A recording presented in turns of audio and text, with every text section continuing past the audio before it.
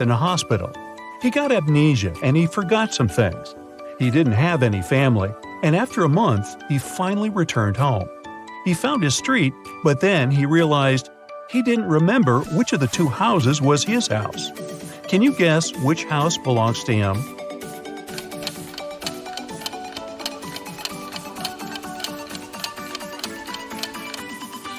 In this house, the lawn is nicely mowed, but Mr. Johnson lives alone, so his house must be the other one.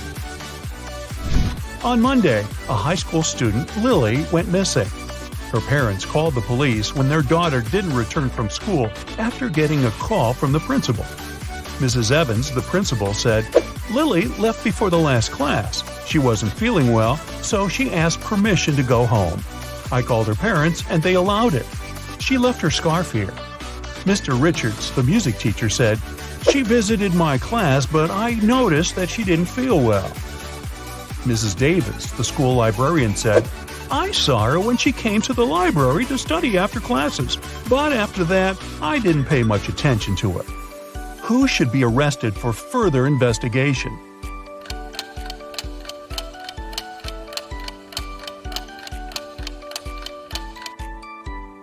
Mrs. Davis is the suspicious one.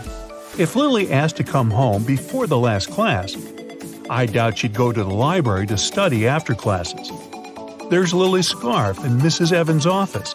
But Lily indeed was there, so the principal is not suspicious. Jenny went out one night and got bitten by a zombie. Oh my. Still, she woke up the next morning and was fine. How is it possible?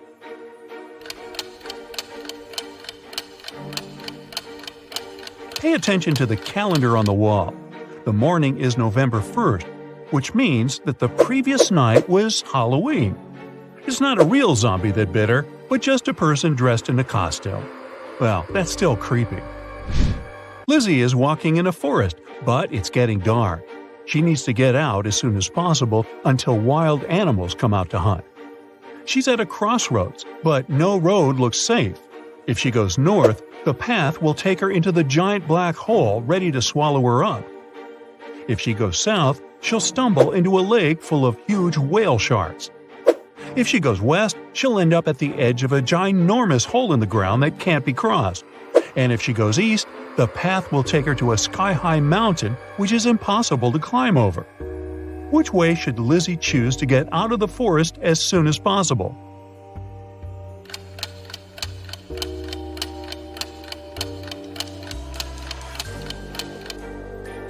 She most certainly needs to go south. Whale sharks are no threat to people, and they'll let Lizzie swim across the lake without any problems. And we'll ignore the fact that whale sharks live in the ocean, not lakes. Yes, I'm picky.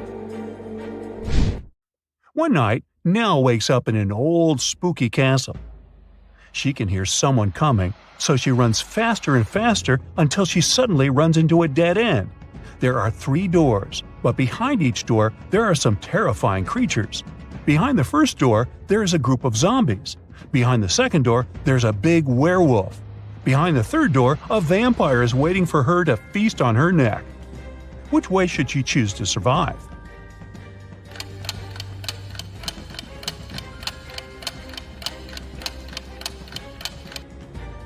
Nell should escape through the second door.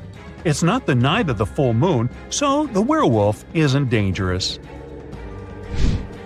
Alice, a treasure hunter, got lost in a forest. After wandering around for a little bit, she noticed a big stone in the middle of the crossroads with some weird code carved on it. Can you crack the code and figure out which direction should Alice go to get out of the forest?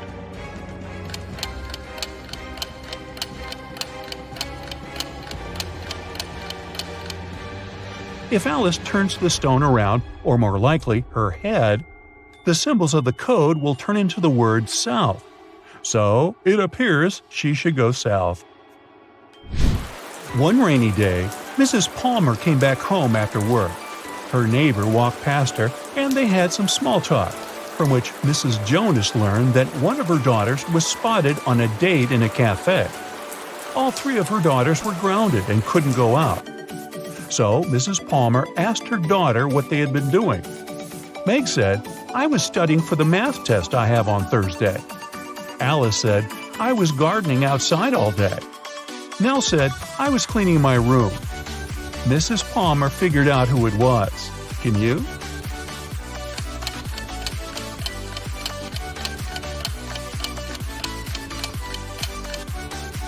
It's Alice. It's been raining all day. I doubt she'd spend it outside gardening. It's not the best day for it. A woman has 3 daughters, Willow, Meadow, and Brooke. She's about to have another daughter. What do you think she'll name her? Aurora, Allison, or Tessa?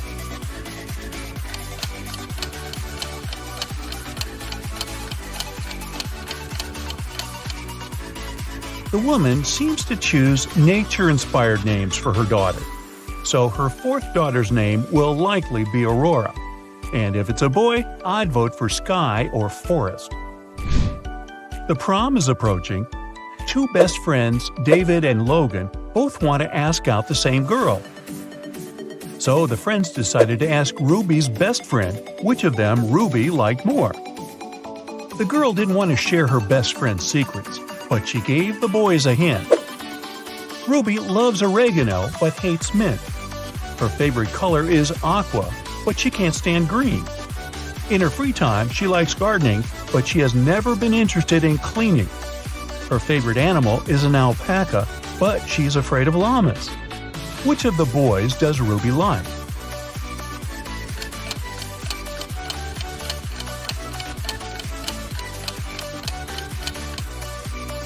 Remember, the friend wanted to give a hint, so the boys should look for patterns. Everything that Ruby likes starts and ends with the same letter. So, following this logic, Ruby likes David, and Logan ends up with Ruby's best friend. Oliver is terrible at packing. Whenever he goes somewhere, he always takes stuff he'll never need. So he needs your help to do some packing. This time, he's going on a business trip, and he will stay in a hotel. So what is the item he packed that he won't need there?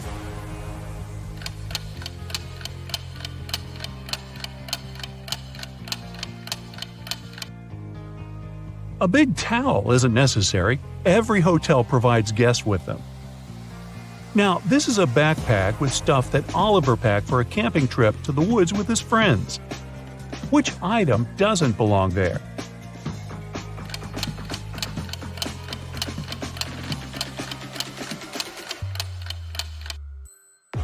An electric hairdryer. There's no electricity in the forest. And the last suitcase we'll take a look at is the suitcase that Oliver packs for a week-long vacation trip to Spain.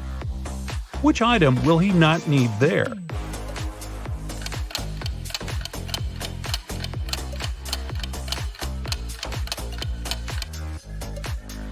Look, there's a forecast on his laptop, and it says all sunny. Then why does Oliver need an umbrella? Well, he doesn't, so he can leave it behind. Esme was having a walk in the forest and got lost. She found a witch's house, walked in, petted a cat, and asked the witch to take her home. The witch was busy preparing a new spell. She agreed to take Esme home, but only if Esme helped her first. She had 1 magical stone and 11 copies of it. They were all identical, but the original one was heavier. The witch had a scale, but that scale only weighed properly the first 3 times. So how can Esme find the original stone with 3 weights?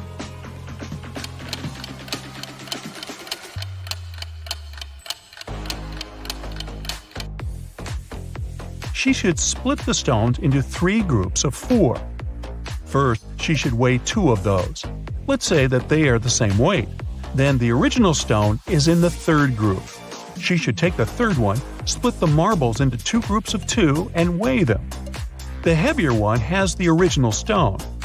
So the 3rd time she just weighs those 2. If during the first weighing, one of the groups was heavier, then Esme should take that one and do the same procedure with that group of stones. Okay, now let's have a bit of fun with emojis. I'll show you a combination of emojis, and your task is to guess the movie. Sound good? Here's the first one.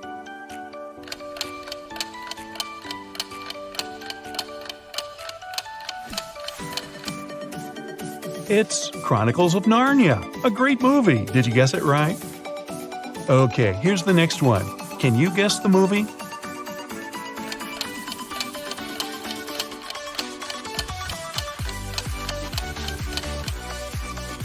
Yeah, that's way too easy. Of course, it's Titanic. How about this one?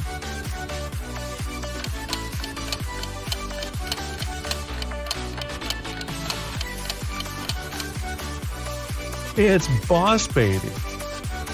Okay, I only have 2 more for you. How about this one?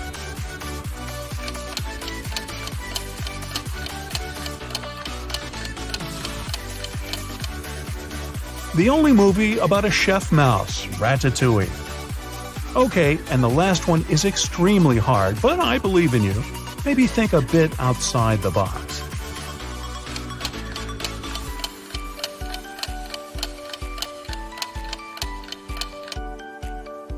This wasn't easy, huh? It's Wonder Woman.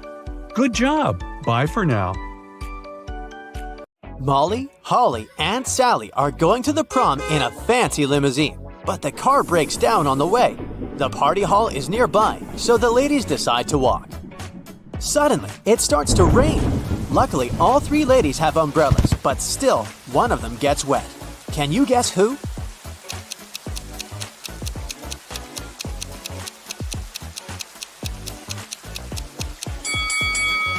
Holly. Her skirt is wider than the diameter of her umbrella. Finally, the ladies arrive at the prom.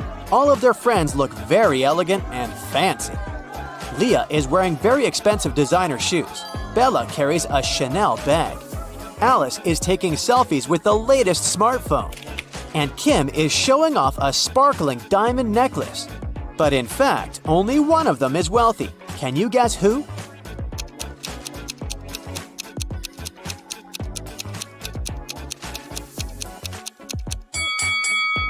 Take a closer look at the logo. Bella's Chanel bag is fake. Leah's shoes are way bigger than her feet, so she probably borrowed them from someone else. As for Alice, the smartphone in her hand is not hers. It has Kim's name on it, so Kim is the richest person here. Kim goes to the dance floor. Bobby, Billy, and Kenny invite her to dance, but one of these guys was bitten by a vampire, so he's not safe to dance with. Can you guess who?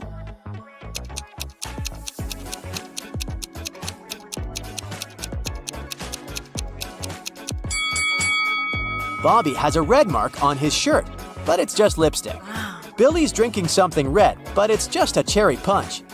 Meanwhile, Kenny doesn't have any shadow, so he's a vampire. Kim goes to the ladies' room, but all 3 stalls are occupied. There's a robot inside one of them. Can you guess where?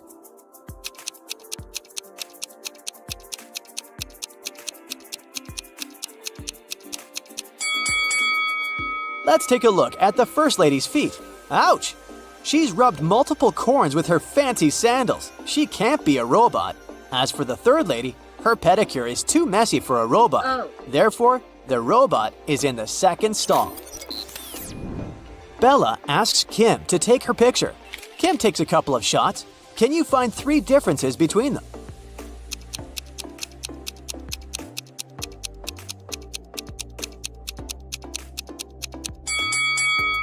Here they are. Kim goes back to the party and spots a runaway criminal among the guests. Can you see this person too?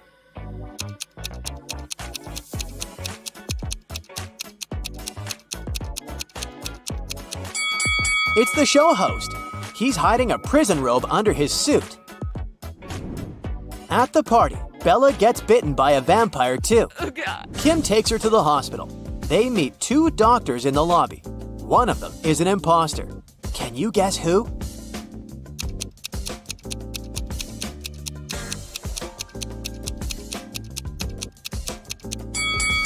Real doctors wear gloves, and the woman on the right doesn't wear any. Bella gets into a hospital ward with 3 other people. One of them is not sick. Can you guess who?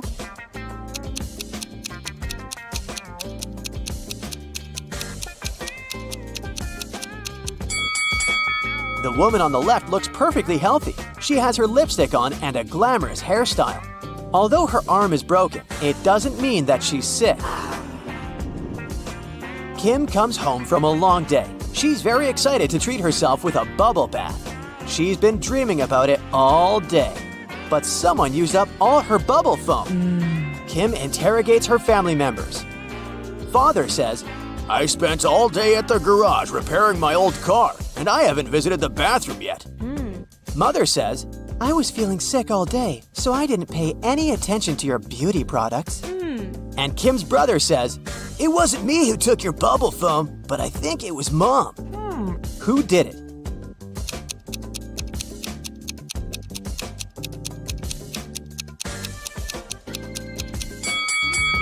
Take a closer look at Dad's beard. There's pieces of foam on it. Busted! The next night, Kim goes to a sleepover with her friends. One of them is a werewolf. Can you guess who?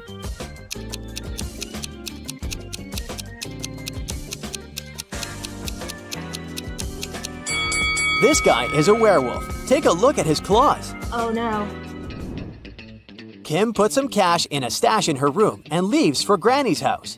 In a couple of days, Kim returns and realizes that someone had stolen her money. How did she guess?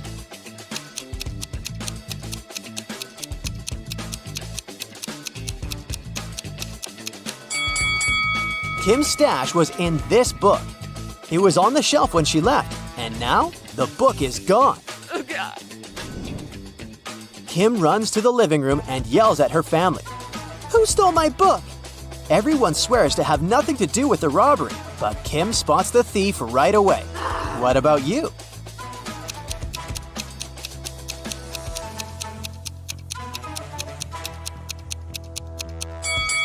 It's the brother.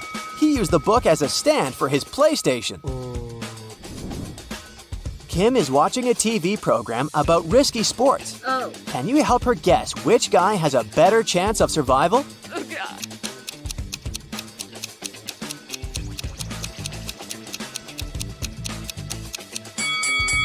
The one who's falling into the snow has a higher chance to survive. Hitting the water can be tough, and he still needs to get out of the ocean.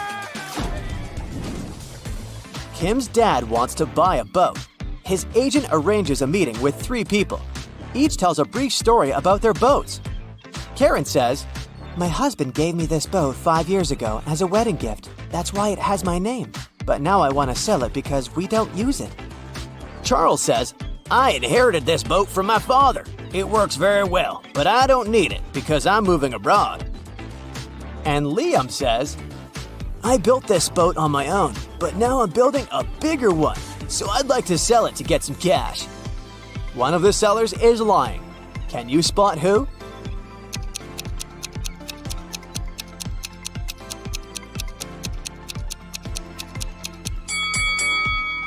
Take a closer look at the first boat.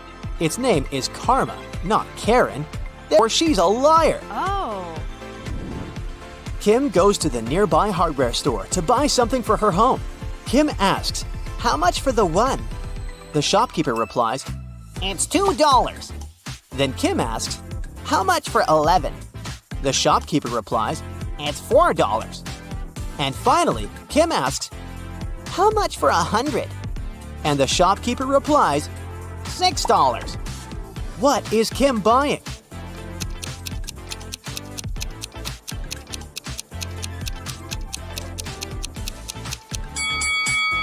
She's buying a house number. Each digit costs $2. Kim's cat, Fluffy, ran away. She's been looking for him in a forest all evening. Finally, she gets tired and heads home. But suddenly, she sees a witch's house on the way. Kim enters and faces the witch. Fluffy is sitting on her lap. The witch says, "I'll release your cat if you crack my riddle. I have 2 besties who are identical twins. Emma was born in 2003 and Gemma in 2004. "How is it possible?"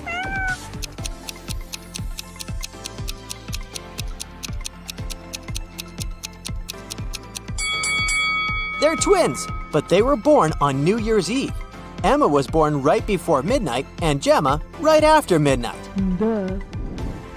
The next day, Kim meets a handsome guy who likes puzzles. She asks his name, but instead of answering directly, the guy writes a date on a piece of paper. Can you help Kim figure out his name?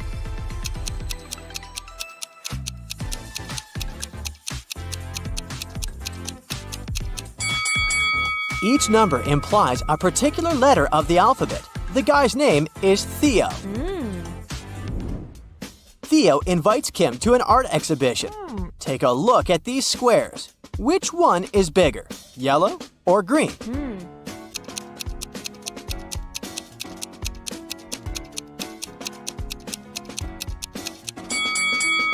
All these black and white squares usually confuse perception, but it becomes obvious that the green square is larger than the yellow one if we put them away. Kim asks Theo, "What month were you born?" He replies with 4 emojis. Can you guess the month?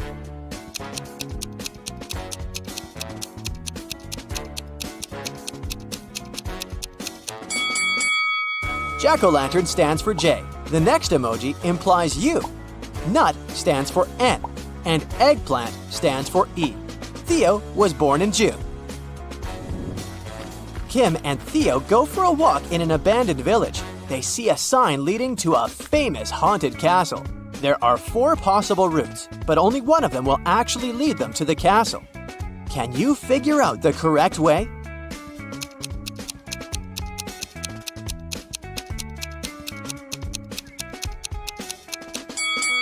It's way easier to untangle this maze if you start drawing from the final destination. They should take Route B. Finally, Kim and Theo find the castle. They enter the property and see a fancy living room. There are 6 zombies hiding in the living room. Can you spot them?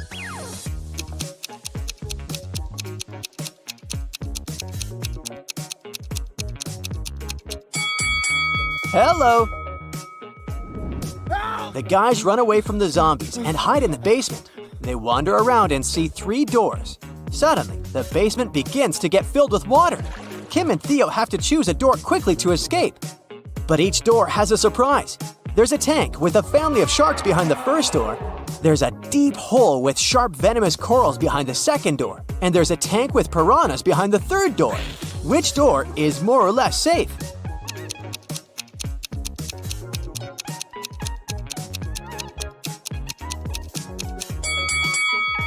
The second door. The basement is full of water, so they can swim over the corals.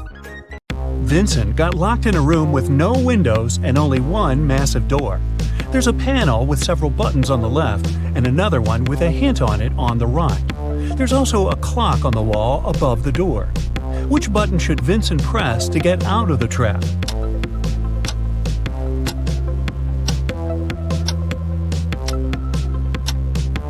The green triangle. The numbers on the panel represent hours. If you connect them on the clock face, you'll get a triangle. The door opened and Vincent got into a dimly lit hall.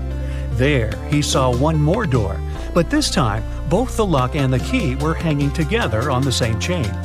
But after examining this system for a couple of seconds, the guy understood he wouldn't get out this way. Why?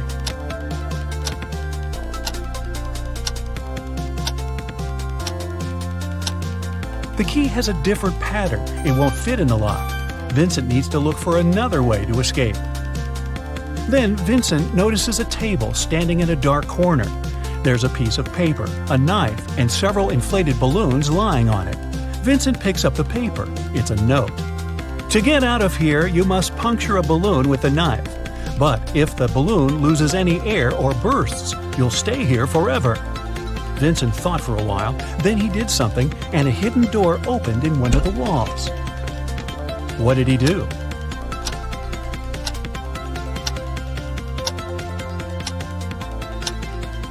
He let the air out of one of the balloons. After that, he easily punctured it with a knife. Detective Marcus and another passerby became witnesses of a car accident. A man, hit by a minivan, was lying on the ground, unconscious. Marcus rushed to the nearest cafe to call an ambulance. When he got back, the passerby told him the man had turned onto his back but hadn't come to his senses. After looking at the scene for a couple of seconds, the detective said, "You'd better return everything you've taken from this man." Why did he say so?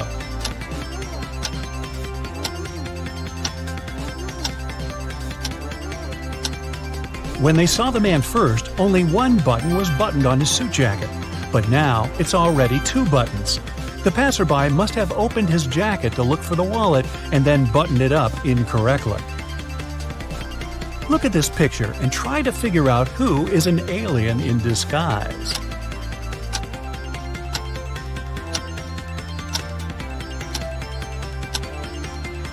It's the guy in the yellow shirt.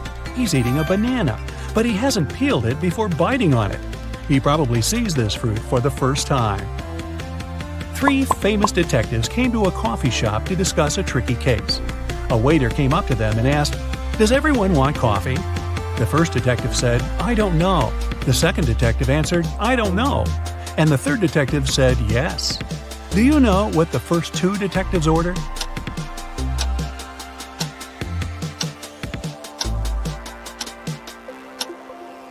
All the detectives ordered coffee. Each of them wanted to have this drink, but the first 2 couldn't know if it would be everyone's choice. If the first 2 detectives hadn't wanted coffee, they'd have simply said no. So, when the third detective heard the replies of his colleagues, he figured out both of them wanted coffee. And since he was also going to take a cup, he said yes. Ralph, Willie, Amber, and Grace are in a museum room. Someone stole a priceless exhibit from this room several hours ago. Ralph, Willie, and Amber claim they have nothing to do with the crime, but the detective doesn't believe them. They all get arrested and taken to the police station. Only Grace, who hasn't answered the question, is free to go. Why?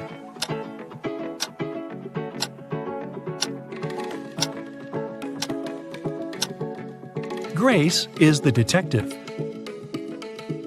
Janice was having her morning coffee in a cafe when she heard a car screeching to a halt, then loud shouting. She ran there and saw a man with his bicycle on the ground and a car standing nearby. The cyclist didn't look hurt, and Janice helped him to get up. The car driver came up to them too. The cyclist pointed at the man. "He made me crash by hitting my bike with his car." But the driver said, "I saw him losing control of his bike in the mirror. Then he fell to the ground, and I stopped the car to go check on him." Janice almost immediately understood who was lying. Have you figured it out?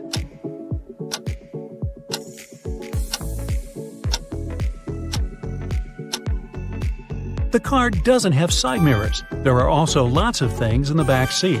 They block the view of the road. So the driver couldn't have seen anything in his rearview mirror either. He's lying. One wealthy businessman was famous for always wearing a white hat. But one day, he came to his office with a bunch of fruit on his head. His employees were shocked, but they didn't dare to question the man. The situation repeated the next day. On the third day, the businessman's secretary plucked up all his courage and asked what was going on. The man answered, "That's because I lost a bet. I haven't fulfilled it yet, but I'll do it today. There's no need to order lunch for me." What did the businessman have to do to fulfill the bet?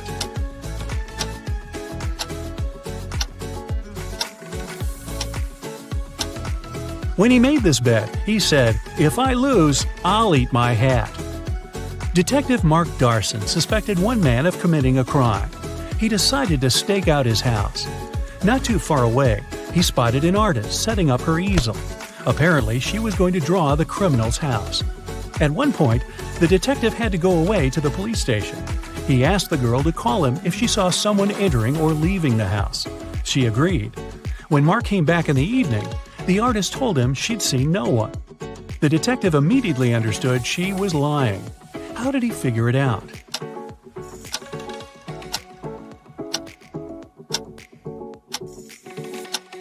When he was leaving, all the windows in the house were closed. But in the picture the girl drew, the windows are open. It means someone was inside while Mark was away. Take a look at this picture and try to understand which guy is Ben.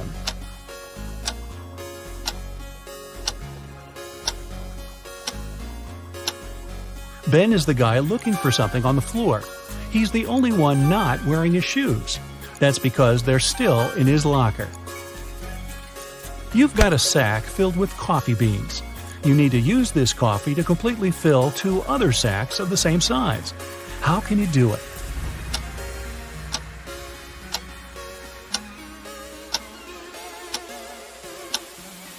Put one empty sack into the other and fill them with coffee. A large sum of money was stolen from Mr. Green's safe. The police suspect Alan, but Alan says, "I don't know anything about safes or about how to open them. I'm a simple blacksmith." The detective doesn't believe him and asks Alan to prove it. He gives the guy one job-related task. If he copes with it, he's telling the truth. Alan gets 5 different chains. Each of them has 3 links. The detective asks the guy to make one chain out of these 5 pieces, but he can separate and combine only 3 links. In no time, Alan finished this task and was released. How did he do it?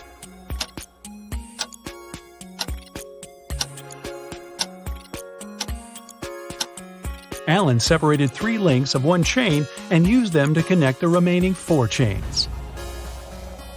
Can you move just one matchstick to make a square?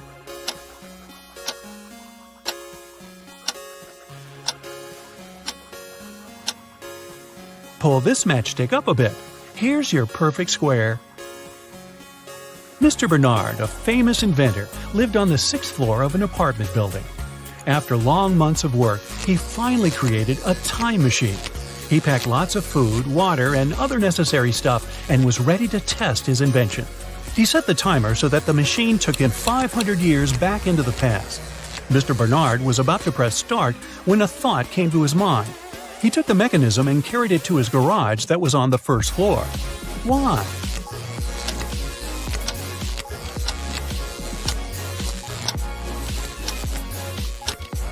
This way, the inventor would avoid getting hurt. 5 centuries ago, there were no such high buildings. He'd simply fall to the ground from the height of the 6th floor. Look at these guys carefully. One of them lied when he said he hadn't painted the green smiley face on the fence. Which one is it?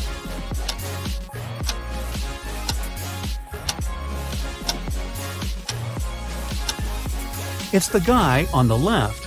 Check out his left hand. Even though it's in his pocket, you can still spot some green paint he'd used. Bruce was walking along the beach when he found a glass bottle. The thing looked old, and the guy spent a long time trying to open it. Finally, he succeeded.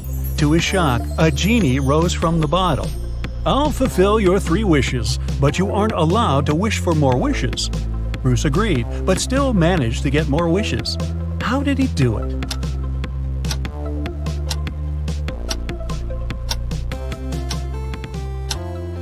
His first wish was that the genie allowed him to ask for more wishes. Several birds landed on trees, 1 bird for 1 tree. But in this case, one of them didn't have a tree of its own. Then they regrouped with 2 birds sitting on 1 tree. After this, 1 tree was left free. How many birds and trees are there?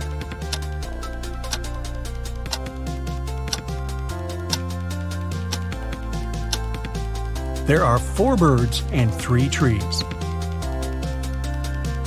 Detective Hall, one of the agency's most talented detectives, used his coded key and entered the apartment where the secret documents were hidden. To help him find them, his assistant Clark had left an encrypted note with the exact location of the documents. It looked like this.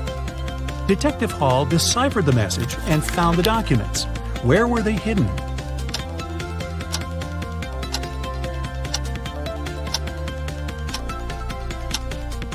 The note says, "Under the carpet in the studio." The detective just read it backwards and ignored the spaces between the words. Megan here is a popular blogger from New York. Hello. Today, she's meeting her bestie, Rosie, in her favorite cafe. Hello. They're both on a diet, so they only order herbal tea and a piece of chocolate cheesecake to share. Megan and Rosie have a great time together and post some food pictures.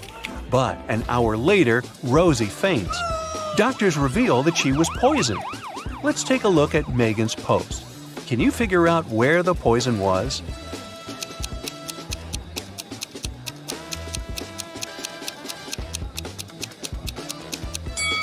Rosie put sugar in her tea, and Megan didn't, so the poison was in the sugar packet.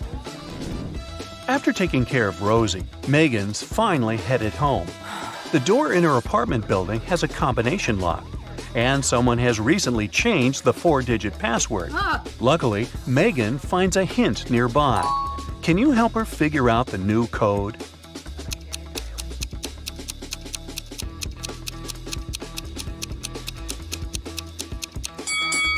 Multiply the first and last number. Then multiply the second and the third number. And the code is 2516. Megan goes up to her apartment. There's a stunning sunset going on out the window. She takes 2 pictures for her Instagram. Can you find 5 differences between them?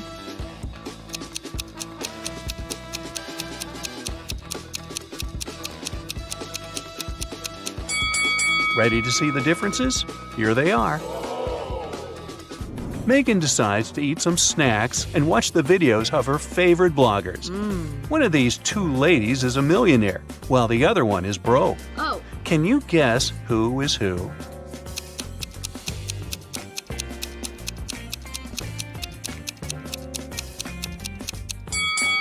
The second lady is broke. Can you see the Eiffel Tower and Big Ben in the background? She can't be in Paris and in London at the same time, can she? So her photo is fake, as well as her fancy lifestyle. Megan gets some cheesy comments from one of her subscribers, Evil Eye. But she doesn't take it seriously. She spends a great night with her friends. Late at night, Megan is walking back home alone. Suddenly, Evil Eye appears right in front of her. He grabs Megan and puts her into the trunk of his car. Megan faints. After a while, she wakes up in a basement and sees her fan drawing some sort of a flower on the floor. He says, 2 letters are missing here. Guess which ones and I'll set you free. If you don't, you'll stay here forever. Can you help Megan out?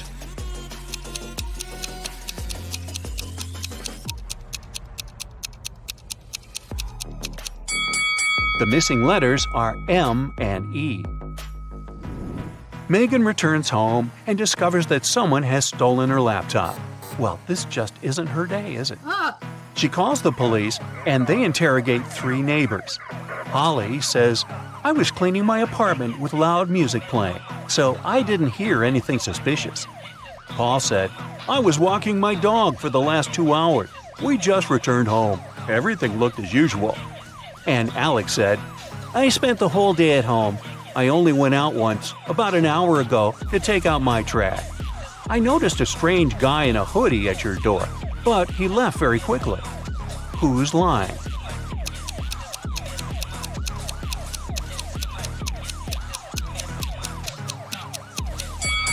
Alex.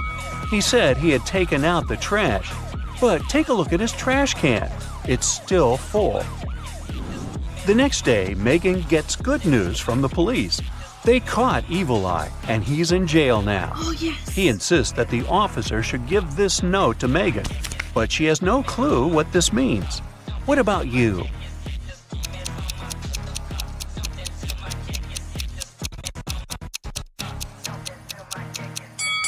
Ready to see the solution?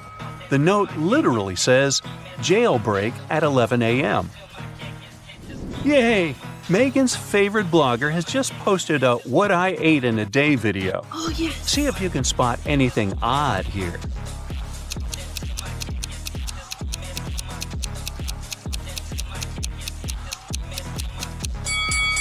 Wow, she keeps a saw in the fridge. Here's the next video. Can you spot any mistakes?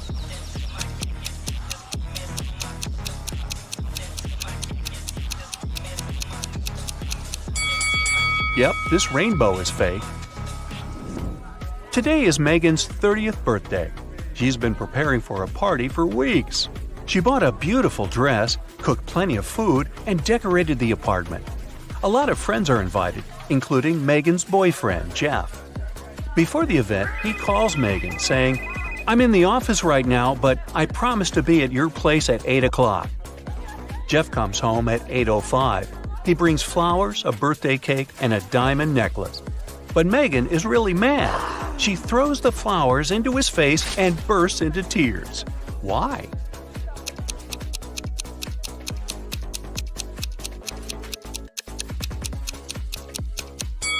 Megan was expecting him to arrive at 8 p.m., but he came at 8 a.m. the next morning. In the evening, Megan decides to go buy some ice cream. She walks towards her favorite corner store on the block. Megan meets the owner of this store, Ted, on the street. Masked man has just robbed the store and took all the cash. Megan explores the space and the broken shelves. Then she says, I don't think it was just an ordinary robbery. The thief must be your enemy. Oh, really? How did she know?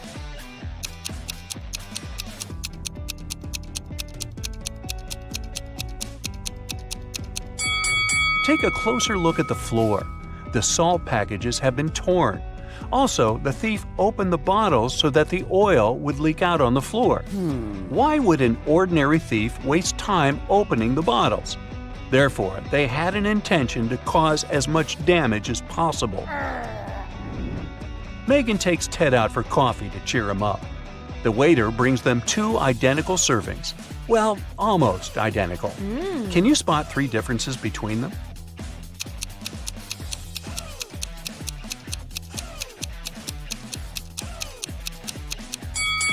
Here they are. Megan gets an invitation to a fancy party for bloggers. Yes! Only those who can crack this maze will actually find a way in. Can you help Megan reach the party?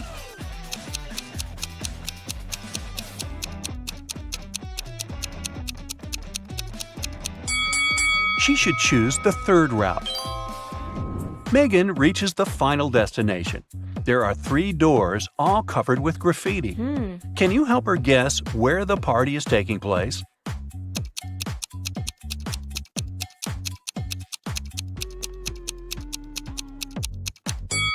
Let's take a closer look at the lettering on the doors.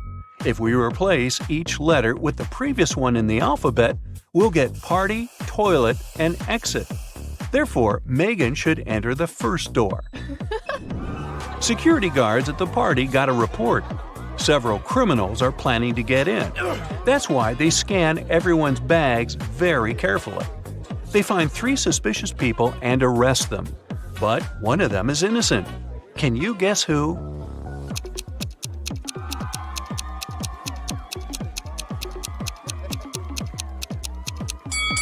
The second lady carries too many phones in her bag.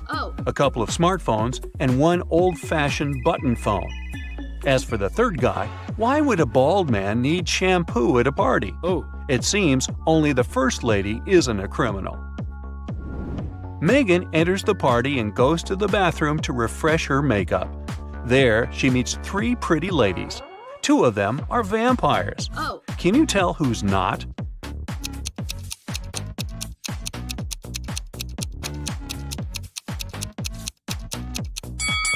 This lady who's standing next to Megan is a human because she has a reflection. Therefore, the 2 others are vampires. Megan wants to rent a cozy cabin to spend a weekend in the woods. She's looking through a special app and finds 4 available options, but only one of them is safe enough. Can you help Megan make the right decision?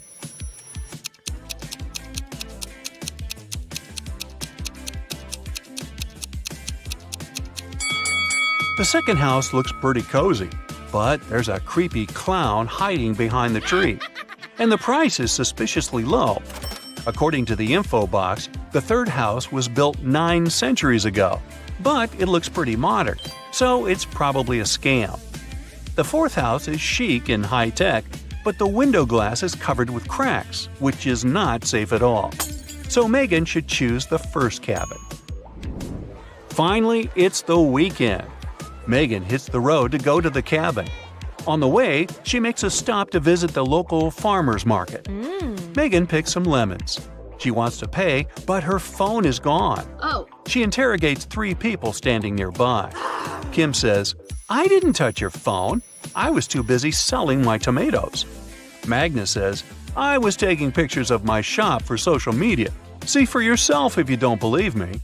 And Bianca says, "I think it was Kim. Her business has not been going well recently." After hearing what they had to say, Megan knows for sure who's the thief. What about you?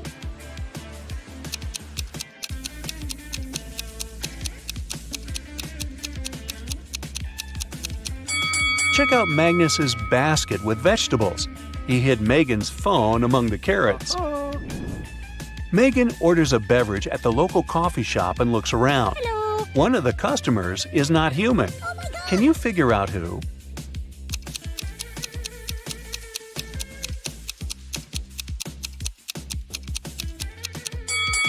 The waitress. Her eyes are blinking red. Maybe she didn't get a tip. Uh-oh. Tommy was exploring old caves outside the city when he got trapped in a mysterious dungeon. There were 3 ways out, but only one of them was safe. Behind the first door, a fire was raging. Behind the second door, there was acid rain, which could melt any substance within seconds. Behind the third door, there was a huge brown bear that hadn't eaten for 2 years. Which way should Tommy choose?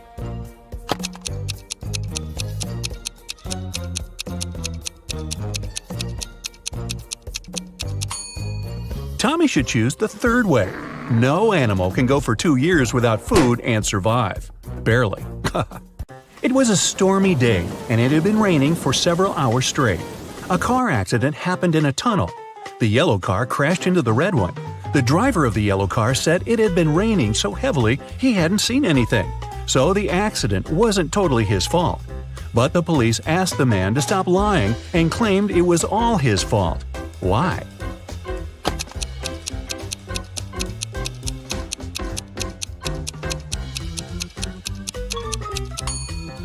The accident happened in the tunnel. It couldn't be raining there. Mrs. McAdams, who was having a day off with her friends, came back home in the middle of the day to change her clothes. There, she found out that her daughter, Eveline, who she'd grounded, wasn't at home.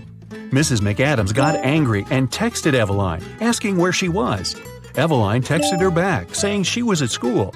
The girl even attached a picture of the classroom. Mrs. McAdams didn't believe her daughter and told her to come home immediately. How did she understand Eveline wasn't at school?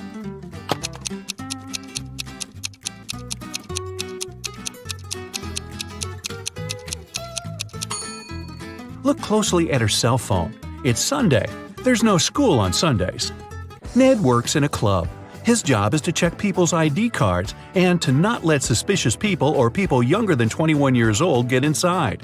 Take a look at these 3 ID cards and figure out who shouldn't enter the club.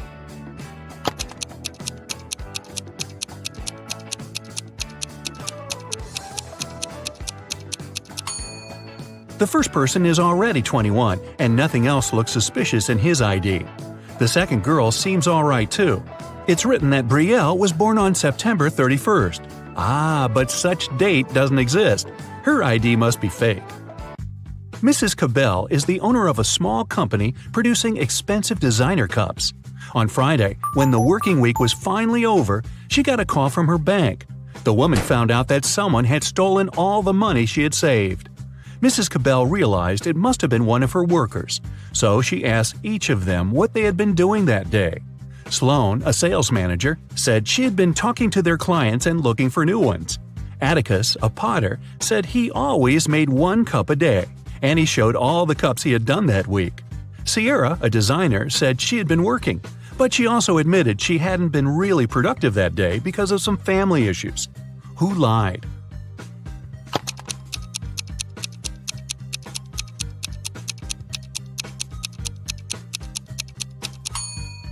Atticus. There are 5 working days in a regular week. The man said he made 1 mug a day, but he only showed 4 mugs. It means he missed 1 day of work. Lennox and Finn were friends living in the same college dorm. One day, Lennox reported that something had happened to his friend. He said Finn hadn't left his room all day. He also never responded to any of Lennox's texts. In the evening, Lennox started to worry and knocked on Finn's door, but the guy didn't answer. Lennox peeked through the keyhole and saw that his friend was lying on the floor, so he called the police. After that, Lennox got arrested. Why?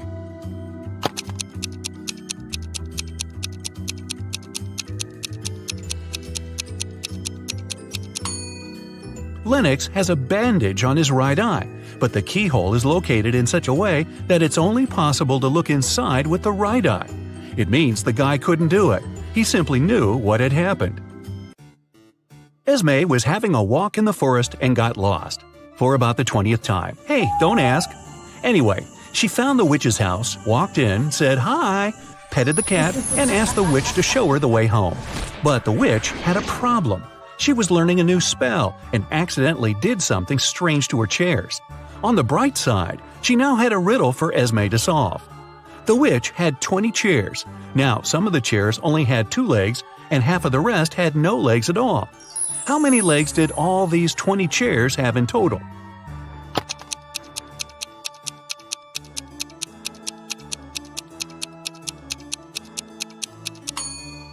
We know that some of the chairs have, on average, 2 legs per chair. The rest of them have either 4 legs or no legs at all. And since half of the rest have no legs and the other half have 4, together they have 2 legs per chair. So there are exactly 40 legs. Mr. Tucker was a businessman. He wanted to find an interesting hobby to impress people. He chose art, even though he knew nothing about it. Still, he kept buying paintings and even owned a couple of famous masterpieces. He liked to invite his potential business partners over to show off his collection. One day, his guest was Miss Geneva Darby, a young lady who owned a jewelry business. As always, Mr. Tucker boasted about his collection, but Miss Darby wasn't impressed. Why?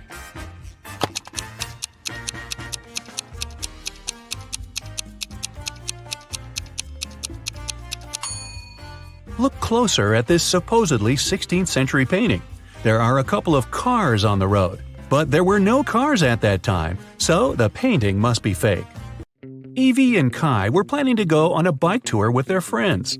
Unfortunately, Evie didn't feel well, so she canceled on her friends and asked Kai to stay with her. Kai was disappointed but agreed. Evie fell asleep. When she woke up, she already felt better. She offered Kai to ride their bikes a bit, just the 2 of them. But when they went outside, Evie realized that while she had been sleeping, Kai had been out with the friends without her. How did she understand it?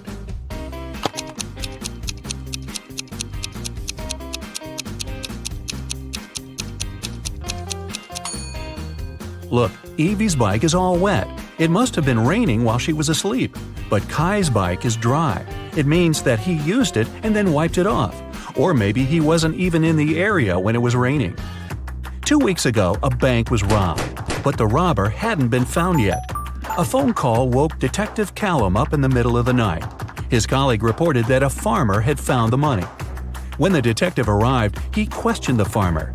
The man said, "I argued with my wife and went outside. That's when I found a bag with money in a cornfield." Detective Callum asked if the farmer had noticed anything suspicious before. The farmer replied, "About 2 weeks ago, before going to bed, I looked out of the window. I saw a man walking through the field. It was a full moon and I could clearly see his silhouette. But there wasn't enough light to notice more details about him." The farmer was arrested. Why?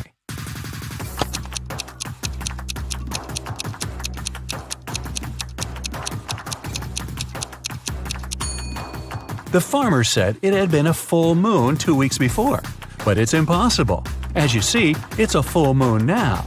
The farmer is lying. But why? Ashley was hurrying to an unplanned business meeting. She asked her boyfriend, Dean, to walk the dog. Dean agreed. But then his friend called and invited him to play a new video game. So the guy decided to skip walking the dog that day and joined his friends. He and Ashley met right outside the house when they both were going back home. Ashley asked what Dean had been doing. The guy said, "I walked the dog and then went to play video games with my friends." Ashley immediately understood he was lying. How did she figure it out?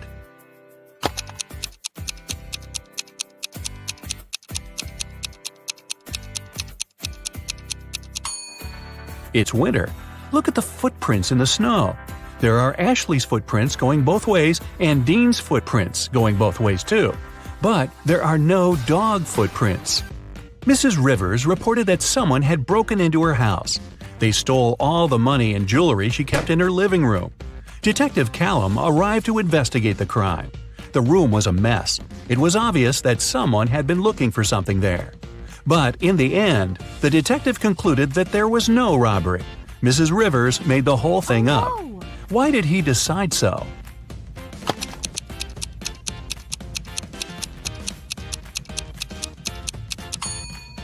Look at this very expensive and fragile tea set lying on the floor. If a criminal had really been there, he wouldn't have cared about the set. It would be smashed after falling down. It seems that when Mrs. Rivers was staging a robbery, she didn't feel like breaking her expensive tea set. Viviana and Malcolm were working outside. Malcolm was repairing the roof, and Viviana was working in the garden. Suddenly, a hammer fell from the roof and hit Viviana on the head.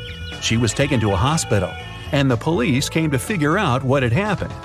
When Malcolm told them everything, the police arrested him for staging an accident. Why didn't they believe the guy?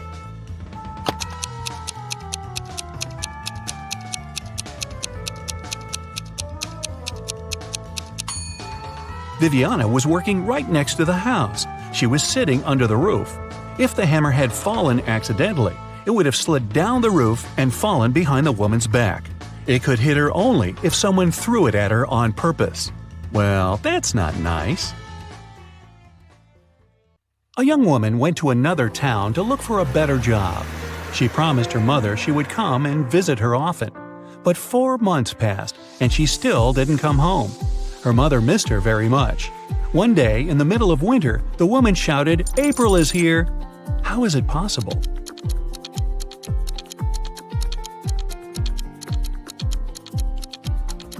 April was her daughter's name. She finally came to visit her family. It's usually under you. Take away its first letter, and it'll be above you. Take away its first 2 letters, and you won't see it. What is it?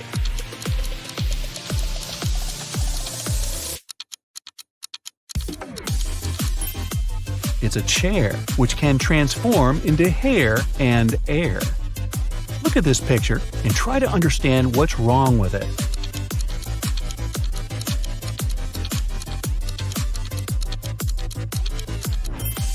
Why would this young lady put a pair of boots on the table and a saw in the fridge? How about this image? Does anything strike you as odd?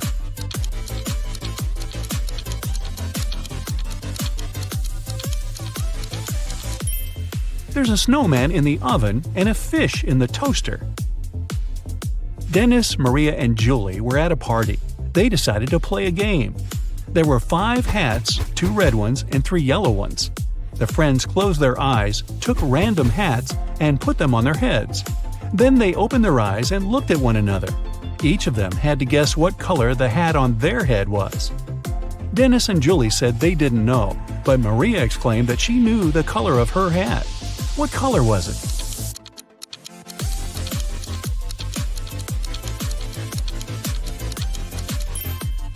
It was yellow. Maria saw that Dennis and Julie were wearing red hats, and she knew there were only 2 of those. You can't share it until you take it. What is it?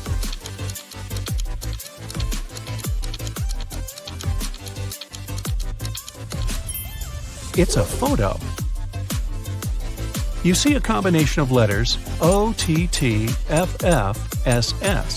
What should be the next 3 letters in the line?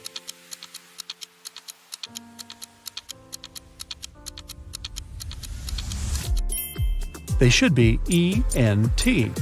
These are the first letters of the names of the numbers from 1 to 10.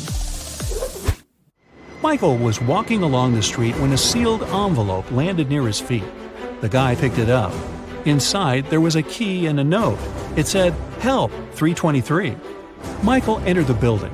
Soon, he found a door number 323 and used the key to open it. He saw a man near the open window. He was gagged and tied to a chair. Once free, the man exclaimed, "2 men broke into my office, tied me up, and took all the money from my safe. Luckily, my hands were free. I managed to write this note and throw it together with the key out the window."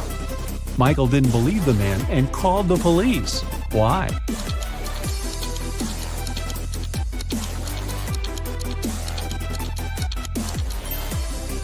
The envelope was sealed. How could the man do it if he was gagged? It can never be thrown, but it can be caught. People are always looking for ways to lose it. What is it?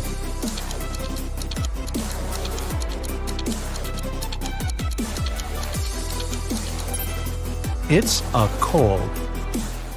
Two teams were playing soccer against each other. Each of the teams scored 2 goals in total. And still, it wasn't a tie. One team won and the other lost. How come?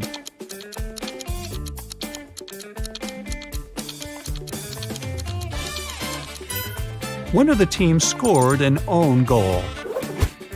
Young but very popular blogger Eric wrote his first book. It was a huge success. The guy was preparing for his first book signing. He was very excited and nervous, so he took a break to steady his nerves in a quiet corner. But even at 6 p.m., when the meeting was supposed to start, Eric was nowhere to be seen. In 10 minutes, a security guard found him lying on the floor in the bathroom. Someone had hit the writer on the head. The police had 3 suspects. Angela, his agent, said she had been solving some urgent organizational issues. Frank, one of the fans, said he had been a great lover of Eric's books for years. He wouldn't do anything to harm the writer. And Patrick, the security guard, said he had been doing his job, keeping the fans away from the entrance. Who hit Eric?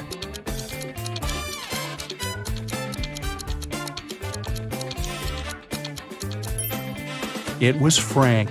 It was Eric's first book. Frank couldn't possibly be reading his books for years. Look at these guys carefully. Who is a fake fireman?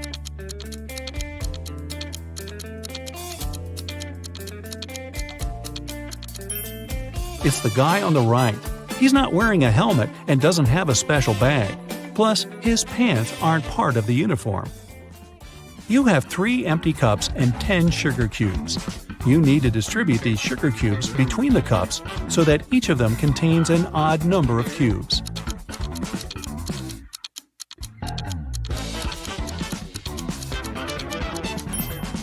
Put 3 sugar cubes in the first cup and 3 cubes in the second one. After that, put the remaining 4 cubes and the second cup in cup number 3. Now, the first cup has 3 sugar cubes and the second one has 3 sugar cubes too. As for the third cup, it has 7 sugar cubes, 4 of its own and 3 in the second cup. 2 roommates, Deborah and Rachel, were walking home after doing their weekly grocery shopping. Deborah kept complaining about how heavy her bags were. Then Rachel told her, "I don't understand why you're upset. If you gave me one of your bags, I would have twice more bags than you do. And if I gave you one of mine, we would have the same number of bags." How many bags were the girls carrying?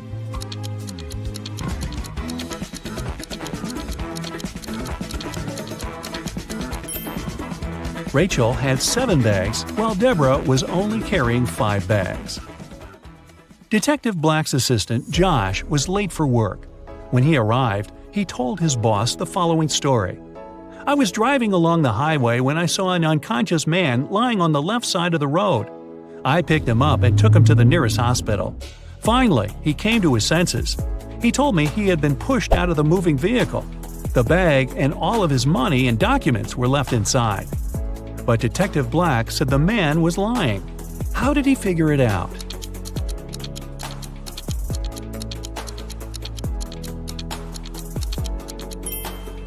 If the man had indeed been pushed out of the car, he would have been lying on the right side of the road, not the left one. Kenneth was starving. He found a nice diner that served burgers and bought one.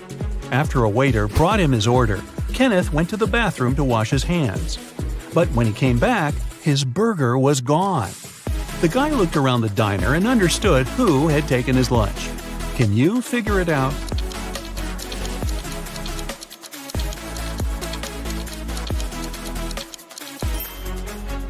It's the young woman with a dog sitting at her feet and sniffing the air. If she was just drinking coffee, which is what she's pretending to do, the dog wouldn't be so interested in her. Mary was walking through the park when she spotted a hungry dog. The woman decided to share her snack with the animal. Unfortunately, there was a stream between her and the pooch. She squatted down to attract the dog's attention and showed it the food. The animal was next to her in no time. There was no bridge over the stream, and still the dog wasn't wet. How is it possible?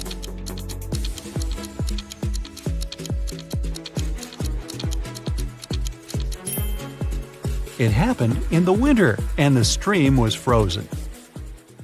A rich entrepreneur disappeared from his office.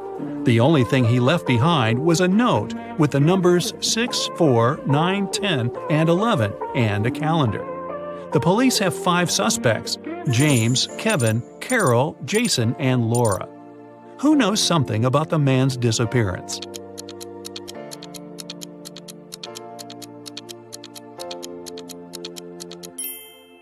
It's Jason.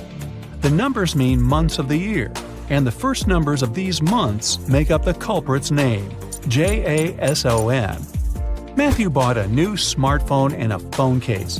He paid $310. The gadget cost $300 more than the case. How much did Matthew pay for the phone?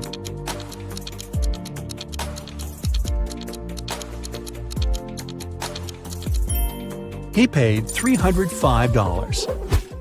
Tony was hosting a party. 3 hours after it started, several guests came up to the guy. They asked where they could charge their phones. Unfortunately, there was only one socket in Tony's house. The guy checked all the power strips he had. Help him figure out how many phones he can charge at a time.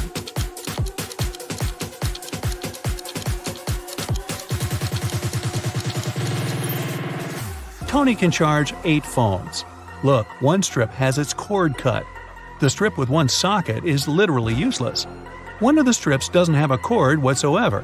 Another has no hole for a plug. Plus, one socket on each of the 2 strips will be taken by the plugs from the others. A rich businessman called the police. When he arrived at his office in the morning, he remembered he had left a bunch of important documents in his safe at home. He sent his secretary, John, to bring them. But the guy called half an hour later. He said the safe was open. The documents were still inside, but all the money had disappeared. The police examined the businessman's home office. They tried to find some fingerprints. Nothing at all. The detective had 3 suspects: the secretary, the businessman's nephew, Mark, and the housekeeper. The secretary said he had called his boss as soon as he had seen the safe. Mark said, "I opened the door for John. Then I went to my room and found out about the accident only after John called me." The housekeeper told the police she had been very busy with her chores and hadn't been to the office since the previous evening. Who took the money?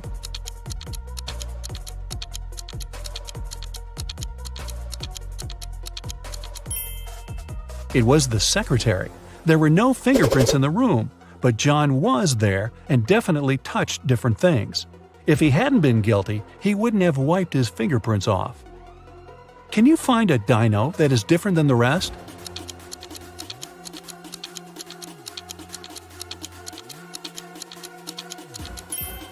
Right, it's this one.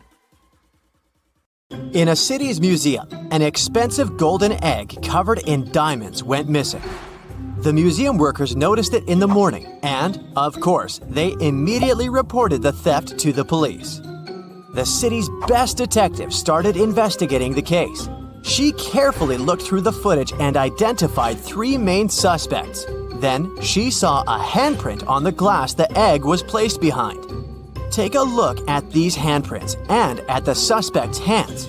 Who is guilty?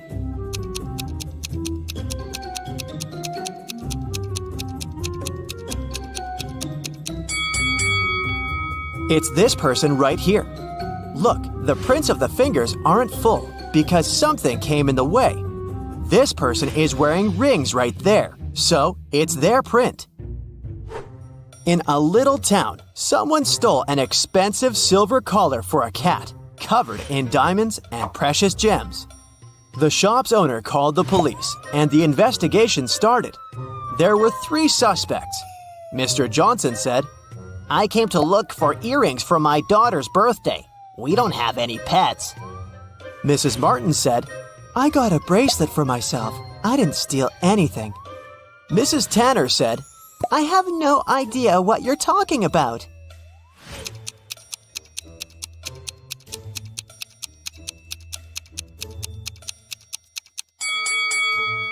The thief is Mr. Johnson. There are cat footprints in his garden. so the family obviously has a pet. There was a robber in the city, and no one could catch him for several months. After another incident, the police saw the robber entering a hospital. They walked in and ran into two doctors. Which one of them is fake and is actually the robber?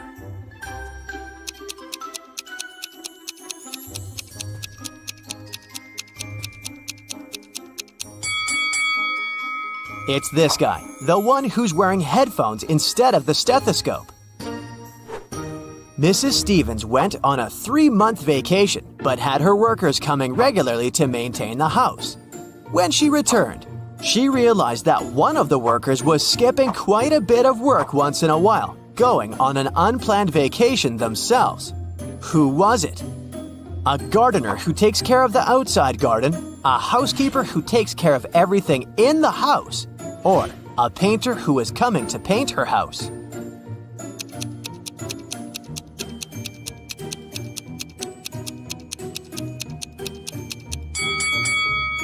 It's the housekeeper. Look, the houseplants dried out. Seems like he skipped a couple of weeks of work and probably only cleaned the house right before Mrs. Stevens returned. Do you think you can figure out who the bride of this man is?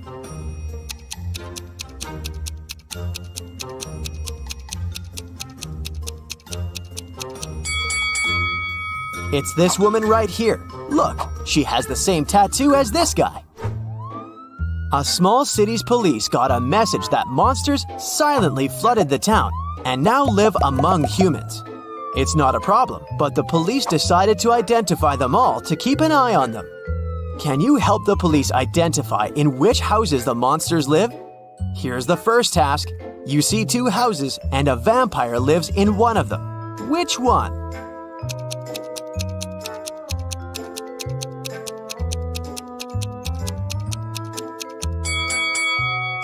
It must be this house, the dark one where the blinds are closed on all the windows. Vampires don't like sunlight. Okay, the next task is to find the house of a mummy.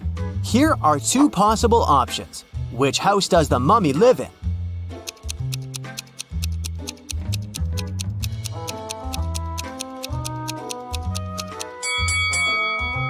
This one. Look, there are bandages around the house. The next creature whose residence we need to identify is a gnome. Take a look inside 2 houses. Can you tell where the gnome lives?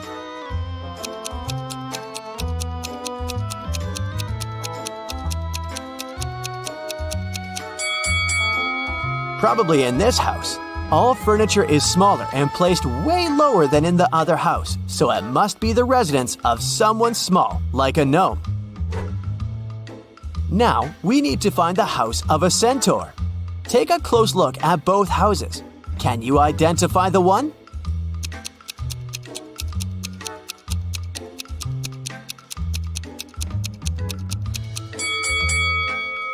This one right here. See, there are horse prints on the pathways to the house. The last one. A real witch lives in one of these houses. Can you tell where you're most likely to be bewitched?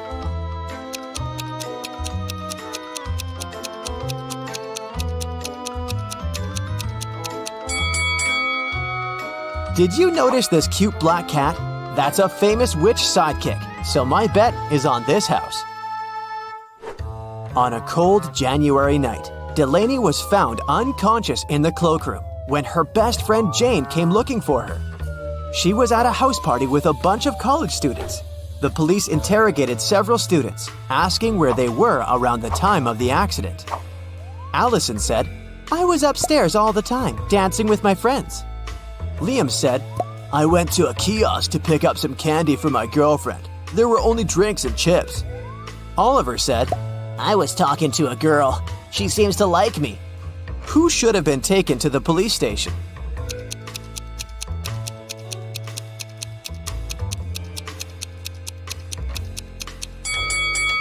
Liam. It's a cold night, and he would need a jacket to go to a kiosk. And if he needed a jacket, he would go into the cloakroom to get it, and would have found Delaney instead of Jane. So either he lied or walked past an unconscious girl. Ronan Collins, a successful businessman, went missing. His family reported it to the police. The main suspect was Ronan's business partner, Jennifer. She had been out of the city, but as soon as she returned, the police knocked on her door and asked if she knew something about Ronan's disappearance 2 weeks prior. "I just returned from my month-long trip to the Amazon rainforest an hour ago. I haven't heard anything about it." The detective didn't believe her right away and took her to the station for further investigation. Why?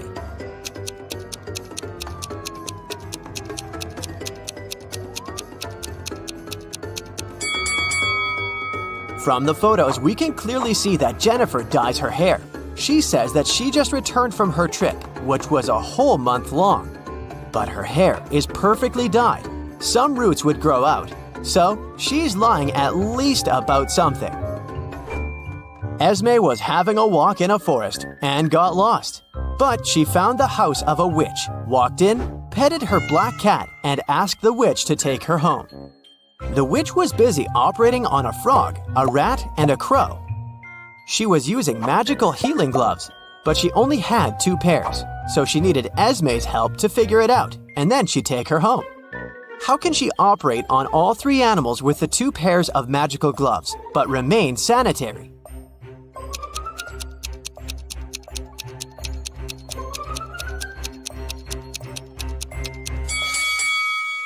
The witch should operate on the frog wearing the first pair of gloves over the second one. Then, she should operate on the rat using just the second pair. Finally, she should operate on the crow wearing the first gloves inside out, worn over the second glove. Detective Callum had to travel to a small neighboring city where dogs were being kidnapped every night, right out of the house. There were already 4 of them missing, and all of them were living on the same street. Mila was kidnapped first, then Karma the next night. After that, it was Jake, and then Mr. Sniffer. There were just 3 dogs left that lived on the street. Can you figure out which dog is going to be the next target?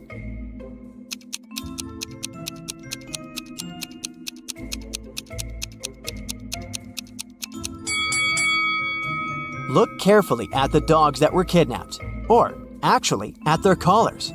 The first dog that was kidnapped has a red collar. Karma has an orange collar. Then Jake was wearing a yellow one, and Mr. Sniffers owned a green one. Seems like they're being kidnapped in order of rainbow colors. So, the next target should be this dog, the one wearing the blue collar. Mason called the police, reporting that his metal safe box with his savings was stolen. He walked into his bedroom right in time to spot the robber throwing the safe out of the window and disappearing in the window right after. So, Mason wanted the robber caught or his insurance to pay him the money he had lost. The detective came to investigate. "Did you touch anything in the room after the incident?" he asked. "No, I came straight to you." "Then there was no robber," the detective concluded. "Why?"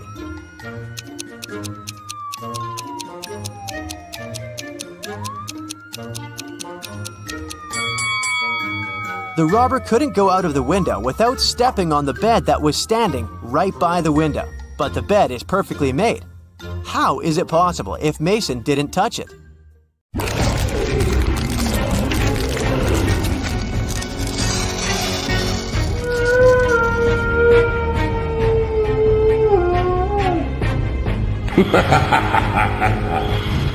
Leslie was driving at night to visit her parents, but unfortunately, her car broke down in the middle of nowhere. She decided to walk around to find some help and came across an eerie-looking house. As she started walking through the garden to reach the door, she suddenly got really scared and ran back to her car.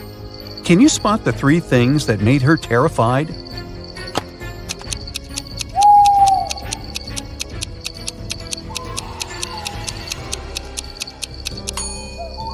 Look at the statue at the center of the fountain. Its eyes are moving left and right. Secondly, do you see the skeleton hands that are trying to crawl out of the ground? Creepy. And on top of everything, the black cat here has a snake tail instead of a regular one.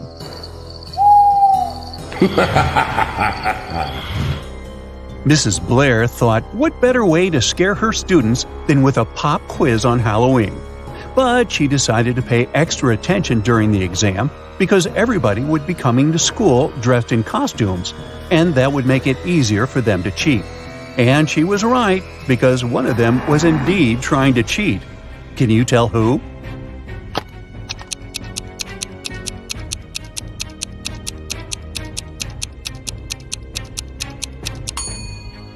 Look, this girl here is hiding a piece of paper with the answers under her witch's hat.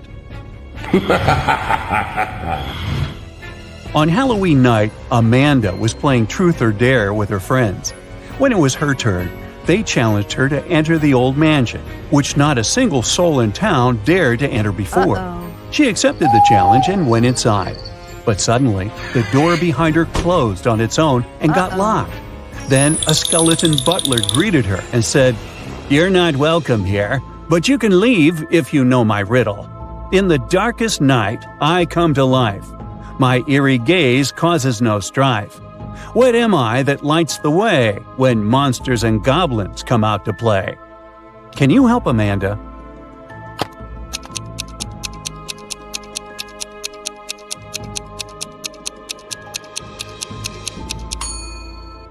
The correct answer is a jack-o'-lantern.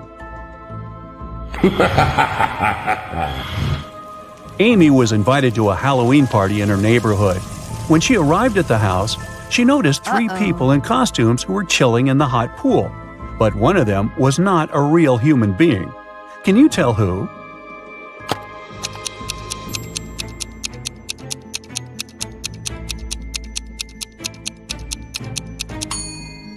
Well, the first girl in the witch's costume and the second guy with fangs look scary, but they're only wearing makeup. But the girl who is in a mermaid costume is a real mermaid, because look at her neck. She has gills. It was Aurora's 21st birthday, and her witch aunts were finally going to accept her to their coven. However, there was one spell that she needed to complete as her final test, and it required a magical cauldron. The catch is one could only use this cauldron if they solved the riddle that was engraved on it, which said, "I'm a season of colors with leaves that fall. It's when cozy sweaters come out to warm you all. What am I, aspiring magician, do you know? Solve this riddle and your magical powers will grow." Can you help Aurora find the correct answer?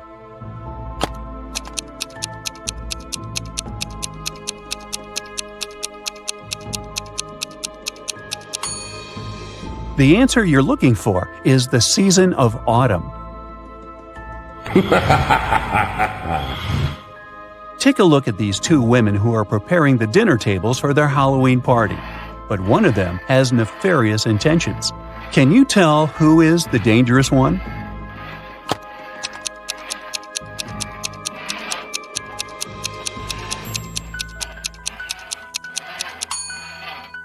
If you take a closer look, you'll see that the lady on the left is more spooky than scary. The green cream on the brownies may look poisonous, but it's just food coloring. And those fingers on the tray are only finger-shaped cookies. So she is simply preparing for the holiday. But the lady on the right didn't even bother to wear a costume, even though she's throwing a Halloween dinner party. And why would anyone sharpen their knives before her guests arrive? That's suspicious. So she must be the dangerous one. The young witch, Elaine, who lived in a deep enchanted forest, was invited to her coven's Halloween gathering. Unfortunately, her broom was broken, and the only other way she could get to her destination was through drinking the teleportation potion. However, she had never cast it before, and the three main ingredients for it were hidden with a riddle in her spell book. The first one was, "In the shadows I quietly grow, not a plant nor an animal you know. After rain I might start to bloom, often found in a forest gloom." Can you tell what the first ingredient is?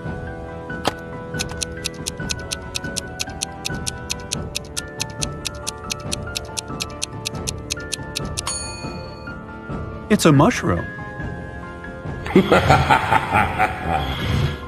The riddle for the second ingredient went, I'm as light as air, soft to the touch. Upon a bird's back, I don't weigh much. I help a creature soar high and free, yet I fall to the ground for all to see. What am I? Do you know the answer?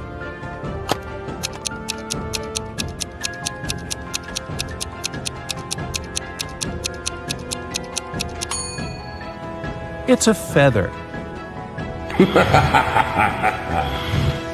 And the riddle for the third ingredient was this. In darkness I weave my trap so discreet. With patience I wait for a tasty treat. Silent and stealthy in corners I bide. With multiple eyes my world I divide. Can you help Elaine find out what that is?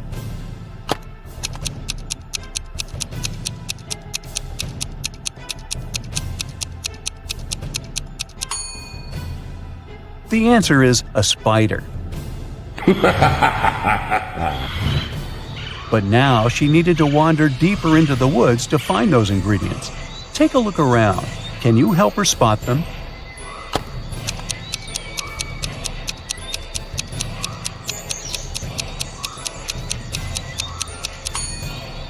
There's the mushroom under these flowers.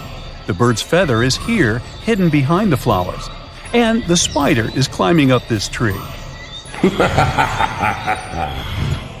One famous club in the city was organizing a Halloween party, and Jenny and her friends were going to go. Inside, there were 2 different counters from where they could get their drinks. But one of these bartenders is dangerous. Can you tell which one?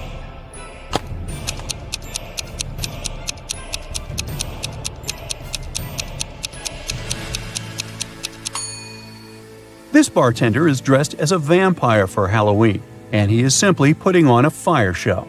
On the other hand, the bartender who is polishing the glasses has a bottle of poison here among the bottles, so the girl should avoid him at all costs.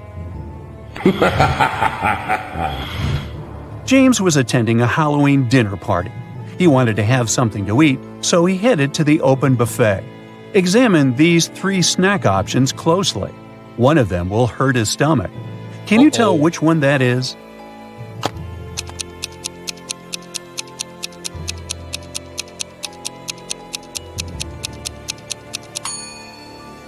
The first cupcakes might look like they're dripped in blood, but it's just cherry-flavored glaze. And these worms on the pudding cups are just worm gummies. But look at this candy apple. It's glowing like fluorescence. That looks toxic. Monsters from all around the world were going to meet at their annual Halloween celebration. But the word was out that a human heard about it and was planning to crash their party. So they placed a monster security at the entrance of the venue. The security was suspicious of these 3 creatures. Can you help him figure out which one of them is actually a human?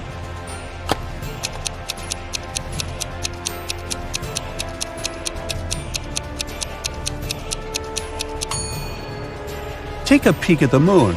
It's not full. Then how come this werewolf is here? He shouldn't have turned into one, so he must be a human wearing a costume. Amy and her friends went to the Halloween parade that was visiting their town. There was a scary maze, and Amy decided to try it herself. However, after a while, she got lost and started to panic. But she didn't notice that there were hints around the maze that would guide her to the exit. Can you spot them?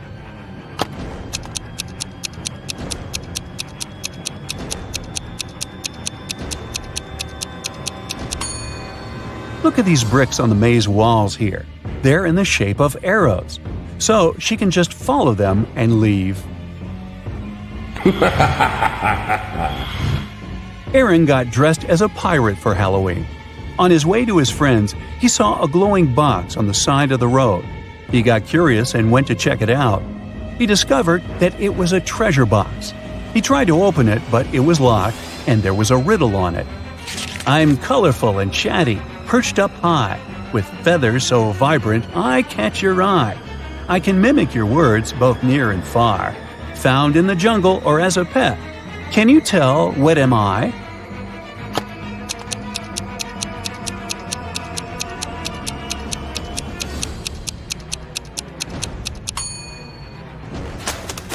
It's a parrot.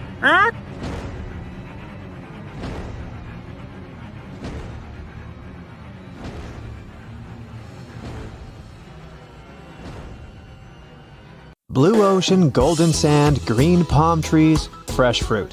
This place is like a paradise. It's good that Luke finally went on vacation. He's sunbathing, drinking cocktails, and enjoying life. Such a perfect day. Maybe too perfect. Luke's smile disappears. Nothing is real.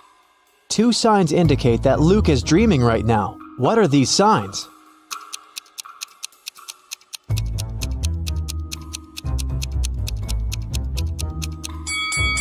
The first thing is that there are two suns in the sky.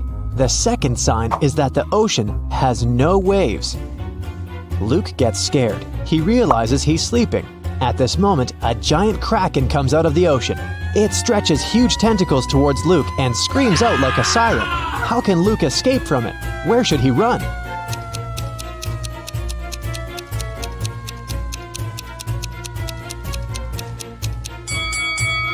There's no need to run anywhere. This is a dream, and the kraken can help Luke wake up.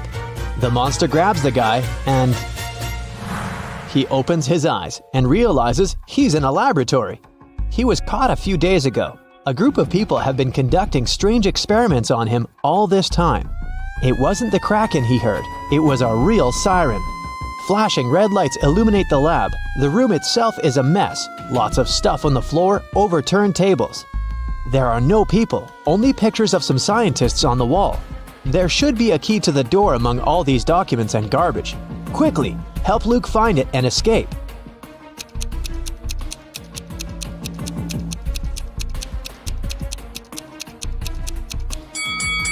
And the key is hidden, not here.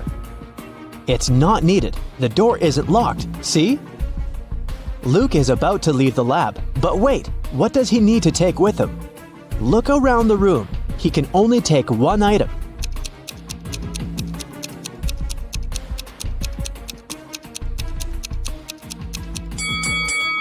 Luke should opt for the shoes. They're going to be useful outside. Luke puts on a pair of boots and gets out of the lab. He's in a long corridor. He sees several guards ahead. They start chasing after him. Luke runs away in the opposite direction. There are 3 ways in front of him. One corridor is filled with toxic gases. The second way is a bottomless dark abyss. The third corridor is so hot that the walls are glowing red. What should Luke choose?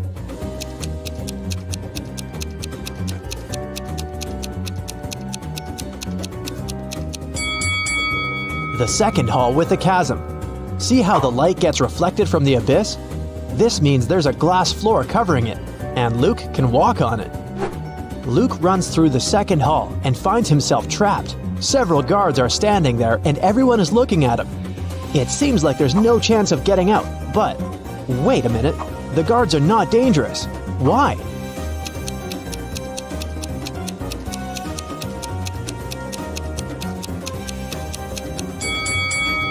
They're motionless because they're either well-done wax figures or real people who can't move for some reason. Luke leaves the room, and now he's in a long corridor again. The doors close behind him, guards are rushing towards him from the hall, and doctors are running from the other direction. What should Luke do? Hurry up, help the guy before they notice him.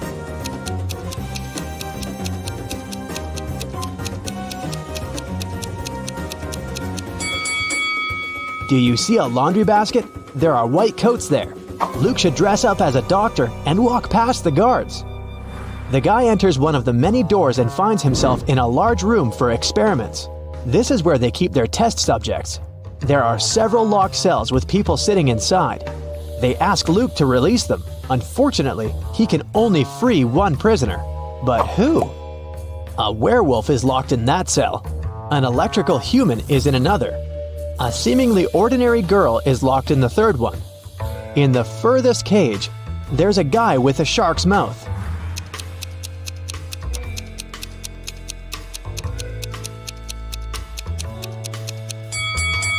Luke should save the girl. Come on, all the other prisoners are scary monsters. Did you expect a trick? Sometimes the simplest answer is the right one. Luke opens the cell. The girl's name is Jessie, but she doesn't want to go with Luke. She doesn't believe him. Why?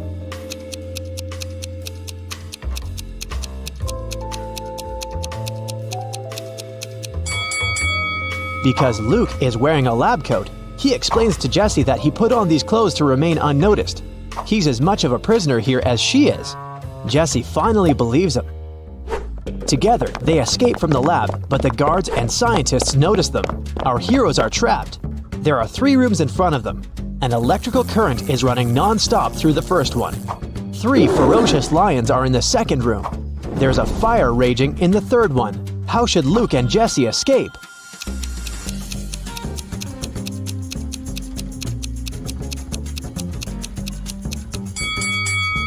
They don't have to enter any of these rooms. In the corridor above them, there is an open ventilation hatch. These guys should help each other get in there. They crawl through the vent for a few minutes. Finally, they reach the elevators. But the heads of 2 creatures have got stuck in the elevator doors. One of them is a werewolf. The other is a zombie. Jessie and Luke can only save one of them. Who will survive without their help?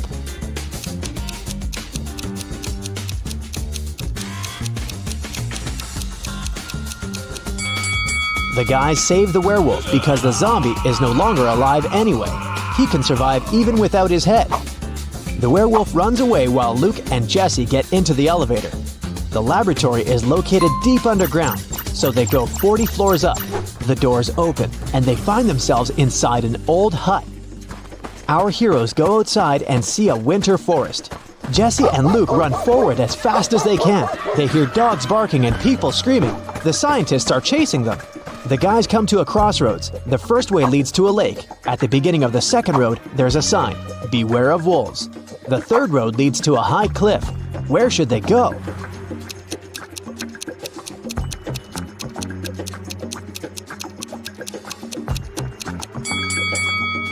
It's winter now, so the lake is frozen. Luke and Jessie run across the lake and find themselves in a clearing. 2 guys are standing there. Both of them seem normal. They ask Luke and Jessie if they can come along. Luke feels that one of the guys is not who he claims to be. How can he figure out which one it is?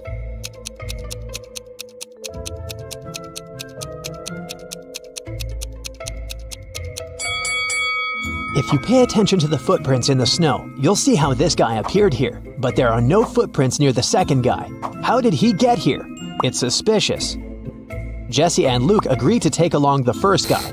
His name is Max. He says he's also escaped from the lab. He knows there's a road somewhere nearby, so they decide to find it. They wander through the forest for several hours. No one seems to be chasing them anymore. But now, they have a new problem.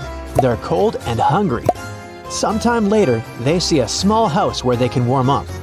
But the door is locked. Where's the key?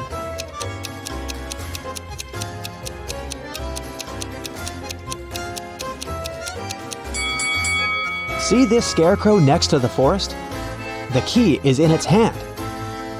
The guys open the door and find food and clothes. They rest, eat, and get warmer. Soon, they're ready to set off. There's an old car in the backyard. There's even some gasoline in its tank. But when Luke is driving it out of the yard, the car runs over a nail. The tire is punctured. Now they have to walk again. It's getting darker and colder. Despite warm clothes, our guys start freezing. How can our heroes keep warm?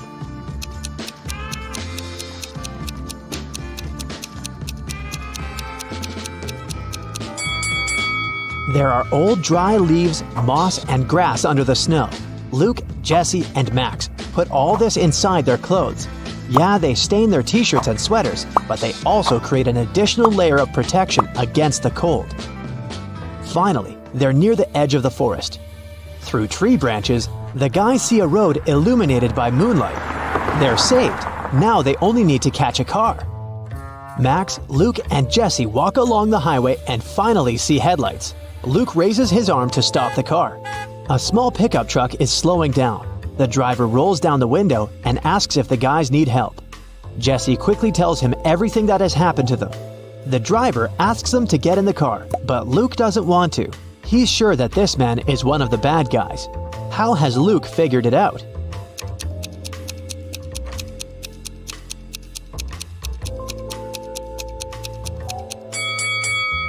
When Luke woke up in the lab, he paid attention to the pictures of the scientists on the wall.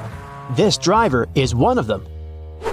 The guys run back into the forest where they come across a pack of wolves. The hungry animals surround our heroes. One of the wolves is about to attack, but a loud howl scares it, and it runs away. A monster covered with fur comes out of the bushes. Max screams and is about to run away, but Jesse and Luke look calm. Why?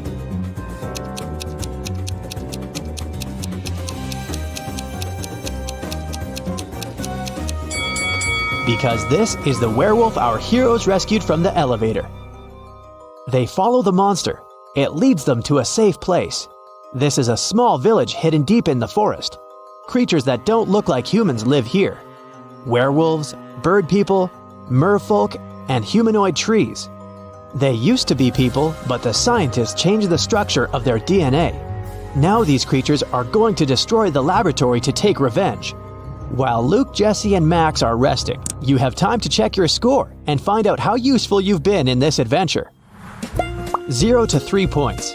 Luke wouldn't have gotten out of the lab if he had listened to you. It's still difficult for you to get out of tricky situations. Maybe you were too nervous. Or perhaps you should work on your ability to focus. 4 to 7 points. You've been helping the guys get out of trouble pretty well, but still, this is not enough to become a team leader. You'll definitely get better after a little more practice. 8 to 11 points. You can find a way out of almost any difficult situation and deal with any problem. Just a bit more, and you will become a perfect leader. 12 to 15 points. You're a real hero. You can successfully overcome any difficulties and lead large groups of people. Don't lose your focus. It'll help Luke and his friends in their next adventures. 16 to 17 points. You're the best of the best. Problems don't scare you. They entertain you. Srows are flying in the sky. 1 ahead and 2 behind. 1 behind and 2 ahead. 1 between 2 and 3 in a row. Can you figure out the exact number of crows?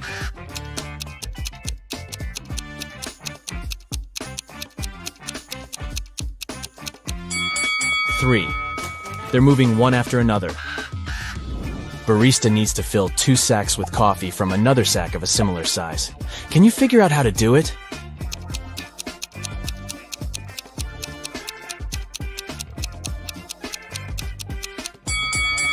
Easy.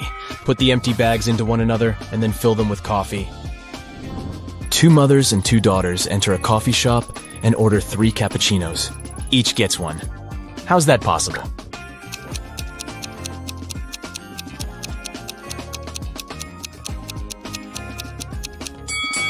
They are a grandmother, a daughter, and a granddaughter.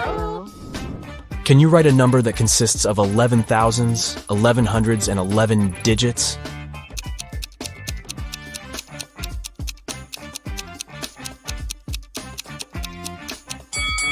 Many people think it will be 111,111, but in fact, it's 12,111. Rachel's computer gets broken, but she has to do urgent work. So she decides to use her husband's laptop instead. But unfortunately, he has changed the password. Luckily, Rachel finds a note with a clue nearby, SBDIFM. She enters the code, but it doesn't work. Can you help her crack the password?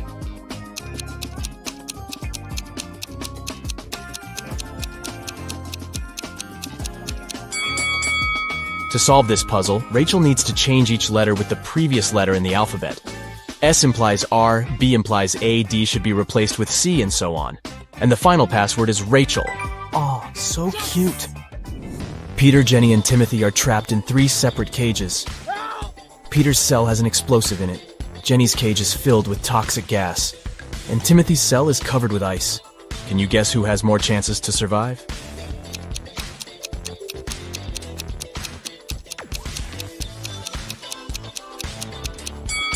Timothy. It's just ice, so it's gonna be melting soon. Timothy won't have time to freeze. Yeah. Gerald is 100 years and a few months old, but he only had 25 birthdays in his entire life. How could this be?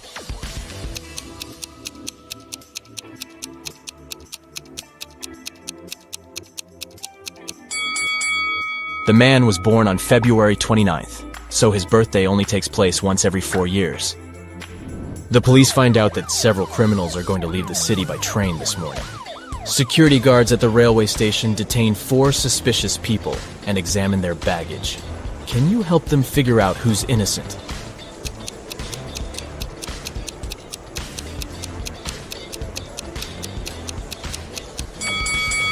This guy carries toothpaste without a toothbrush. Oh. A supposedly blind person carries a flashlight. Oh. And why would a bald man need a bottle of shampoo? It seems only the guy on the left isn't a criminal. Birds sat 1 on each tree. One didn't have a place. But when they sat 2 on each, 1 tree was left free. Can you figure out the number of birds and trees?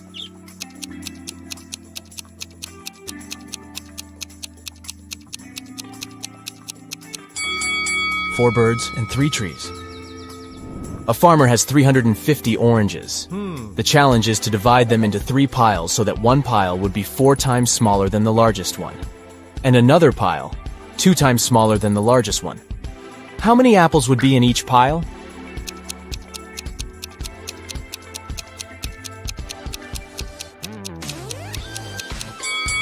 Zero. The farmer has 350 oranges, not apples. David invites his friends to spend a weekend at his house. They come along and have tons of fun. Unfortunately, a terrible storm starts the day before they have to leave.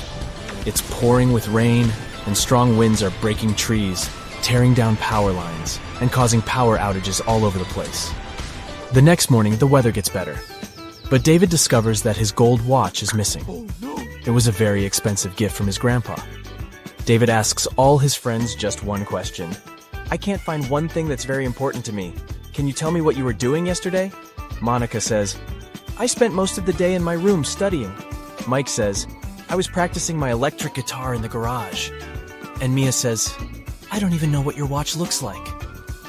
After hearing their answers, David knows for sure who's lying. Can you figure it out?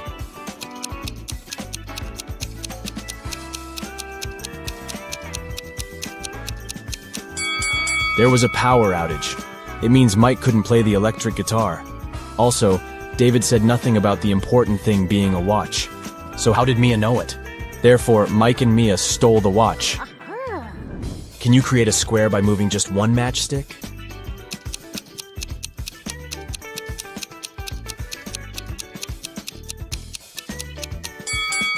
You need to think outside the box to crack this puzzle. Here's the solution. This square is tiny, but it still matches the task. Rob runs a restaurant. He has 4 barrels of excellent kombucha. He's saving them for the upcoming anniversary party, which will start in 24 hours.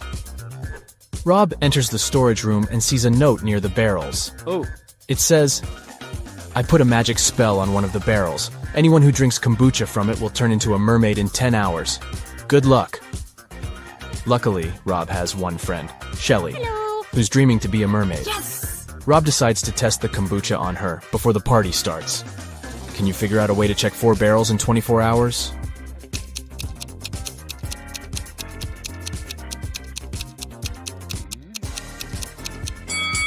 Rob should give Shelly kombucha from the first barrel right away. Then the second barrel's kombucha 1 hour later, and the third drink 2 hours later. If Shelly turns into a mermaid in 10 hours, it means that the first barrel is under the spell. If she changes in 11 hours, it's the second barrel to blame. And if she becomes a mermaid in 12 hours, it's the third barrel. But if Shelly stays the same, the fourth barrel is enchanted. A computer store manager calls the police and yells, "Help me! My store has been robbed!" The officers arrive at the place immediately, but they can't see anyone. Suddenly, they hear someone banging on the door in the corner of the store. They unlock it and see an anxious lady. It's the manager. Someone locked me in the storage room. It must be one of the shop assistants. The police officers ask the lady to call her employees for interrogation. The manager says, "Just a second, I can't find my phone." "Oh, it's over here." She didn't even start to call before the officers arrested her. Why?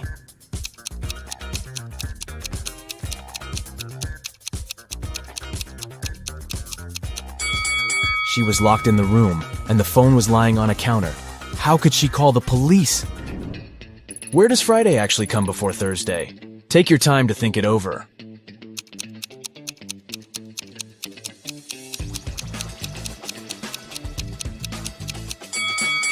Friday always comes before Thursday in the dictionary. Nina sneaks out of the house late in the evening to meet her secret boyfriend. She thinks that she's very careful and quiet, but all of Nina's roommates know about her plan. Also, they know that Nina will return at midnight. They decide to make a bet. The one who would notice Nina first, when she starts climbing the fence, would be the winner. This person would be free from chores for 1 month. To avoid falling asleep, Bella switches on her favorite series. Nora goes to the kitchen to make snacks for everyone. Wendy takes a seat in the living room with a book. And finally, Kelly goes to her bedroom and starts meditating. Who's going to be the first to spot Nina when the time comes?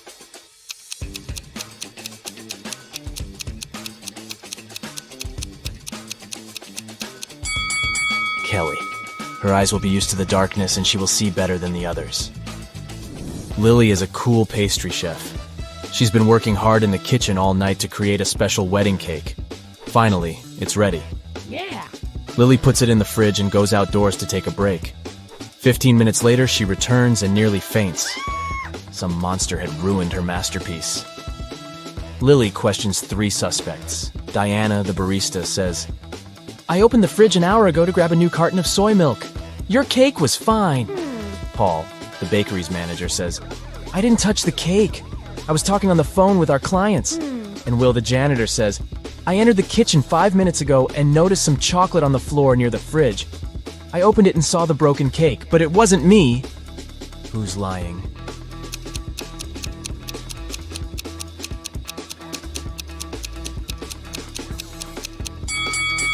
Diana. An hour ago, the cake wasn't finished yet, so she just couldn't see it in the fridge. Mary parks her car near her favorite store. Can you see anything weird here?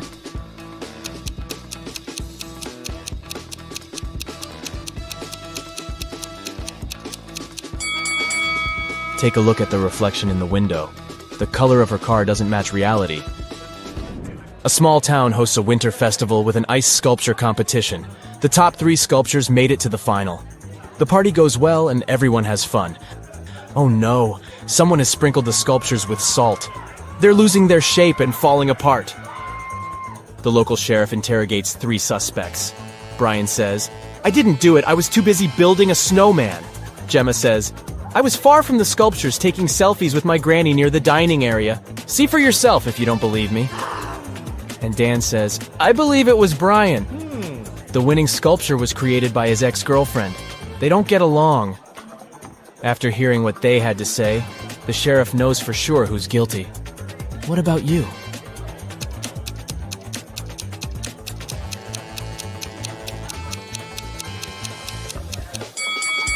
Take a look at Gemma's selfies with Granny. There's a large salt shaker on the table in the first picture. And in the second selfie, the very same salt shaker is absent. It's hidden in Gemma's jacket pocket. She sneaked the salt and ruined the sculptures. Amy is visiting an unfamiliar city. She sees 4 magical creatures in this area and freaks out. Can you see them too?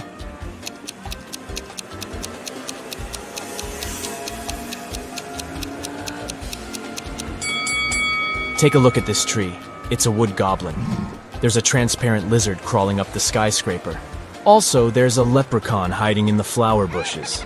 And there's a pixie driving this taxi.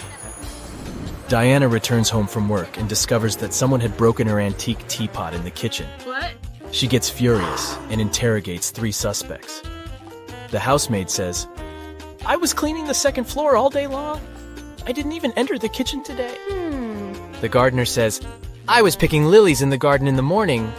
I only entered the kitchen once to put fresh flowers in the vase. The teapot was fine." And the cook says, "I was preparing dinner in the kitchen. And then I went to the bathroom to take off my uniform. When I returned back to the kitchen, the teapot was already broken." Who is lying?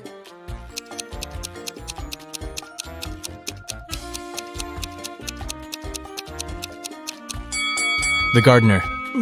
Take a look at the flowers in the vase. They don't look fresh at all.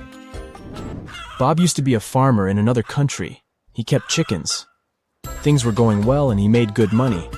But then he bought a bigger farm in another country and moved there. Soon Bob got to know that floods are very frequent in this area. But he didn't give up and decided to breed ducks instead of chickens. Why?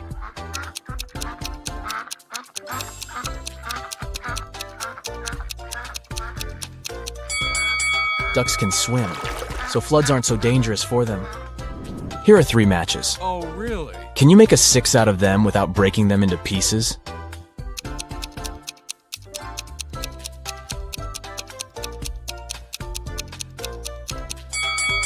Who said the number has to be standard 6? The matches make a perfect Roman numeral 3, so all you have to do is bring the bottoms of the first 2 matches towards each other, and you've got a Roman numeral 6. You have 2 sand hourglasses, a 7-minute one and an 11-minute one.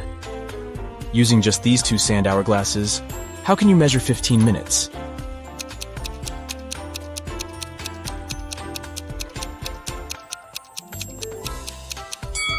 Step 1. Start both hourglasses at the same moment. Step 2. Wait until the 7-minute hourglass times out. 7 minutes have passed. Let's move on to step 3. Restart the 7-minute hourglass. At this time, 11-minute hourglass will have 4 minutes left to time out. As soon as the 11-minute glass times out, invert the 7-minute hourglass. At this point, 11 minutes have passed. After inverting the 7-minute hourglass, it will now have 4 minutes left for timeout. After these 4 minutes are out, the total time will be 15 minutes.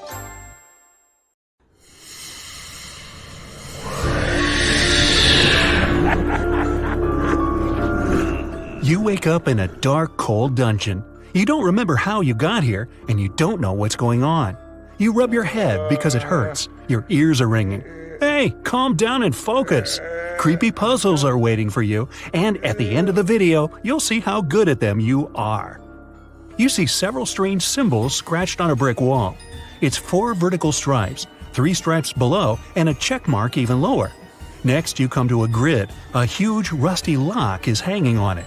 There's no key. Look around and try to figure out how you can get out.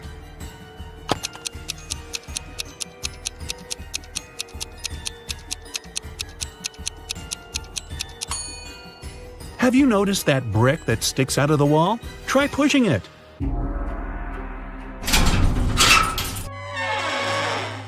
Ah, it worked! A secret door opens and you make your way outside. You go down the stairs and see a large hall. Several torches light up and you spot 4 huge mirrors. They reflect Frankenstein, a skeleton, a zombie, and a vampire. One of these creatures is a human being. Can you guess who it is?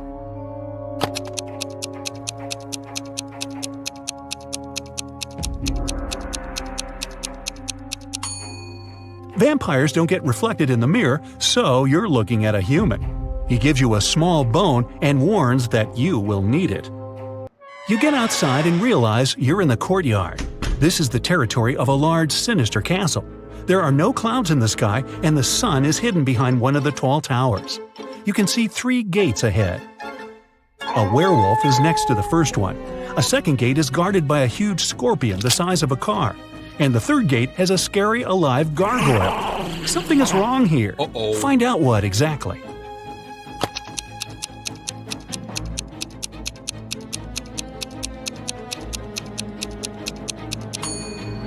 The sun is shining brightly, so there's no full moon. So what's a werewolf doing here? It's just a human in a costume. The werewolf opens the gate and you go through. You're back in the castle and step into a small room. There are cobwebs everywhere and a lot of garbage on the floor. You can see a jar of salt on the table and a note on the wall. It says, "A circle of salt." You decide to take the jar just in case. At this point, a slippery, viscous liquid starts dripping onto your shoulder. You look up and see a big spider descending towards you on its web. You run away and see 3 doors. You can hear screaming behind the first one. Behind the second door, you hear the sound of a chainsaw. A dog is barking behind the third one. Quickly, you've got to decide where to go.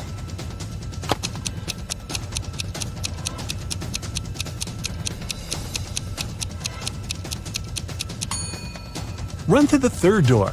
Yeah, you'll meet an angry dog, but you have a bone. You throw it, and the dog immediately feels better. It nibbles on its trophy and forgets all about you. On the floor, you can see human footprints that lead to the next door. You push the handle down. It's locked. Look around the room and find the key.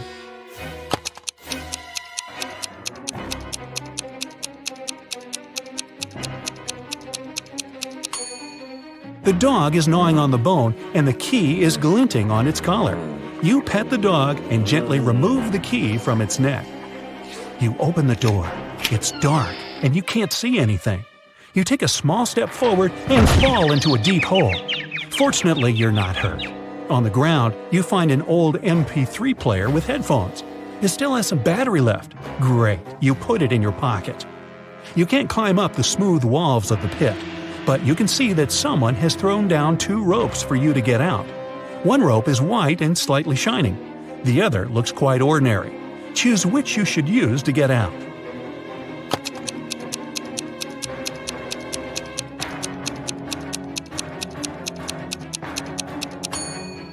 The white rope is a spider web. The spider is still chasing you, so you choose the normal rope. You get out of the pit. The rope is tied to a marble pillar. You untie it and put it in your pocket. You slowly walk down a dark corridor and hear a growl behind you. It's a werewolf. The full moon is out. You run out of the corridor and find yourself in the street. There are 3 paths ahead of you. The first road is covered with lava. The second one is swarming with snakes. And the third road leads to a poisonous lake. Hurry up, the werewolf is coming.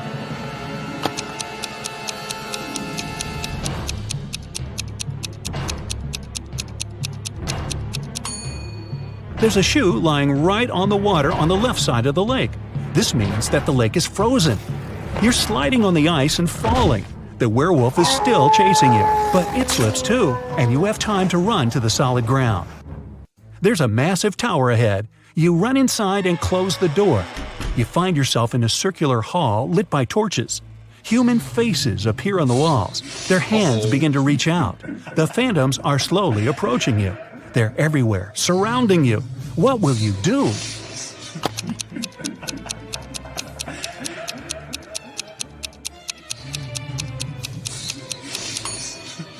Remember that jar of salt and the note saying, "A circle of salt"?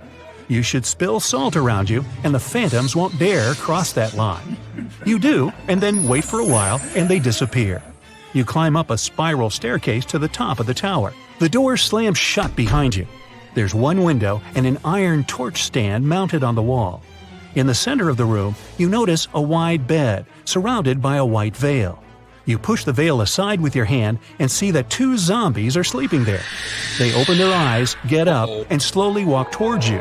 What are you gonna do now?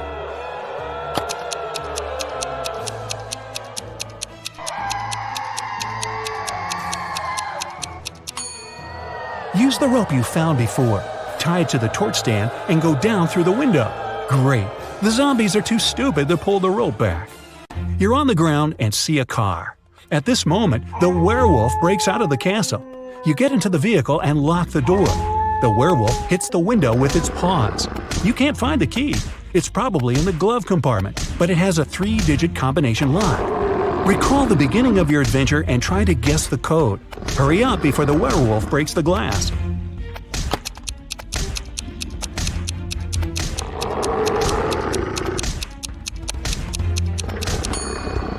In the dungeon where you woke up, there were several signs on the wall. 4 vertical stripes, 3 stripes below them, and a check mark even lower. The check mark is the Roman numeral 5. Then the code is 435. You take out the key, start the engine, and drive away. You leave the castle but realize the car's brakes don't work. There are 3 roads ahead. A brick wall is at the end of the first one. The second road leads to a burning forest. And the third road ends on a high hill with a cliff. What path will you choose? There's almost no time. You're driving too fast.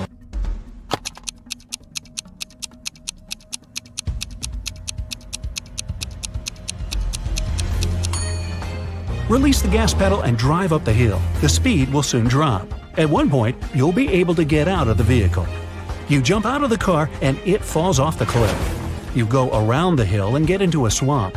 You make your way through the marsh and see 3 women in front of you. Which one is a mermaid?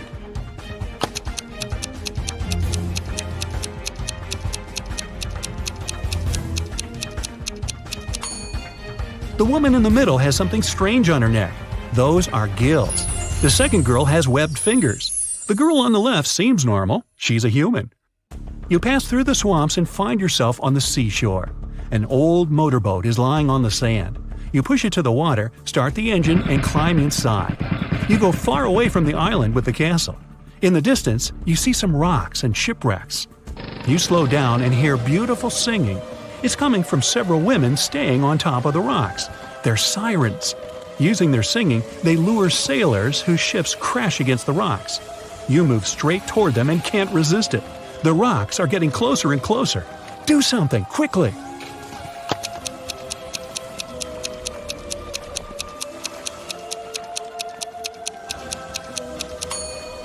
You still have your MP3 player you found in the pit. You put on the headphones, turn on the music, and go away. The engine stalls. Far ahead, you can see an outline of another island. You grab an oar and start rowing. A few hours pass, you're hungry and thirsty. There are fish swimming in the water, and you find a can of worms in the boat. But how can you catch them without a fishing rod?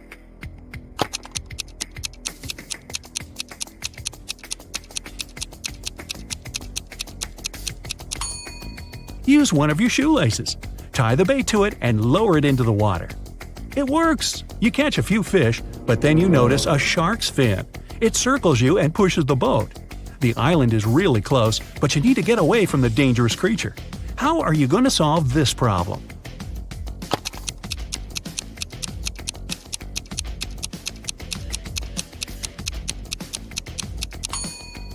Throw the fish you've caught as far as possible. This will distract the shark and give you some time to get to the shore. Whew, done. But unfortunately, you've given your lunch away to the sea hunter. Exhausted, you get to the shore. Here, you meet a man. It says it was him who left you the MP3 player and the rope. He also wrote the code on the wall of the dungeon. Without a word, you kick him in the shins and he hobbles off. No, you don't, but I sure would. Anyway, you're glad that everything is over and just lie down on the sand. But the man tells you it's not the time to relax. Other tough tests are waiting for you. You hear bizarre sounds coming from the jungle.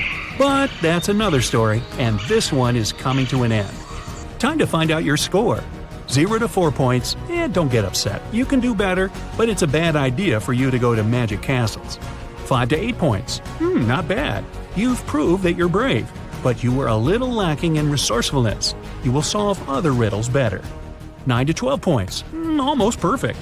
You've passed the test and proved that you can get out of any dangerous situation alive. 13 to 15 points. It's not you who should run away from the monsters. They should be wary of you. Any mystical castle can become your home. Look at this picture. Where is the bank robber hiding?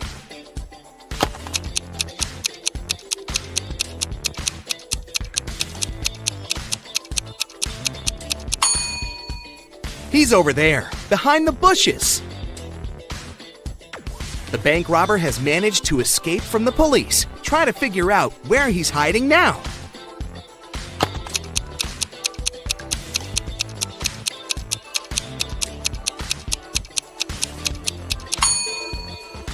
See that maintenance hole?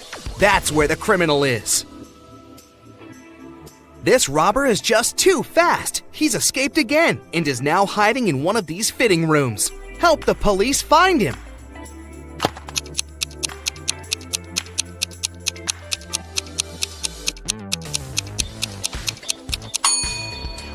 He must be in the middle fitting room. See that bag with all the cash he's stolen? Look at this image attentively and try to figure out what's wrong here.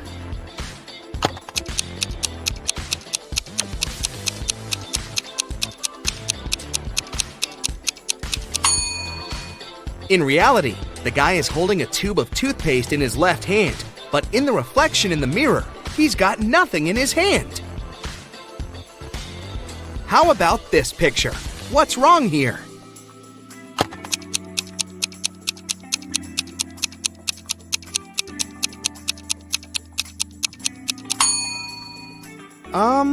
Is this lady charging her cat?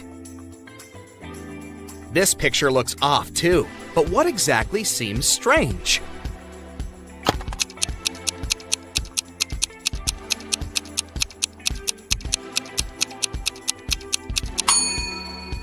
It's the girl in the front. She isn't reflected in the water. Now the next image to challenge your observation skills. Does anything strike you as odd in this picture?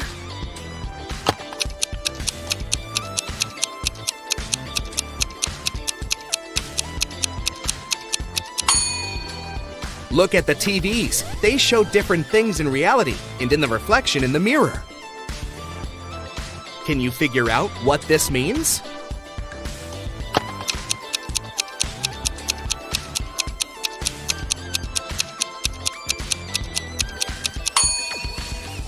Right you are! F plus arm equals farm. Now this one is a tiny bit tougher. What does this rebus mean?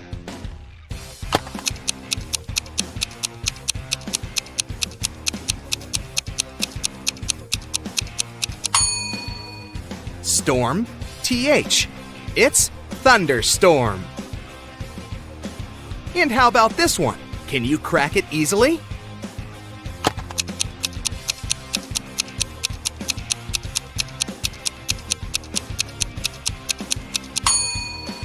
Re plus boot equals reboot.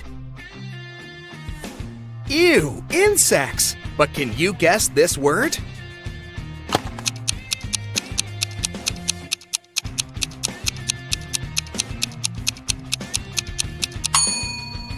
How many ants are there?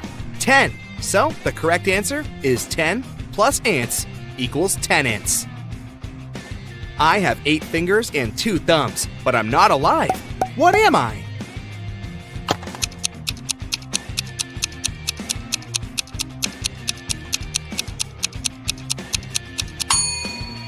I'm a pair of gloves. Which person is different from the others?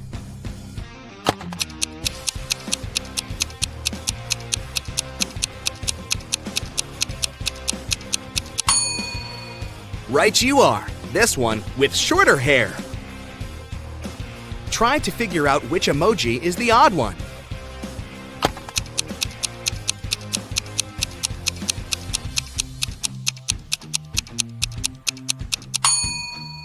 The one at the bottom. It looks pretty angry.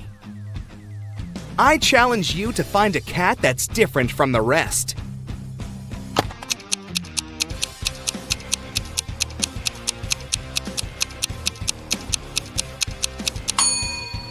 Right! It's the one closer to the bottom, facing away from you. Which image is the odd one?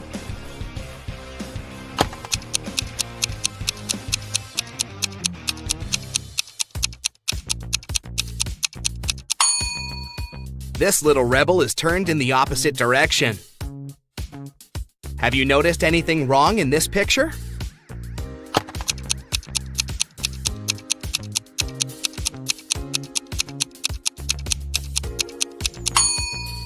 The ball. They're playing soccer, not basketball. Which cow is different from the others?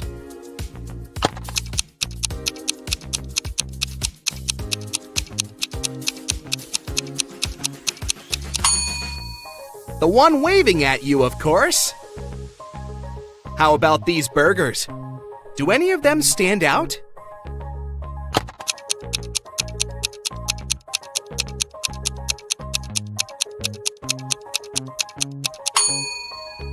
See, this burger is smaller than the rest. There's something wrong with this picture. What exactly?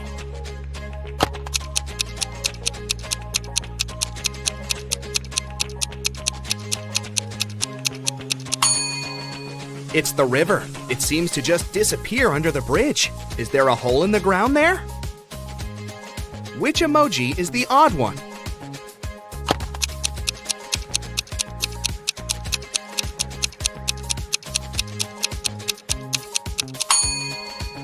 The one with its mouth missing. There's something that doesn't seem quite right in this picture. But what?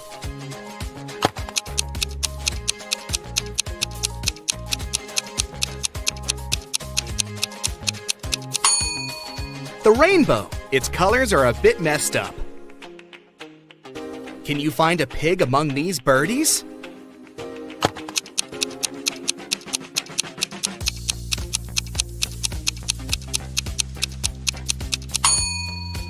Here it is, hiding behind the bush. Which emoji is different from the others?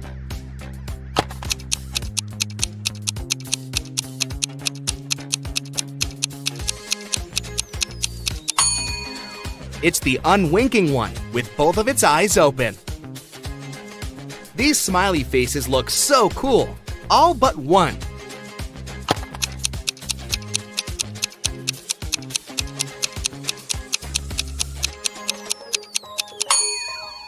This emoji isn't exactly all that smiley. There's something wrong with this keyboard. Can you figure out what exactly?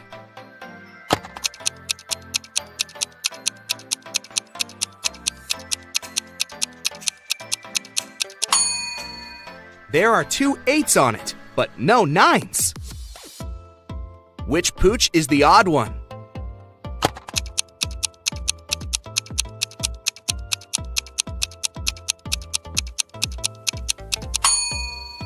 This doggy seems to be friendlier than the rest.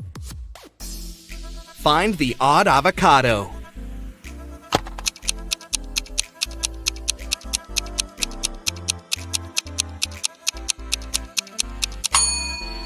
Right, it's the one with the heart-shaped pit. Which emoji is different from the others?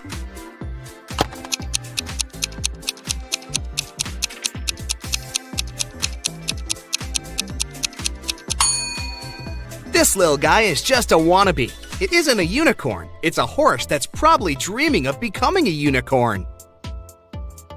Can you find the odd emoji?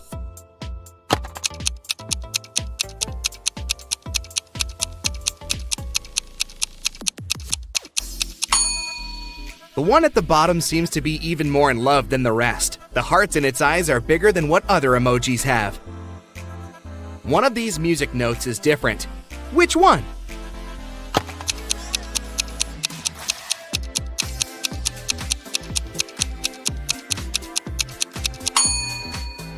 Ah, now I see it! What's wrong with this picture?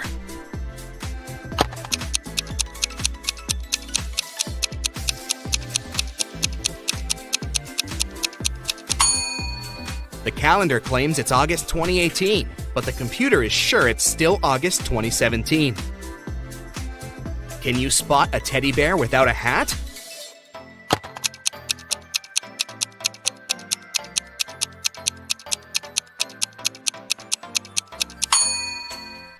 Here it is!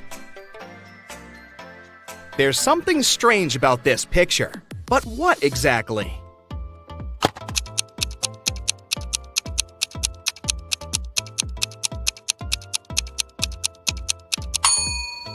One of the birds doesn't have a reflection.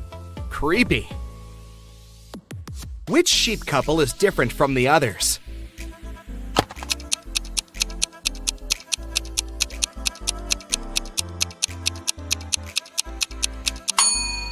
This one. The lady sheep is facing away from her admirer. Amy was walking through a forest and saw 3 portals in front of her. Each could take her to a different place. The first one would send her to the moon. The second portal would move her to the bottom of the Mariana Trench. And the last one would take her 30,000 years back, when large dinosaurs were still roaming our planet. Which portal should she choose to survive?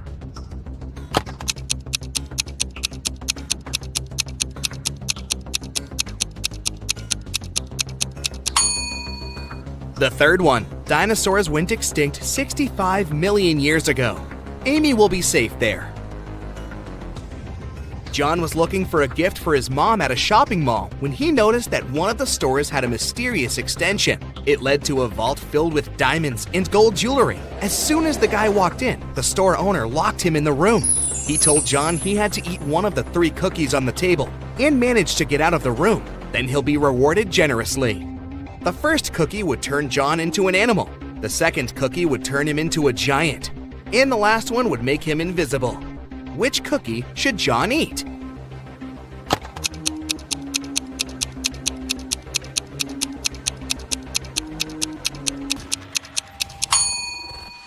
The first one. He can turn into some small animal, like a hamster, and squeeze through the bars. That's how he'd get out and win the gold. Mr. Lawrence called the police. He said someone had taken his car for a joyride, crashed it into a streetlight, and ran away. The man was sure it had been one of his neighbors. The police questioned 3 of them.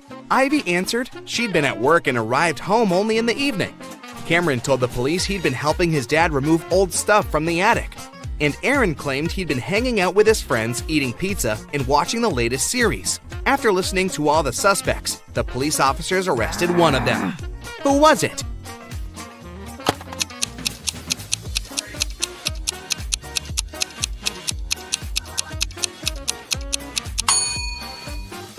It was Cameron. There's no attic in his house. He invented the whole story. Naomi invited her friends to a pajama party at her house. The only thing she asked the girls was, "Don't enter my brother's room. He loves playing tricks on people. And once you get there, you might not be able to get out." They were gossiping and watching viral TikTok videos when one of Naomi's friends asked, "Wait, where's Rebecca?" Meanwhile, Rebecca went to the kitchen to drink some water, but she got lost and ended up in Naomi's brother's room. The door closed behind her back, and it wouldn't open. The girl noticed a password lock with letters on it. Rebecca looked around and spotted a piece of paper on the table with 5 numbers on it: 3, 7, 6, 9, 2. The girl thought for a while, then entered a combination of letters and got out of the room. What was the password?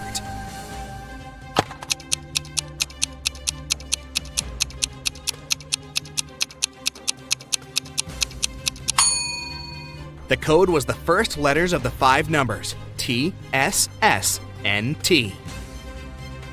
An expensive ring went missing from a jewelry store on the first floor of a large shopping mall. The manager called the police. After watching the CCTV camera footage, they had 3 suspects: a student, a woman with a daughter, and an elderly man. The student said he had agreed to meet with his friend next to the jewelry store. "I didn't even set foot inside," the woman said. "I was at the movies with my daughter here in the mall when everything happened." The elderly man said, "Yes, I did enter the store. I felt unwell and asked for a glass of water, but I didn't take the ring." Who's lying?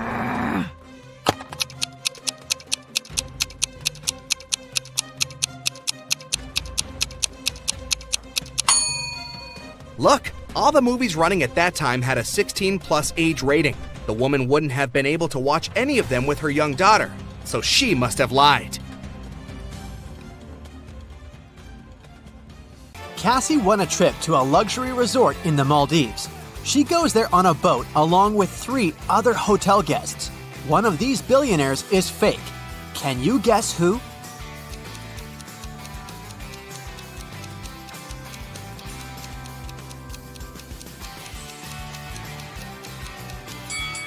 This guy sneaks silverware from the buffet and puts it in his bag. If he's really rich, why would he need that? Speaking of imposters, one of the boat crew members doesn't belong here. Can you guess who?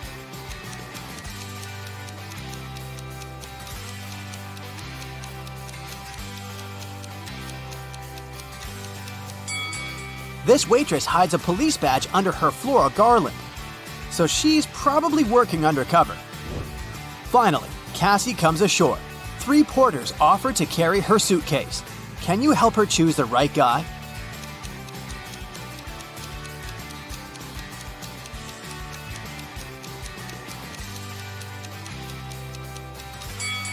The first guy is a runaway criminal. See this poster on the pier? The second guy is a ghost. He's too transparent for a human being. Therefore, Cassie should choose the third guy. The hotel manager offers Cassie 3 options to choose from: a room on the 8th floor with a gorgeous sea view, a luxurious apartment on the 2nd floor with a garden view, or a separate authentic bungalow on the shore. What would you choose?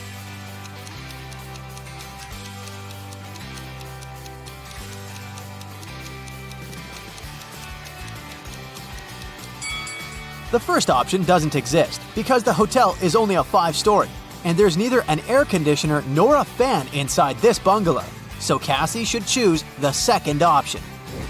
On the beach, Cassie meets triplets, Sienna, Gemma, and Emma. Emma borrows $20 from Cassie. The next morning, Cassie meets one of the triplets in the lobby, but they're so identical that Cassie can't distinguish them. We know for sure that Sienna always tells the truth, while Gemma and Emma always lie. What three-word question should Cassie ask in order to get back her $20?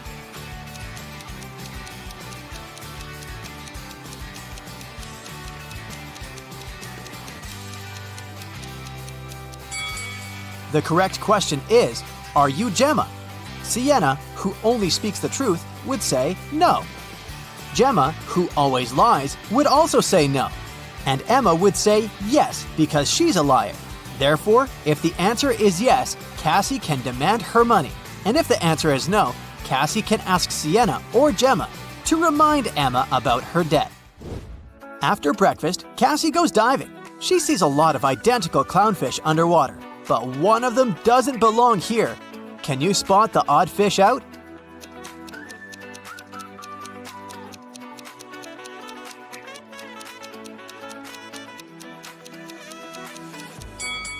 This one over here. Underwater, Cassie finds a treasure chest, but it's locked. Can you help her crack the combination lock?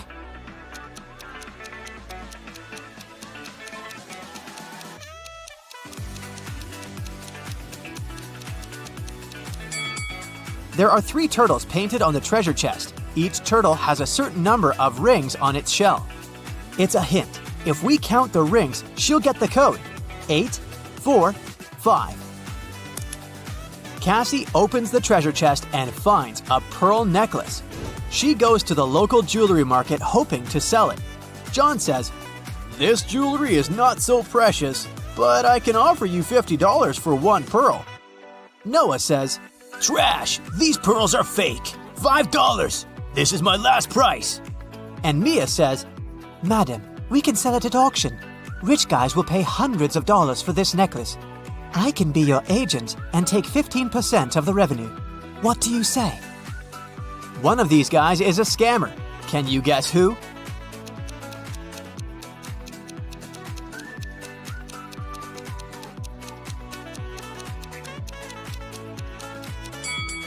Noah is wearing another person's work badge. Therefore, he had stolen someone else's identity.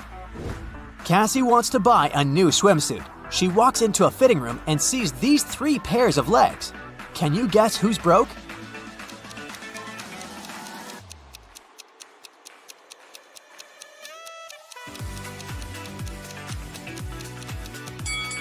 All 3 women have relatively new sandals, but let's take a look at their toenails. The first lady has an excellent fresh pedicure. The second one doesn't have any nail polish, but maybe she just prefers to look au naturel. And the third lady has toenails with peeled nail polish. Therefore, she's the one who's broke. In the hotel lobby, Cassie meets 2 of her roommates, Tina and Jeff. One of them is a werewolf. Can you guess who just by looking at this picture?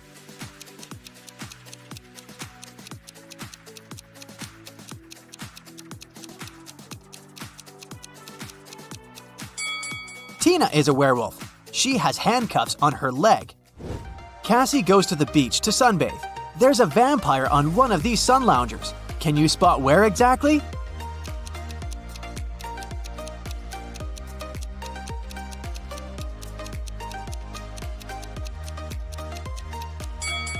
This pile of ash on the right used to be a vampire. There's a wedding ceremony on the beach. Unfortunately, after dinner, all the males at this party turned into zombies. Can you guess which zombie is her husband?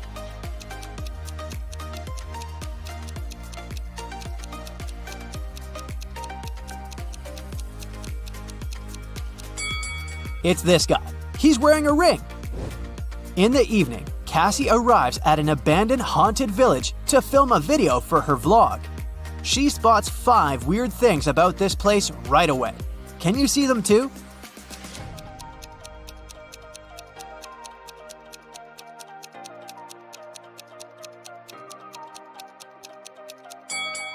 These orchids have teeth. Who left these huge claw marks on the wall of this house? It's summertime, but there's a snowman in the garden. There are 2 moons in the sky, and this cow doesn't have any shadow. Cassie returns to the hotel and sees a hot mess. Someone has been rummaging through her stuff. She interrogates 3 suspects. The maid says, "I cleaned your room in the afternoon. All your clothes and personal belongings were neatly folded in the closet. When I left, I locked the door." The plumber says, "I also entered your room in the afternoon to fix the toilet. Luckily, everything's fine now." And Cassie's neighbor says, "I was listening to music with headphones, so I didn't notice anything weird." Who's lying?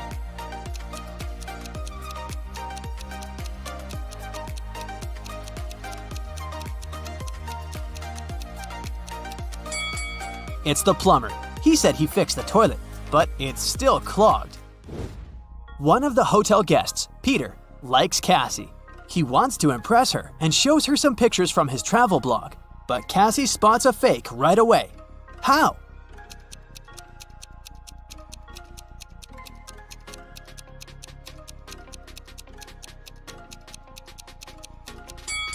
Take a look at the wind direction in this picture.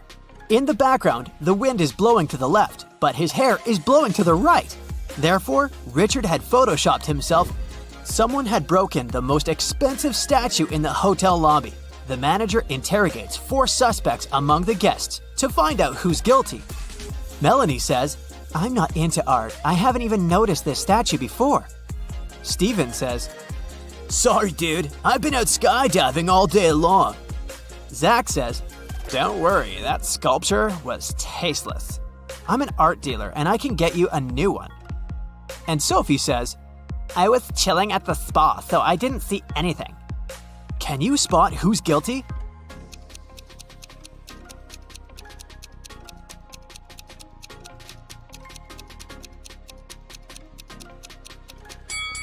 Melanie, she lost her left earring in the very middle of the crime scene. Cassie gets an invitation from 3 hotel guests. Gail shows her picture of a fancy villa and says, "I'm a billionaire. You're welcome to come over to my villa and stay for as long as you want." Bella hands her 2 tickets to the opera and says, "We can go together tomorrow night." And Ricardo just shows her the keys to his boat and offers a ride across the globe. But only one of these offers isn't fake. Can you help Cassie make the right choice?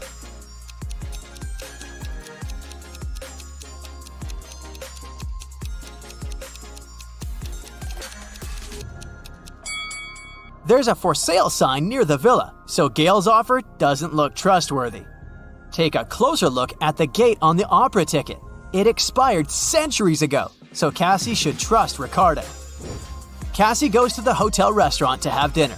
There's a butterfly hiding among the buffet. Can you find it?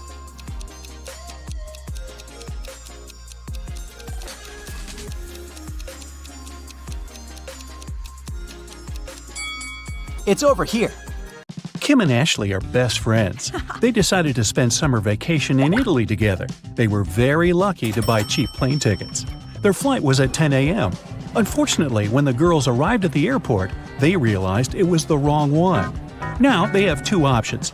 Take a high-speed train for $100 to go to the right airport, or stay here and buy tickets for a later flight for $400. What should they choose?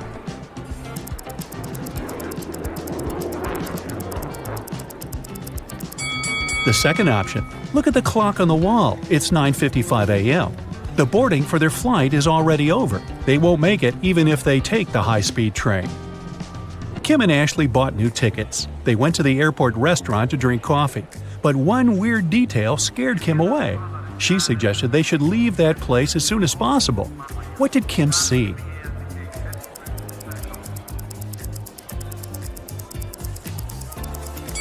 This woman over there is a zombie. Wow, how did she get through security? When it was finally time to board the plane, it turned out there were no more economy class seats left. Kim and Ashley were offered to fly in business class. There, the girls saw 3 people. When the flight attendant served them fresh juice, she whispered that Kim and Ashley were extremely lucky. They were about to travel next to a famous Italian billionaire. Can you guess which of these passengers is the billionaire?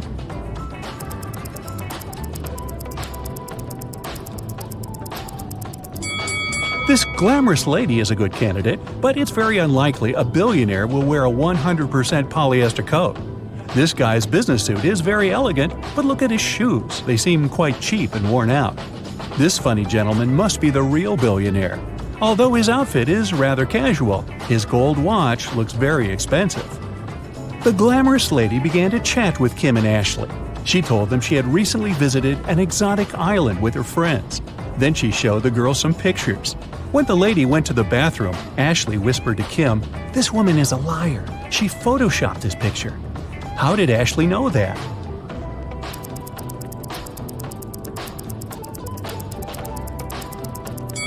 It's all about the shadows. They all look natural except for this one. The glamorous lady took a sip of her juice and started coughing. Suddenly, she fainted and fell into the billionaire's arms. He was ready to shout for help, but Kim stopped him, saying the woman was faking it. How did she know that?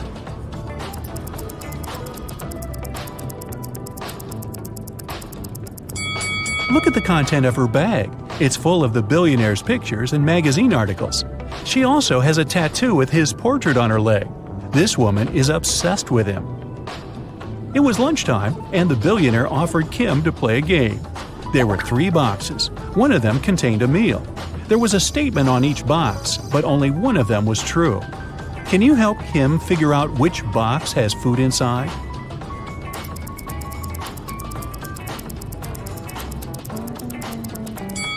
If the food is in the first box, there are 2 true statements. And if the food is in the third box, there are also 2 true statements. But we need just 1 true statement. That's why the food can only be in the second box. Kim opened the box. She saw a delicious meal and a bank card. The billionaire said, "Congratulations, you've won $5 million. Enjoy your trip." Kim and Ashley landed in Rome and went to get their luggage. It turned out that Ashley had had the same suitcase as 2 other passengers, and they had a little quarrel. Can you help distribute the 3 suitcases among these people?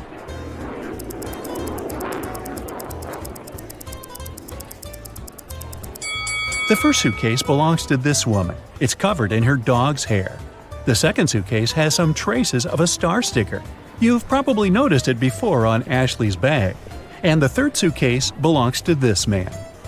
Since Kim and Ashley were now very rich, they decided to find a real estate agent who could help them rent a luxurious villa. They wanted to spend their vacation there. The agent showed them 3 houses. Can you help the girls choose the best one?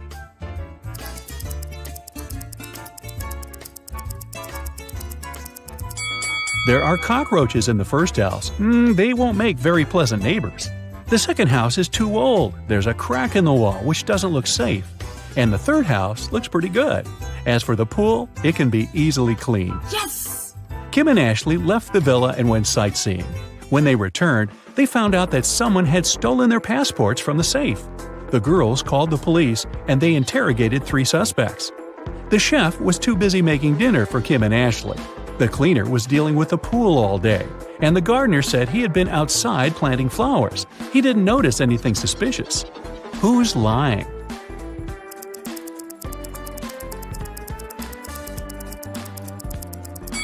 The gardener. If he planted the flowers, where are they? The police returned Kim and Ashley their passports and arrested the gardener. The next day, the girls went shopping. Sellers wanted to take advantage of rich and naive tourists and offered them overpriced souvenirs. Only one of these 3 items is a good deal. Oh. Can you guess which one?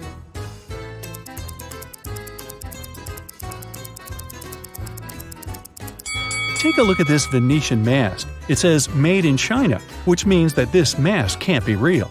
This magnet is of very low quality. The word Italy is spelled with an error. It simply can't cost $100. This blue cheese doesn't look fresh, but it's normal for this kind of product. This delicacy is the only thing that Kim and Ashley can buy here for a fair price. The ladies went to the local museum and got lost in its corridors. They found a strange basement with 3 doors. There was a time portal to the Middle Ages behind the first door. Behind the second door, there was an evil mummy. It cursed anyone who bothered it. Finally, the third door was protected with a laser alarm system. It cut through anything that touched the laser beams. Which door should the girls choose?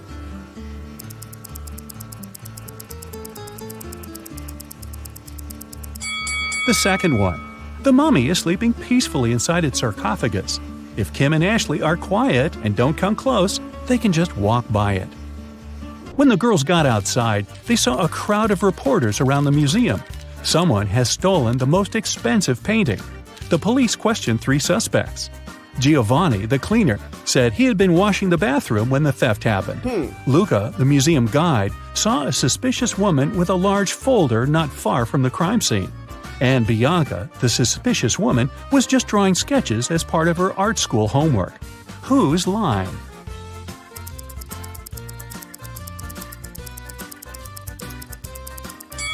Luca. He has a rolled canvas under his shirt. Kim and Ashley came to a restaurant to enjoy the local cuisine, but they noticed a vampire among the visitors, so the girls decided to leave. Which visitor is the vampire?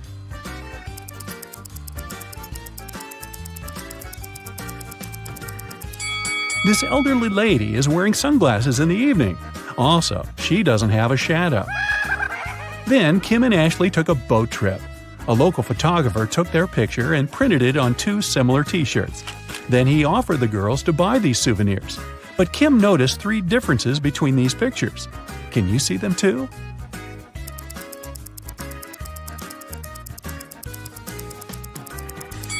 Here they are. The ladies came to a bakery. Kim ordered a salad and coffee, while Ashley wanted to eat something sweet. The barista offered her 3 remaining options. Help Ashley make the right choice.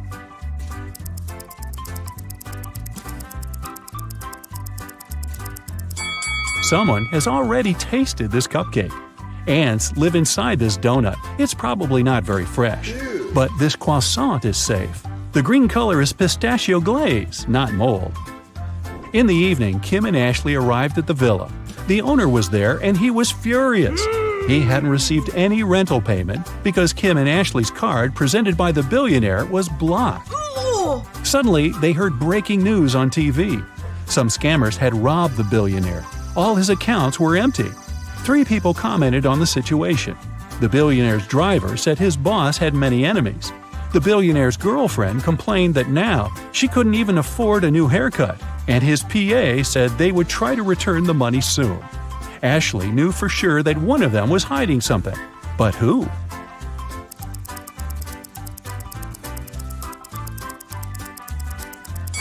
The girlfriend. If she had no money, how come she left the boutique with so many purchases?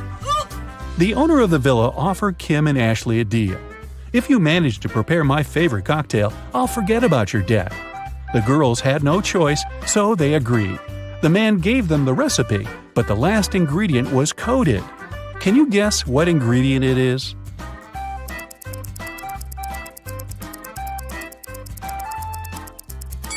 If you mix blue and yellow, you'll get green.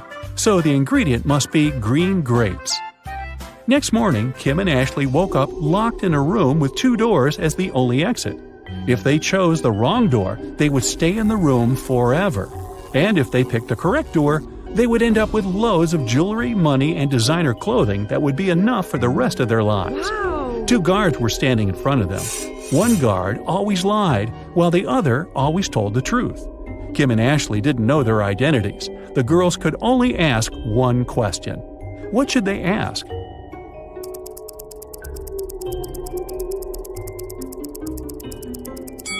The question should be, if I asked the other guard which door leads to the treasures, what would he say? If they asked the guard who always tells the truth, he would say that the other guard would point to the wrong door. And if they asked the liar, he would point to the wrong door too. In either case, both guards would point to the wrong door. So Kim and Ashley should just choose the other door.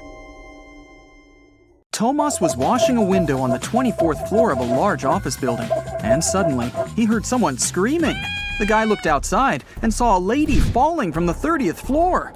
But in 5 minutes, the woman was standing on the ground, totally unharmed. How did she survive?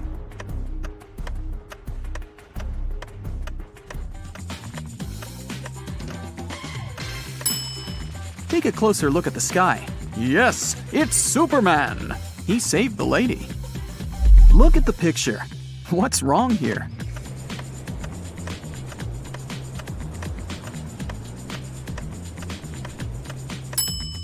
Watermelons don't grow on palms. twin brothers Stan and Ken had been working hard. They wanted to collect money for their mother's anniversary. Unfortunately, they didn't manage to save enough to buy her the car of her dreams. The brothers were very upset and agreed to go shopping the next day and pick another gift. At night, Ken couldn't fall asleep because he got a genius idea. While his twin was sleeping, Ken secretly took all their savings and headed to a casino. It was his lucky night. He tripled the sum. In the morning, Ken put all the money back in the box and fell asleep. Stan woke up, opened the box, and immediately realized that Ken had touched their savings. He didn't even need to count the money to understand that. How did Stan figure it out?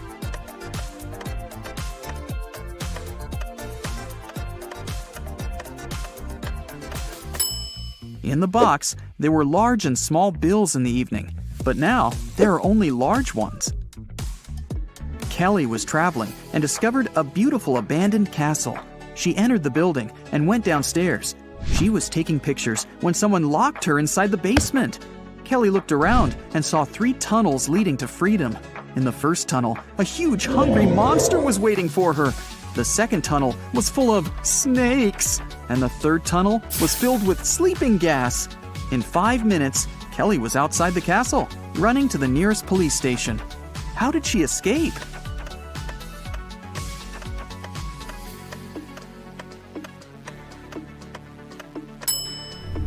She used her headband as a mask and ran away through the third door. Look at these animals attentively. What's wrong with this picture?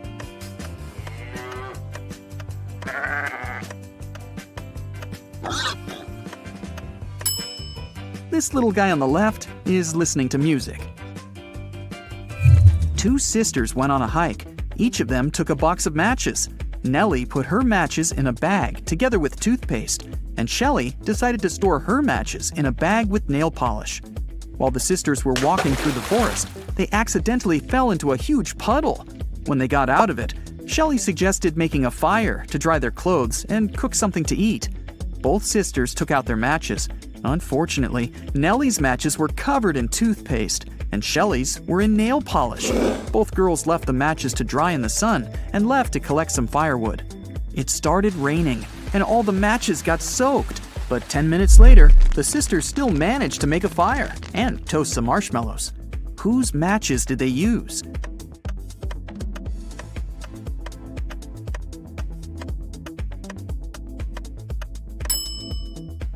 They used Shelley's matches. The nail polish dried and made them waterproof. If you don't keep it, it'll break. What is it?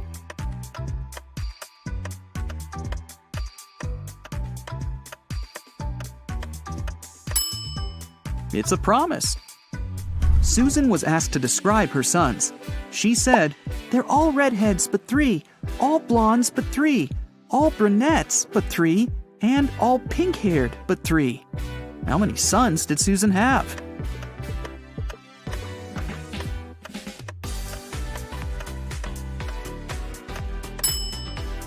The answer is 4. 1 redhead, 1 pink-haired, 1 brunette, and 1 blonde. Lisa was a famous top model. She was found unconscious in her dressing room during a photo shoot and taken to a hospital. Doctors said she had a severe allergic reaction, but when Lisa came to herself, she insisted she hadn't eaten anything all day. The model's manager was very concerned and interrogated everyone who had been around Lisa. The stylist said she had applied Lisa's makeup and, indeed, hadn't seen her eating anything. The cleaning lady said she had cleaned the dressing room with organic, non-allergenic products. Lisa's main rival, Nora, said she had been watching the shooting all day long. She hadn't noticed anything suspicious. Who's the culprit?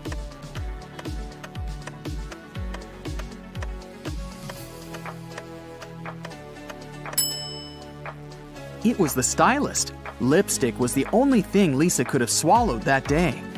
Look at the pictures. Which of these people is a risk taker?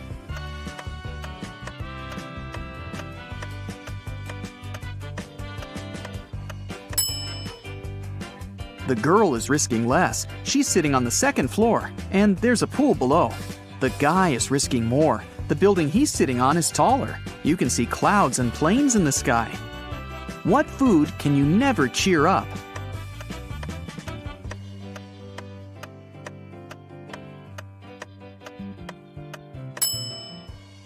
A blueberry, because it's always blue. Haha. Okay, let's move on. There are 5 lemons in a bowl. You take away 3 of them. How many lemons do you have now?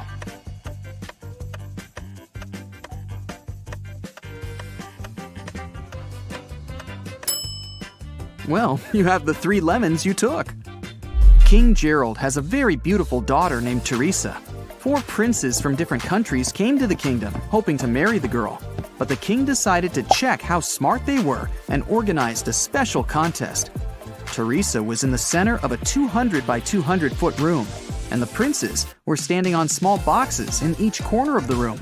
The first prince to touch Teresa's hand would become her husband. But they weren't allowed to leave their places or use anything but their hands or wits. One of the princes figured out what to do immediately. He married the princess. What did he do?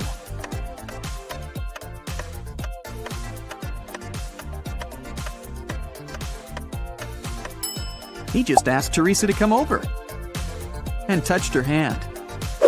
You can easily find me on Earth, Mars, Mercury, and even Jupiter, but you'll never find me on the Moon, Venus, or Pluto. What am I?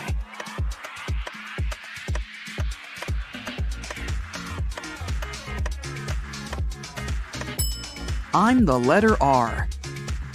Manager George received an anonymous text message. It said a robber had just entered the supermarket where he worked. George hurried into the hall and saw 4 pregnant women in the grocery section. The man looked at the ladies attentively, detected the thief, and called the police. How did he know?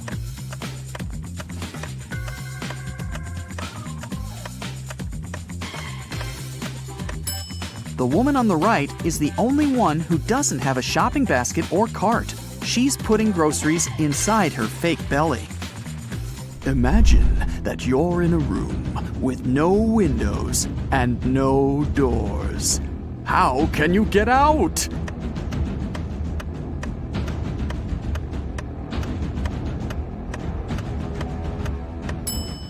Just stop imagining the room. Mrs. Victoria decided to give her grandson Rick an unusual gift for his 18th birthday. She called him into her room, showed the guy her safe, and handed him a corked bottle with a key inside. Honey, this is the key to my safe. You can keep all the money you find there if you manage to open it. But you must take the key out without removing the cork or breaking the bottle. Good luck. Rick accepted the challenge and started thinking about the puzzle. What would you do to get the key out?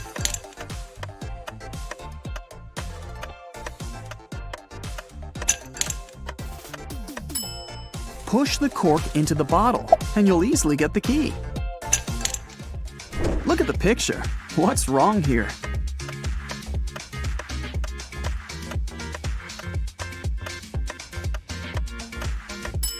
The lady's reflection is holding the bag in the wrong hand. Amy had a crush on her neighbor. She went to the local witch, Sally, to ask for her help. Sally said she would make a purple love potion. On the night of the full moon, Sally took a sheet of paper with her granny's love potion recipe. She mixed all the ingredients except for the last one. Suddenly, a gust of wind threw the recipe into the fireplace. Sally was desperate. She didn't remember the name of the last ingredient, but she still knew for sure that the potion should be purple. Help Sally finish her work.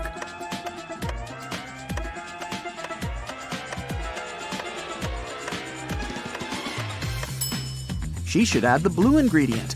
When you mix blue and red, they make purple. Harry and 3 other video bloggers traveled to a creepy canyon. They wanted to make a video about this mysterious place. They had been filming all day long. In the evening, they gathered around the fire, but it started to rain and everyone went to sleep in their tents. In the morning, Harry woke up, left his tent, and headed to the big bag with food to grab something for breakfast. That's when he discovered that all the food was gone.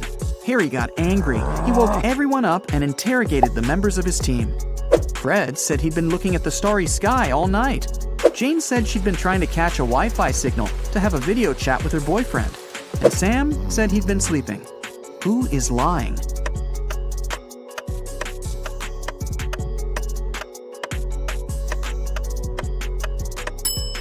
It's Fred.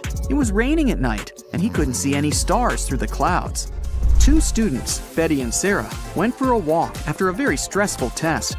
They bought some coffee and candies and began to look for a picturesque spot for a picnic in the park. But suddenly, a guy in a mask grabbed Betty's bag and ran away. Sarah and Betty followed him. At one point, they saw a blind man sitting on a bench. He was wearing glasses and had a cane. The girls asked him if he'd seen a person in a mask carrying a female bag, but the man said he couldn't have seen anyone because he was blind.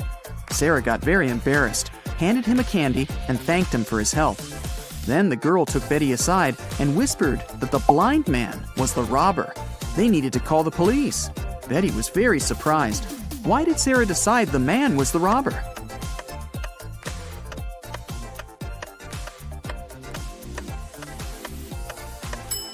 If the man was indeed blind, he wouldn't have seen the candy. Will's mother has 3 sons, Fred, Peter, and...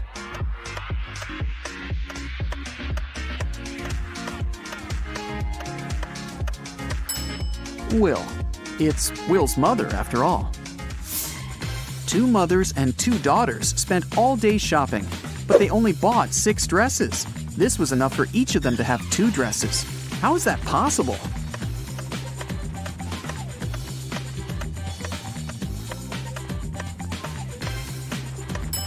Only 3 people went shopping: a mother, her daughter, and her daughter's daughter. One of them is a daughter and a mother at the same time, and each of the 3 purchased 2 new dresses. Becky attended her high school reunion last weekend. Hello. All of her friends seemed to be doing really well in life. Connor showed up wearing clothes from expensive brands. Hello. Matilda had not just 1, but 2 of the latest smartphones. Oh. Tom showed up in a fancy sports car, and Beth was wearing a luxurious watch on her wrist. Take a good look at Becky's friends. Can you tell who is really rich?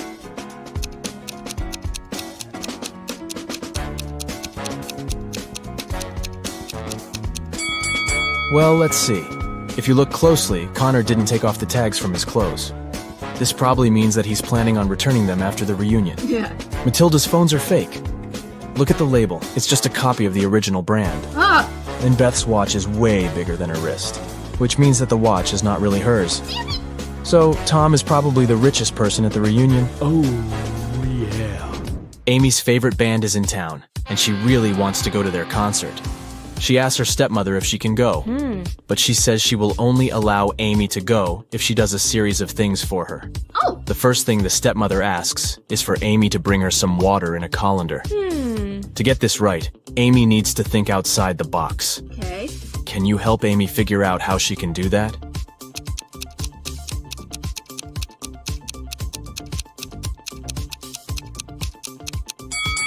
Amy needs to freeze some water and put the cubes in the colander. Yeah.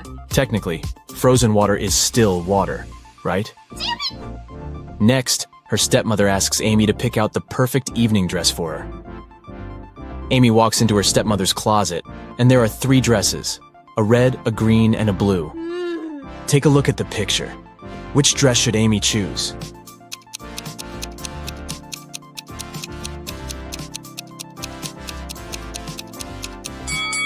If you look closely, the button on the blue dress is about to come off. The green dress has a big paint stain on it, so Amy should pick the red dress. Yes! Before Amy can take the dress to her stepmother, the woman enters the room. She sees the stain on the dress and starts to shout at Amy, "How could you do this to my dress?" But Amy says she didn't do anything wrong, and that the paint was already there when she walked into the closet. Yes! The stepmother asks Amy to find the culprit. Oh. If she could figure out who had stained her dress, then Amy could go to the concert. Okay. The 3 main suspects are Amy's stepsisters, Ella, Bella, and Gabriella. What? They don't like Amy, so it's likely that one of them splashed paint on their mother's dress in order to frame her. When the stepsisters are out of the house, Amy sneaks into their bedroom to try to find the culprit. Take a look at the room. The first bed belongs to Ella, the second belongs to Bella, and the third bed belongs to Gabriella. Can you tell who did it?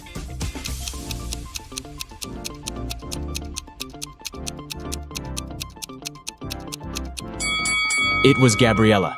Her bed is the third one on the left. And if you look closely, it has a bucket of paint under it.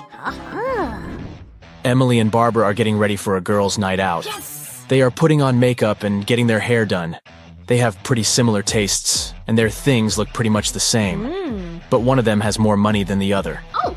Looking at the image, can you tell which one has the more expensive stuff?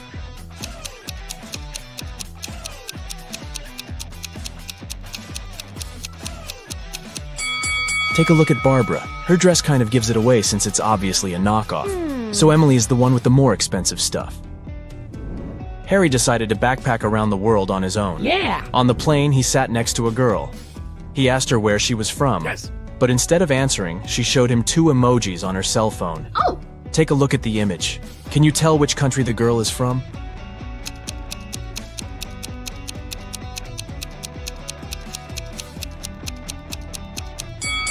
Let's see. That's an iron and a piece of land. I guess she's from Ireland? As soon as Harry landed in Paris, he went strolling along the streets to find a place to stay. He found a cute little hotel and decided to go inside. Big mistake. Why?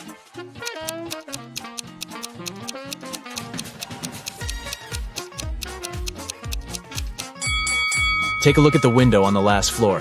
It looks like there's a ghost. Yikes. I'd look for another place to stay if I were him. After he found a better hotel to stay in, he decided to get lunch. He ordered the classic French onion soup. Yeah. But when his dish came, it was filled with cockroaches. He called the restaurant's manager to tell them about the incident. The manager said, "This is unacceptable. I will find the person who did this and fire them immediately." There were 3 suspects. The cook said that he had prepared the soup as usual. It was okay when he passed it to the waiter. The waiter said that he hadn't touched the soup. He just served it to Harry and hurried to take the order from another table. The manager also questioned the cleaner, who said that he had spent the last hours cleaning the bathroom and had no idea what the fuss was about. Can you tell who is guilty?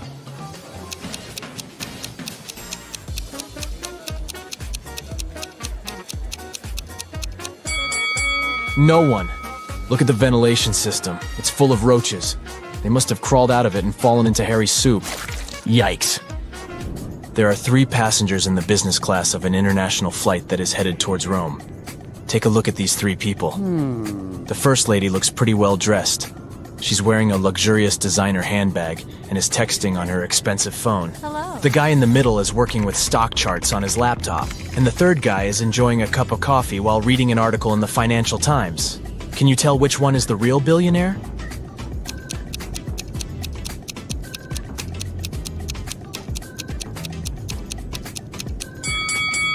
Let's see. The woman may look well dressed, but if you see the tag on her clothes, it says 100% polyester. It's unlikely that a billionaire would wear something like this. The guy working with stock charts is wearing old, ripped shoes. I doubt that's a fashion choice, so he's probably not a billionaire. Oh. That leaves us the last guy. If you look closely, the article he is reading is about him. The title of the article is The World's Newest Billionaire. Oh, yeah. I guess we found our guy, huh? Detective Smith was called to investigate a burglary at the city's museum. Oh. A priceless diamond disappeared, and the thief left no trace behind. After analyzing the museum's security cameras, Detective Smith gathered 3 suspects: the security guard, the museum's curator, and a visitor. The security guard said he only left his post during lunchtime, and he could swear that the diamond still wasn't missing at that time. The museum curator spent the day guiding a tour of the museum for a foreign group. They came to see the diamond at the beginning of the tour, and it was still shining bright in its place. The visitor said he only popped in for a quick visit and didn't even pass through the Metzi aisle where the diamond was kept. After these 3 interviews, Detective Smith found the thief. Can you tell who it was?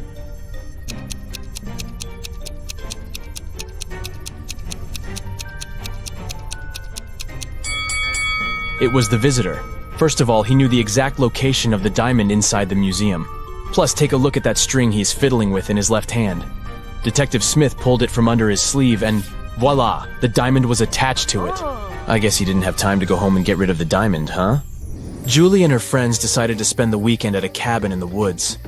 They arrived on Friday evening and spent the night playing board games and telling spooky stories. When they woke up on Saturday morning, they found that someone had stolen all their food supply. The door's glass was shattered, but other than that, there were no signs of who could have done it. So the group decided to search the surrounding woods to see if they could find the culprit. Take a good look at the scene the group stumbled upon and see if you can find out who took their food.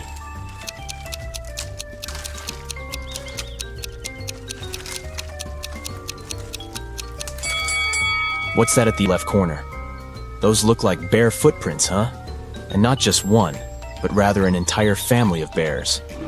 Oh, and they even left an Oreo wrapper on the ground as evidence.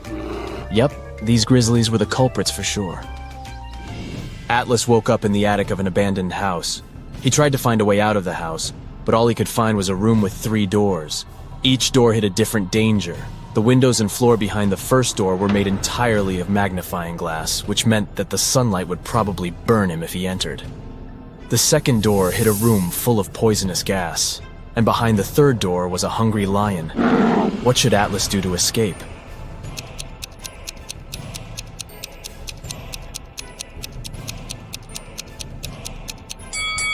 He should wait until it's nighttime and use the first door. Sydney told her mom that her gymnastics team would go to a sports camp for the weekend. She asked her mom to help her pack a bag for the trip. Her mother packed everything she thought her daughter would need. When Sydney came back from the weekend, she was telling her mother all about the trip. But somewhere during the conversation, she asked her mother why she hadn't packed a toothbrush. The mother immediately knew Sydney was lying about where she had really been that weekend. How?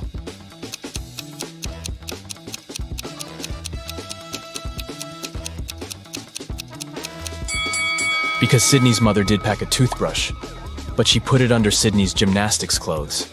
If Sydney had really gone camping, she would have used the clothes and found the toothbrush. Kimberly discovered 3 bags in an old attic along with a note. The note said that there were $1 million inside one of the bags. It also said that the 2 other bags were empty. She only had one chance to figure out which bag had the cash, and she could trust that one of the messages written on the bags was true. On the first bag, it said, "The cash is not here." On the second bag, it was written, "The cash is not here." The last bag read, "The cash is in the second bag." If you were Kimberly, which bag would you choose?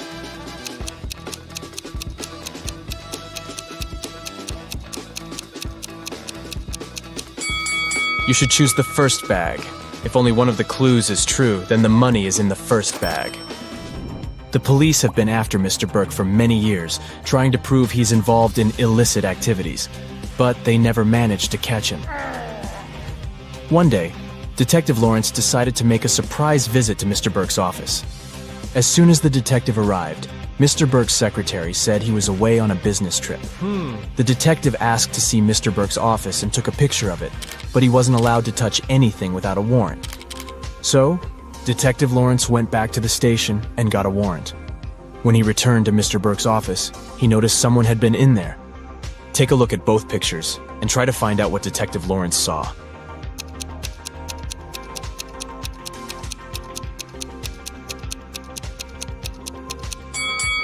The desk lamp is tilted and the books are in different places. Someone definitely was in that room. Detective Lawrence decided to search Mr. Burke's entire office. In one room, he found there were footprints up until the middle of the room, and then they disappeared. The only window of the room was open.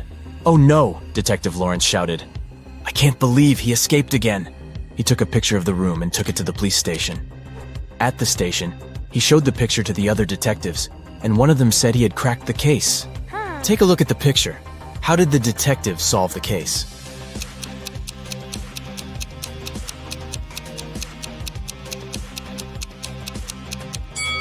The detective understood that Mr. Burke was a shapeshifter. This explains why the footprints didn't reach the window. Plus, look at all the bird food on the floor. He probably shapeshifted into a bird and escaped. Freddy is one lucky guy. He works at a chocolate factory as a night guard. Once, he was checking the factory as usual. He noticed that someone had stolen several boxes with exclusive chocolate candies. The next morning, Freddy questioned 3 suspects.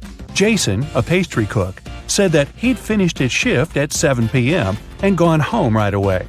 His wife couldn't confirm that he stayed indoors all night. Harry, a delivery guy, said, "I don't eat chocolate at all. Even the smell of it gives me a severe rash." And Peter, a cleaner, said, Yesterday, I was cleaning the warehouse. I found one chocolate candy on the floor and ate it. I'm so sorry. Please don't fire me. Who is the thief?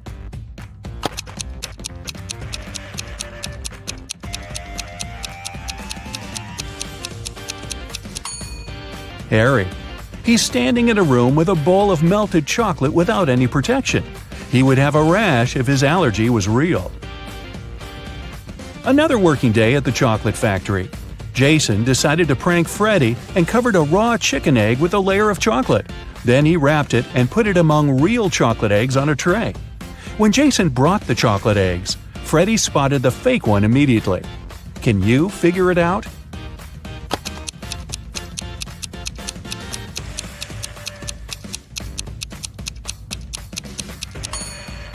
The real chocolate eggs are hollow inside, so they were rolling all over the tray when Jason was walking. But the raw egg is heavier, and it didn't move much. Well, Freddy decided to pay Jason back. He dressed up as a ghost to scare him. But suddenly, several real ghosts appeared in the room. Can you figure out which of these ghosts is Freddy?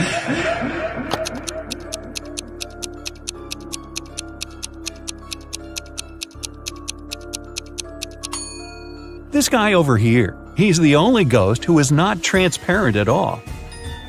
One evening, the factory was celebrating its anniversary. The management organized a party. All employees participated in a karaoke competition.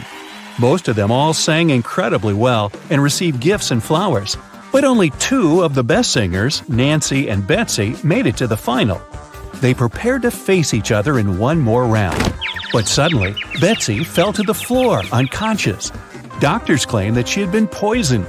But all the participants of the competition had eaten exactly the same food. Besides, the police checked the dishes and they were okay. Can you guess what happened?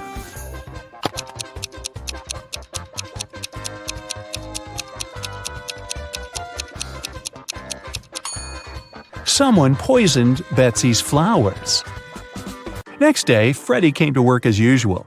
He looked around and exclaimed, wait a minute. Who's brought a cat to the chocolate factory? No pets are allowed here.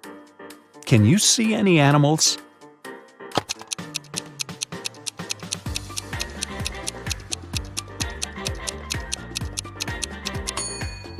Here it is. The cat got scared and ran away to another room. Freddy followed it. Can you spot the cat now?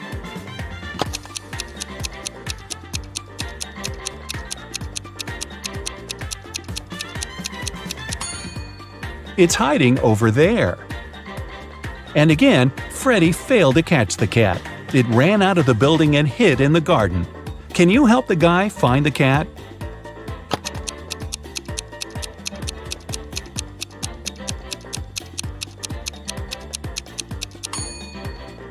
The poor animal is over there. Freddy caught the cat and found a small note attached to its collar. It had contact information. Freddy called the cat owner, but no one answered the phone. So, after work, Freddy took the cat and went to the address mentioned in the note. It was a creepy castle. The door was locked and required a password. Can you help Freddy crack the code using this hint?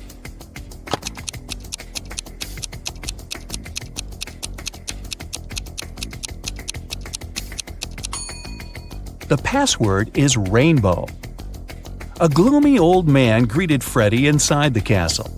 Freddy expected that he would thank him for bringing the cat back. But the old man began to laugh evilly and locked all the ways out.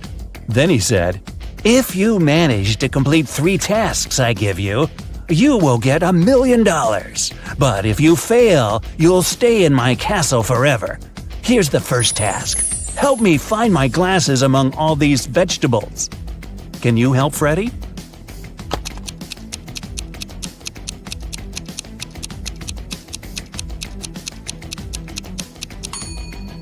Here they are. The next task from the old man was to cook a potion and do it in the correct order. He gave Freddy this recipe. Can you help the guy?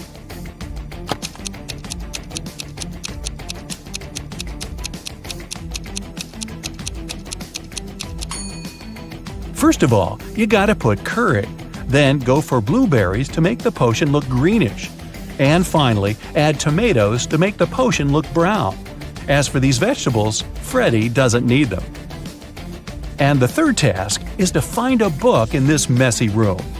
Can you see it?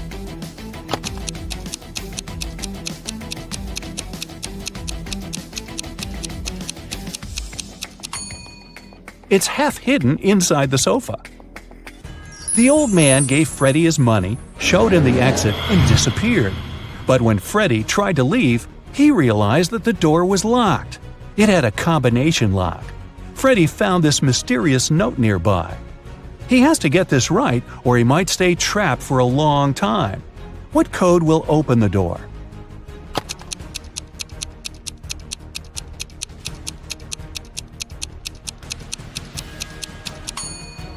"2361. Each number corresponds to the number of circles in the first set of numbers. Now, Freddy was free to go. As soon as Freddy got out of the creepy castle, he decided to quit his job and go on a trip around the globe. First of all, he took a flight to Spain. On board the plane, he met Gloria. He asked what country she was from. Instead of answering, Gloria showed him this puzzle. Can you guess the country?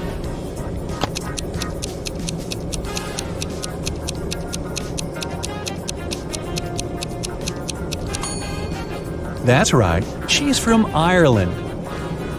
Then Gloria asked Freddy what country he was from, and he showed her this puzzle. Can you guess his country?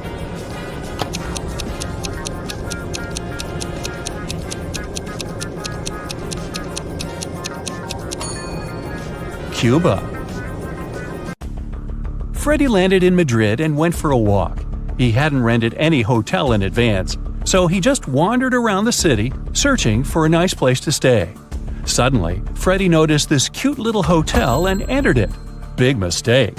Why?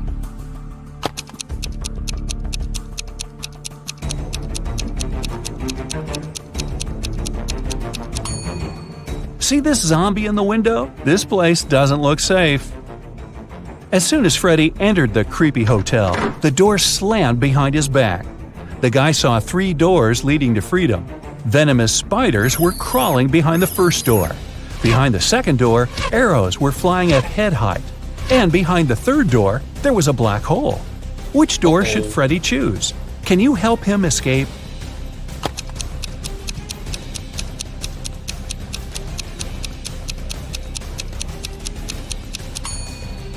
He should choose the second door. He can crawl under the arrows. After his adventure, Freddy decided to have lunch in the local cafe. But something's definitely wrong here. Can you figure out what it is?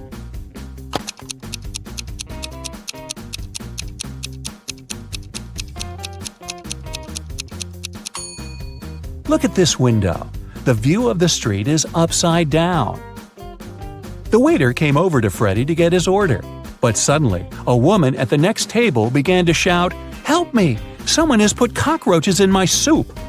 The cafe manager questioned 3 suspects. The cook said that he had prepared the soup as usual. It was okay when he passed the dish to the waiter. The waiter said he hadn't touched the soup. He just served it to the woman and switched to another client, Freddy. The woman's husband said, "I wasn't there when my wife got the soup. I was washing my hands in the bathroom." Can you tell who's guilty?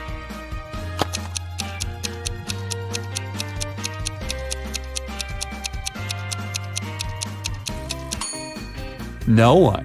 Take a look at the ceiling. The cockroaches crawled out of the ventilation and several of them fell into the lady's soup. Freddy used a special app to rent a luxury apartment in Madrid. He found 3 options that he really liked. Mariana offered a cozy 2-story studio with a beautiful view. Diego had a penthouse near a park.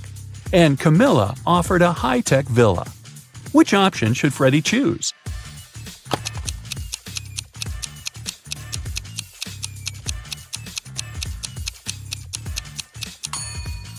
This penthouse has a cracked glass roof, which is extremely unsafe. As for the third option, see the Eiffel Tower? Camilla's high-tech villa is in Paris, not in Madrid. So, Freddy should choose the first studio. Freddie invited Mariana for a walk in the park. They walked a lot and got very tired. They decided to lie down on the grass and rest. Freddie woke up an hour later. Mariana had disappeared. Freddie started looking for her. Half an hour later, he fell into a big pit. It began to rain. The guy realized that the pit was going to get flooded. That was a big problem. Freddie couldn't swim. He found some stuff in the pit: a rope, a ball, and a bucket. How can Freddie get out?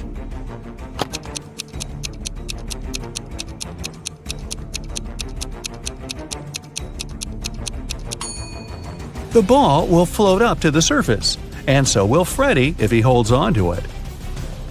Freddie kept looking for Mariana. He came across a wizard's castle. The wizard had caught the girl and turned her into a frog. Freddie had to help her. The guy and the Mariana the frog found the wizard's book of potions. It described all the necessary antidotes. But first, the guys needed to understand which potion the wizard had used on Mariana. Freddie looked through the book. The first recipe included a slice of pumpkin, a slice of green apple, an orange wedge, and half a kiwi. The second recipe required a chamomile petal, 3 garlic cloves, and half of a red apple. The third potion should contain an orange wedge, a garlic clove, a banana peel, and a chamomile petal. Which potion did the wizard use?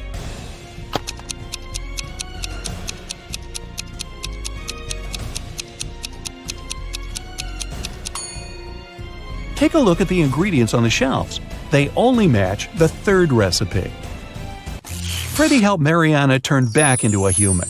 The wizard got very angry and teleported Freddie to jail. The guy was desperate. He had no idea how to escape. Suddenly, a creepy man opened the door and said, "Come on, I'm going to help you escape." Freddie followed him, but he slipped, fell to the floor, and hit his head. Freddie woke up in a pit. He didn't remember how he got there.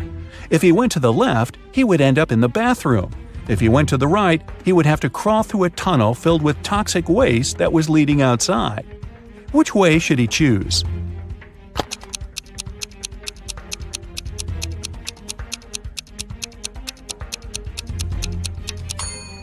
Freddie should go to the right. If he chooses the left corridor, he will end up in jail again. Look, this bathroom is on the territory of the jail. Freddie escaped, took a shower, and called Mariana right away. The wizard picked up the phone and said, "I have created enough evil clones of Mariana. I don't need her anymore. You can take her home now." Freddie rushed back to the wizard's castle and saw 4 Marianas. Can you help him find the real girl?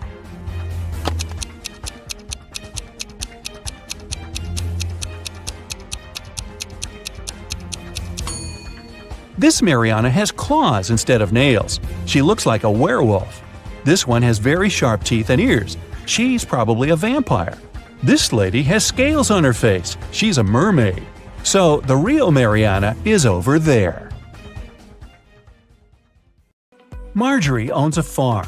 There are 6 apple trees and 7 lemon trees on her land. Each apple tree has 12 fruits, and each lemon tree has 10 fruits. How many oranges are there in total?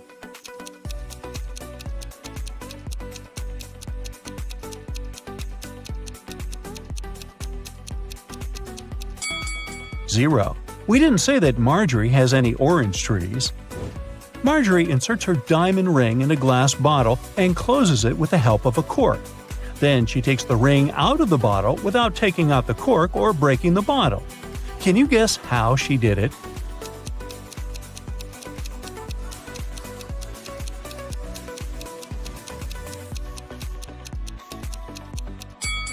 Easy.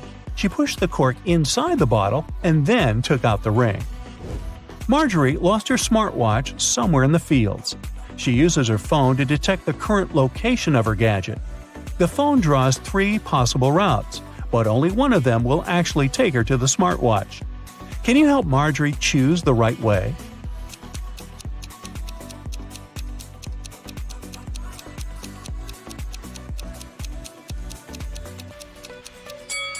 Route A is correct.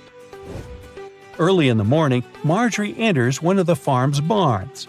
Oh no! Someone broke all the bottles with cherry juice. She asks her 3 workers to clean up the mess. Meanwhile, she interrogates them.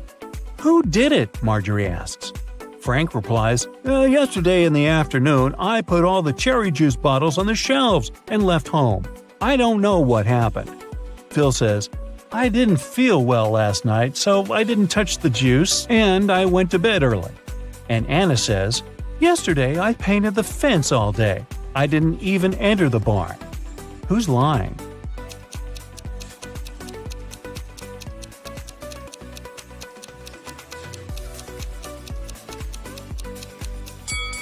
Anna.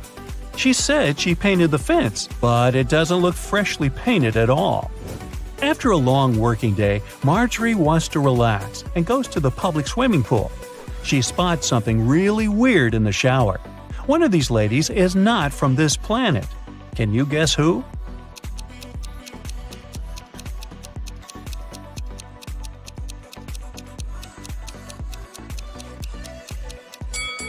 The third lady. She's using ketchup to wash her hair instead of shampoo. Marjorie meets her three best friends by the pool, Megan, Sarah, and Raven. One of them gave birth to triplets 4 years ago. Can you guess who exactly?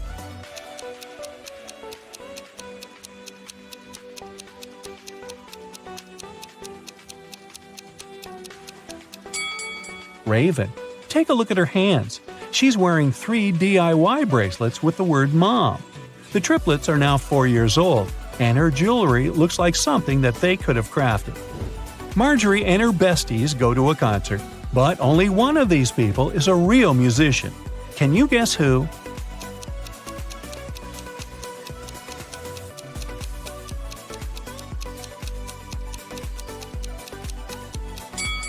It's the second guy. The first lady put her sheet music upside down. After the concert, Marjorie takes a walk down the local street. There are 100 houses numbered from 1 to 100 on the street. Can you count how many times they use the digit 9 to number all the houses?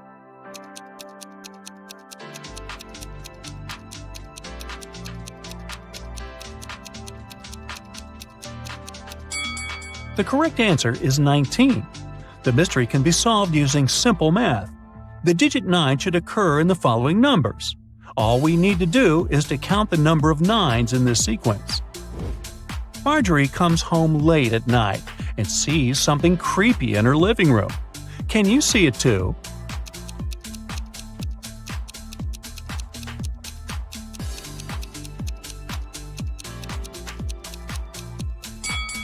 There are 3 ghosts in this room. What about the warehouse? Can you spot any ghosts here?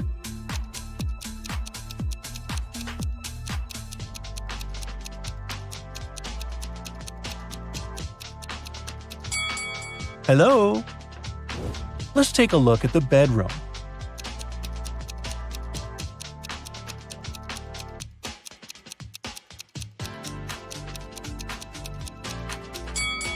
Ooh, there are 5 ghosts.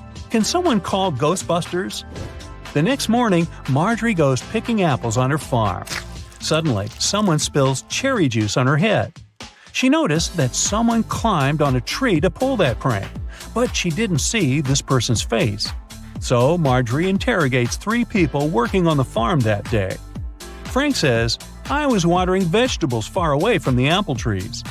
Phil says, "I was in the kitchen preparing ingredients for the lemon jam production, just like you asked me."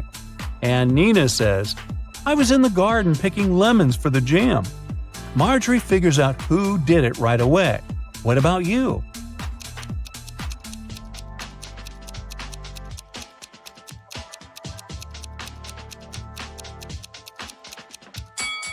It was Phil.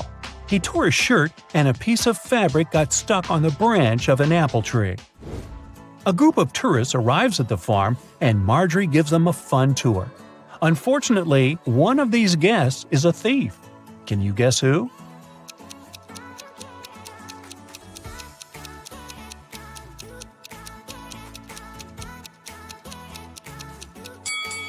This lady. She's sneaking cash from another person's purse. It's raining heavily all day, so Marjorie stays home alone and fries pancakes in the kitchen. Suddenly, she realizes that she had forgotten to switch off the TV in the living room and goes there. In a minute, Marjorie returns to the kitchen and gets speechless. Why? Can you guess?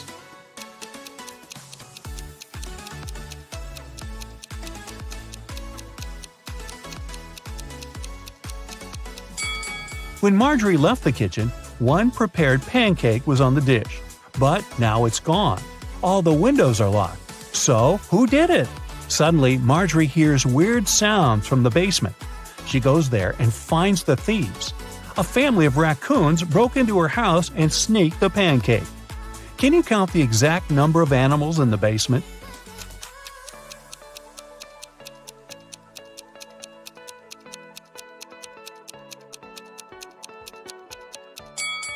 The task was to count the number of all animals, so the correct answer is 7. There are 4 raccoons, 1 cat, and 2 rats. The next day, Marjorie goes into her sunflower field to check how the flowers are doing. Can you spot what's odd here?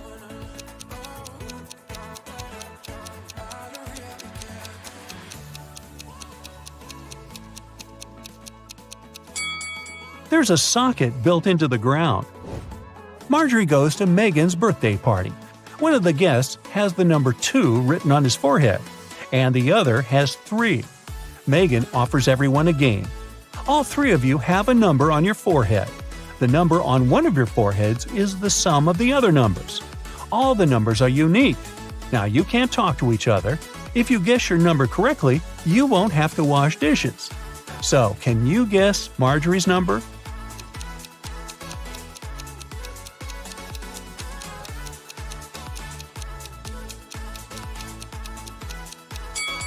It could either be 1 or 5, but if her number was 1, the guy with 3 would see that and guess his own number.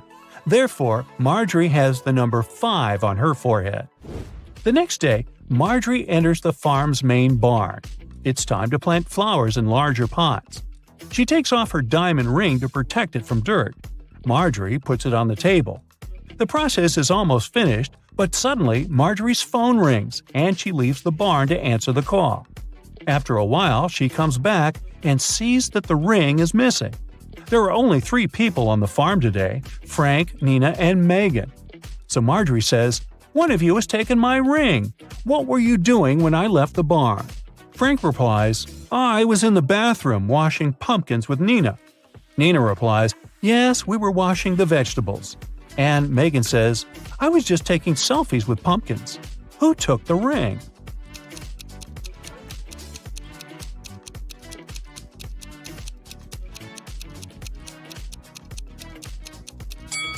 Look at this bird cage. It was opened. The canary bird flew out and took the ring. There are 3 sets of lab equipment on Marjorie's table. Can you sort the odd one out?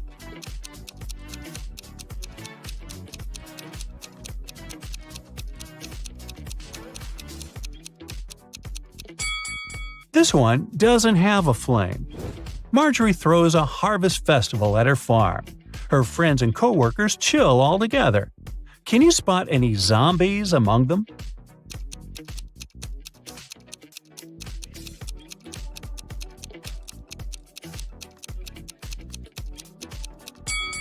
This dancer in the bushes doesn't look alive.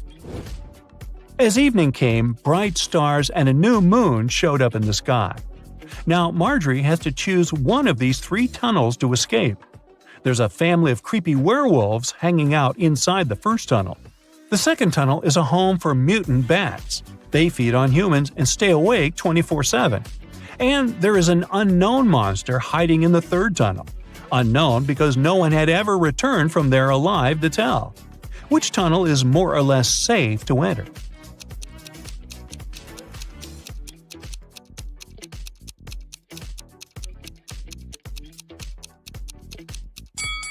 Marjorie should choose the first tunnel. It's a new moon, so the werewolves are not dangerous yet. Wendy is an art teacher. This morning, someone pranked her by putting glue on her coffee mug. She questioned 3 suspects. Blair says, I didn't do it. I was too busy painting these beautiful flowers.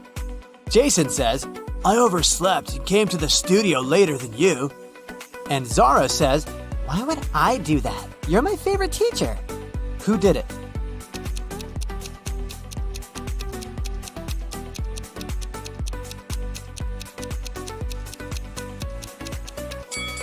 It was Zara. There's a glue pen in her pocket. Wendy gives her students a task and leaves the studio. After a while, she returns and sees this painting. She says, Wow, who painted this masterpiece? 3 students claim to be the author of the painting. Can you guess who tells the truth?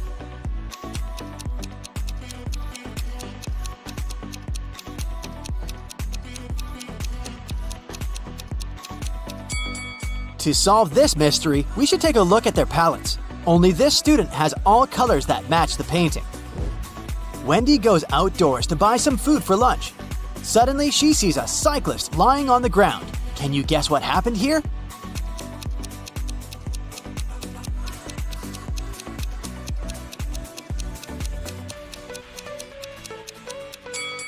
In fact, the car hit the ketchup bottle. The cyclist just fell nearby and got stained.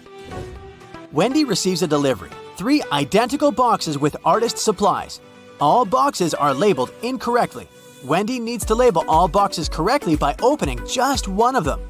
Can you help her?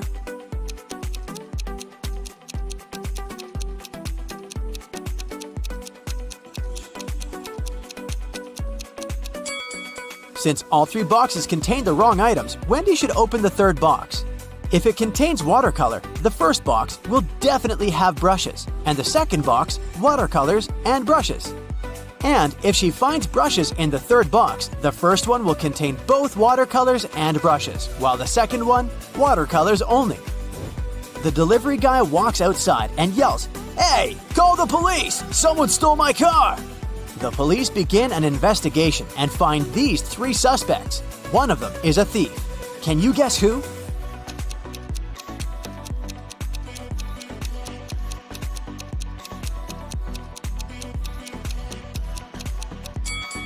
The first guy is just coloring his fence, and the third one is a gardener. But the second guy is hiding a lockpick in his shirt pocket, so he's the thief.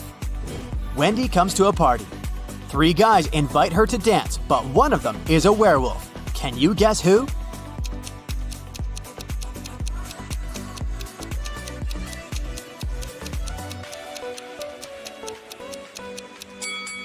The first guy is just wearing a werewolf costume. The second one has some scratches, but it proves nothing. But the third one has a real wolf tail. After the party, Wendy wakes up in a cell made of ice. She only has a pickaxe in her hand. Meanwhile, her best friend Zach is locked in a similar cell with a drill. Can you predict who will escape?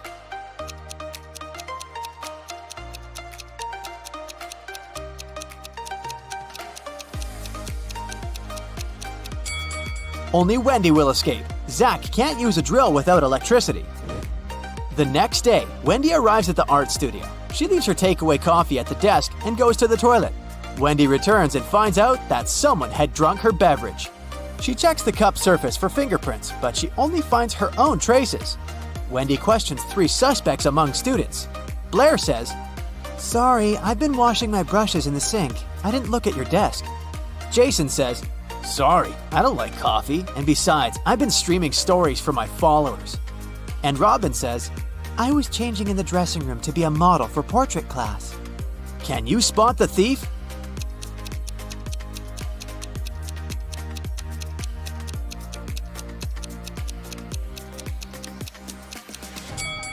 It was Jason. Take a look at his back pocket. He's hiding rubber gloves. That's why he didn't leave any fingerprints. Wendy receives an emergency call. Someone had stolen paintings from her art studio gallery. Wendy interrogates 3 suspects among the visitors. Sarah says, "I came here to buy some of your paintings, but when I entered the gallery, the walls were empty." Jill says, "I went blind 7 years ago, so I didn't see anything. I only visit this gallery to use your toilet."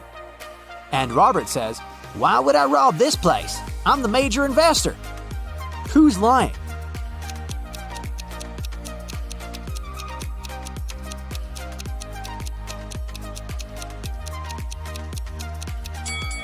Jill. If she's really blind, why did she bring this photo camera with her? Wendy carries out entrance exams for art students. One of these 3 artists is left-handed. Can you guess who?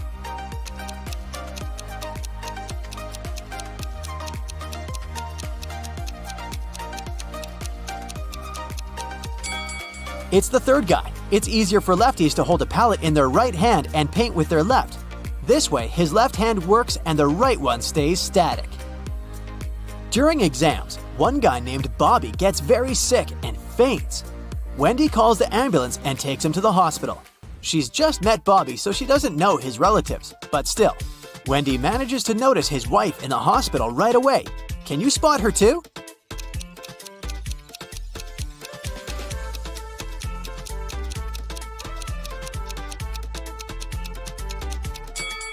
It's the first lady. They have identical tattoos, and the third lady has a similar mole on her cheek, so she's probably Bobby's sister. Doctors suspect poisoning, so they keep Bobby in the hospital to make tests. Meanwhile, Wendy returns to the studio and questions 3 witnesses among the applicants.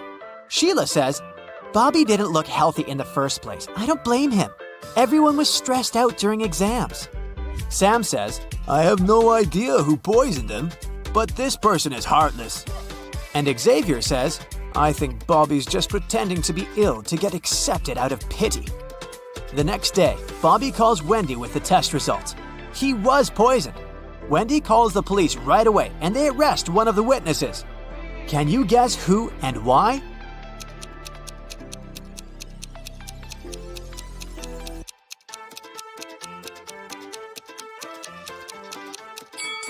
Sam. He knew about the poison before the test results were ready. The next morning, Wendy enters the studio and sees that someone has left a hot mess. Canvases are torn and paints are spilled all over the floor. Can you count all the brushes in this room?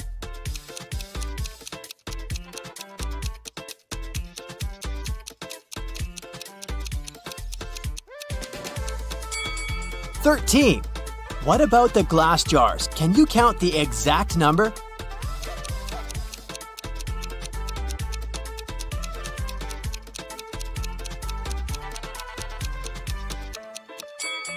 There are 8 glass jars in this studio, including this broken one. Wendy asks her 3 students, "Who's responsible for this mess?" Nina replies, "I think it was David. He never washes his hands and clothes. He's such a weirdo." David says, "It was Nina. She's just jealous because her paintings weren't selected for an art exhibition." And Amber says, "I don't know who did it. Yesterday, I was feeling sick and stayed home." Who's responsible for this mess?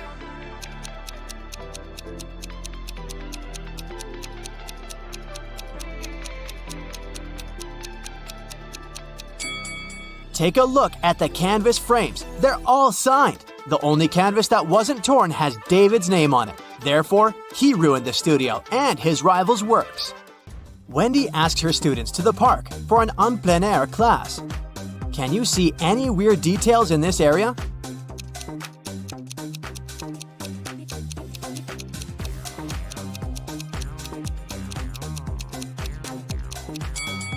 This is an apple tree, but why are there so many oranges under it? 2 students have painted almost identical pictures. Can you help Wendy find 3 differences?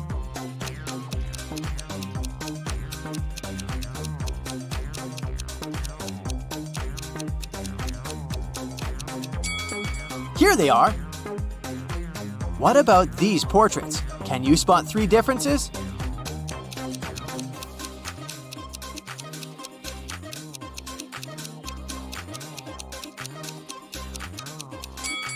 Over here. After the class, Wendy is trying to leave the park and gets lost. She has to walk through this confusing maze. Can you help her find the way out?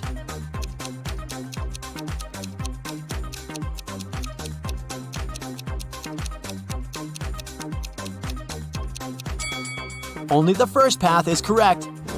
On the way home, Wendy enters a supermarket. Can you count the number of cacti?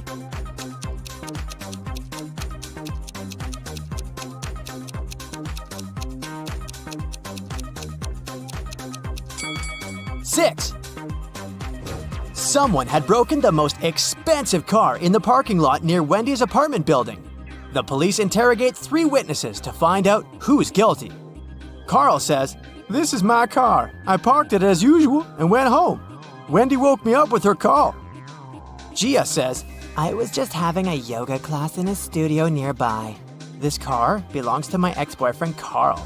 Too bad he loved this car more than me." And Peter says, "Carl's my neighbor, but he's not my best friend, if you know what I mean. I've been working all day and just arrived." Who broke Carl's car?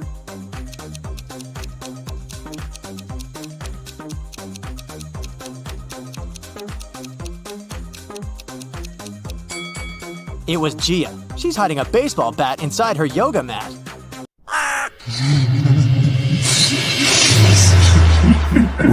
Halloween is coming close, and Detective Marlin has his hands full with all kinds of creepy creatures and mysterious cases. Hopefully, you'll help him crack these frightening riddles. Yeah. A scared store owner called Detective Marlin. He said there was a vampire in his store. When the detective arrived, he didn't see the store owner, but there were 3 other people inside. Look at them attentively and help the detective figure out which one is a vampire.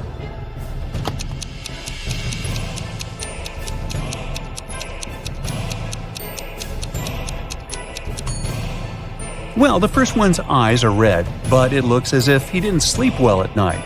The second one is freezing. All parts of his body are covered with some pieces of clothing. But look at the third one. He's drinking something red from a glass using a straw. He must be the vampire the detective is looking for. Now, where is that store owner?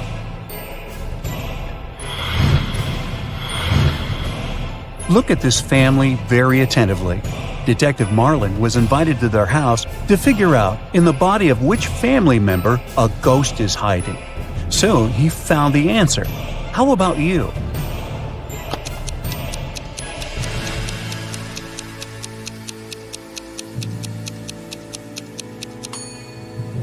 Admittedly, the woman does look scared, but it has nothing to do with the ghost.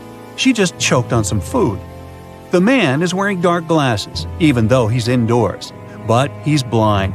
Do you see that white cane the blind use next to him? That's why he's got glasses. The granny is the one you need. There's a trace of ectoplasm that goes through the whole room toward her.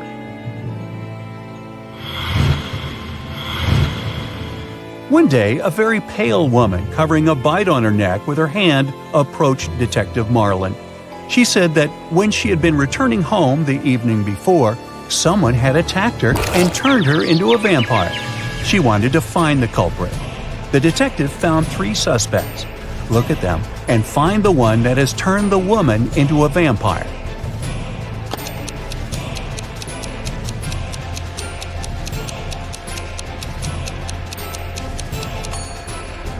This man is quite old and has no teeth, so he can't be a vampire. This woman has tan marks, but vampires can't sunbathe. So the man wearing a hat and gloves must have turned her into a vampire. Now, Detective Marlin is walking through a park when he notices 3 men sitting on a bench. He immediately realizes that one of them is a ghost. Can you guess which one?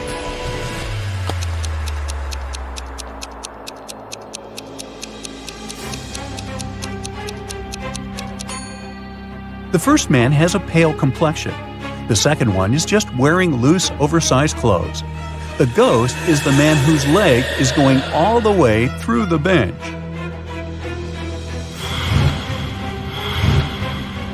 Two husbands suspect their wives were werewolves. They invited Detective Marlin to find out the truth. The detective examined the women's bedrooms and realized that only one of them was a monster. Which one?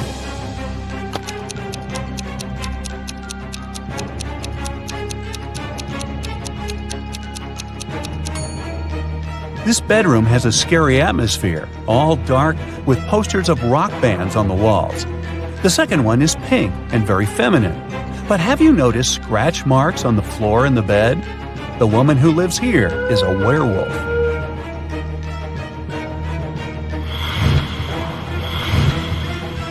Detective Marlin's next case is no less tricky. A priceless mirror, 6 feet tall, with a beautiful silver frame, was stolen from a legendary haunted house. The main 3 suspects are the Halloween monsters last seen in the house: a witch, a vampire, and a werewolf. Can you help the detective figure out the culprit?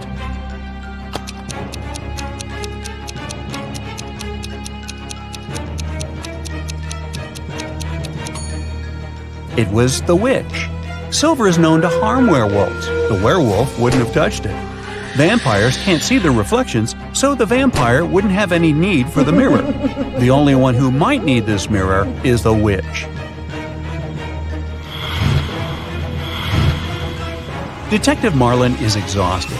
He's been working so hard that he decides to treat himself to a cup of coffee.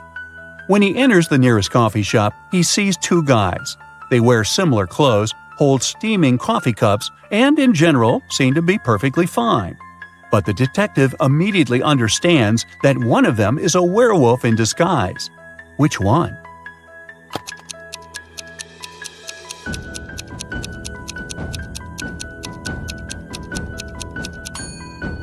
Look at the guy on the right. There are strange marks on the rim of his cup. Are they left by his fangs? Also, his pupils are a bit elongated. And there is a paw print design on the coffee shop paper bag he's holding. Wait, is it a special establishment for werewolves?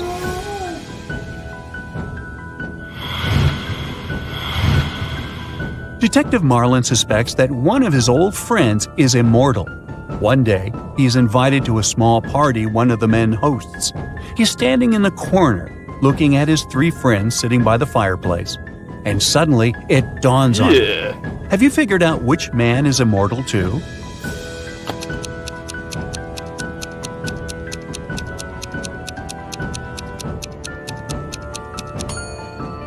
The man on the left looks very old-fashioned. The one in the middle is reading a book in Latin. And only the man on the right seems to be very young. But look at that picture on the fireplace. It must have been taken on the day when the Eiffel Tower was opened. But the man is there too, and he hasn't aged a day since then.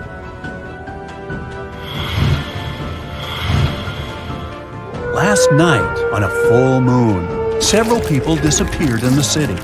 Detective Marlin questioned locals and found out that they believe the culprit was a werewolf. Soon the detective had 3 suspects: Jack, Levi, and Luke. But all of them had alibis. Jack said he had been walking with his girlfriend near the river. Levi had been choosing a silver ring for himself in the mall. And Luke, who worked as a museum guard, had a night shift at work. So, which guy is guilty?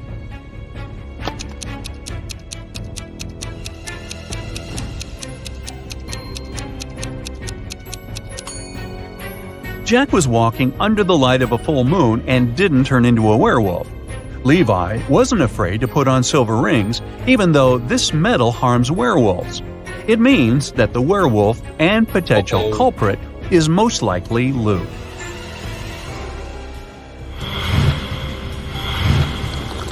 Once, Detective Marlin found out about a strange case. A man who was visiting the city heard about a cursed house. A vampire and a beauty were said to live there. And since the rumor had it that the beauty was held in the house against her will, the traveler decided to help the girl. But when he was talking to her, she suddenly shouted, "The vampire is returning! We have to hide in the basement and lock the door!" And so they did. But in the morning, the man still found himself turned into a vampire. How was it possible?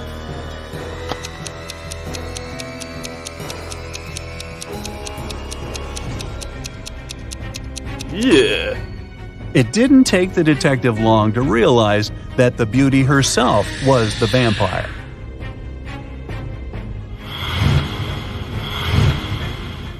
Detective Marlin's wife was decorating their house for Halloween.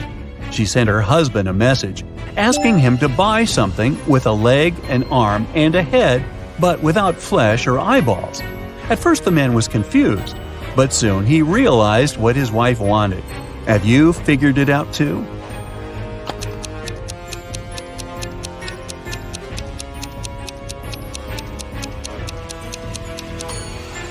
Mrs. Marlin needed a skeleton.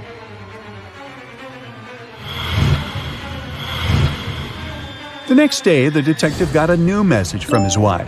This time, he needed to get something wrapped, but not a gift. It had to be something kept neatly in a chamber, which archaeologists considered a great treasure. What did Detective Marlin have to bring home?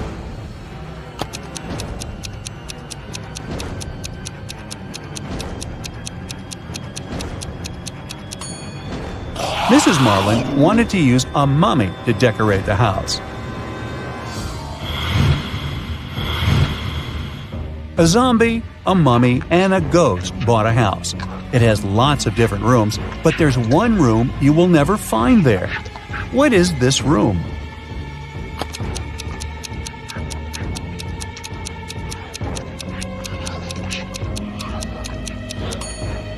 It's the living room.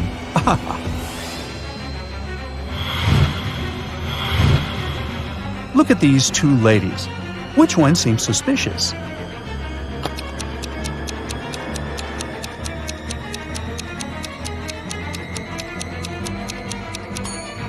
It's the woman on the right. Her reflection is all wrong. She's not human.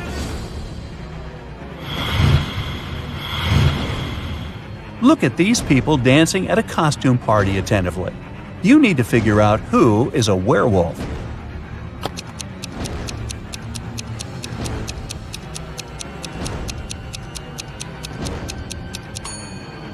It's that guy in the corner.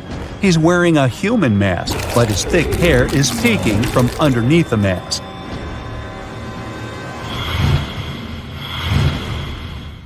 Some people believe in me and others don't. At night, I roam around, and sometimes I float. If you hear a troubled noise coming from the ground, go run and hide from my creepy sound. What am I?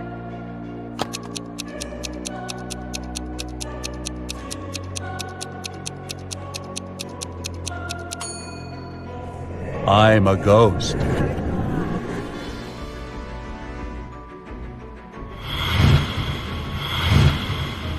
Some people fear me. The more of me you have, the less you see. What am I?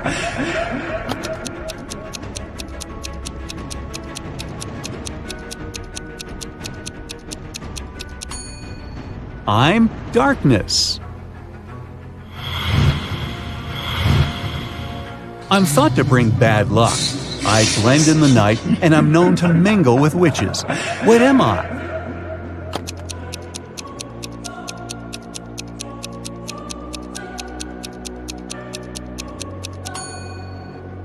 I'm a black cat. Meow.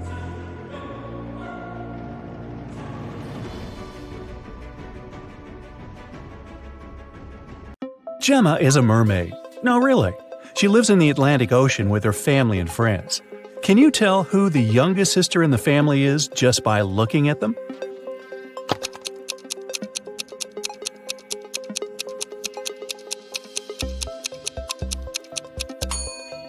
Take a look at the granny mermaid. She has plenty of starfish on her tail. It's a hint. Each star symbolizes 1 year of life. That means that the second mermaid is the youngest. Her tail is decorated with 15 starfish, which means she's 15. And two other sisters are 18 and 22 years old, respectively. Now one day, Gemma went to a mermaid party, but one of the guests was not a real mermaid. Can you tell who it was?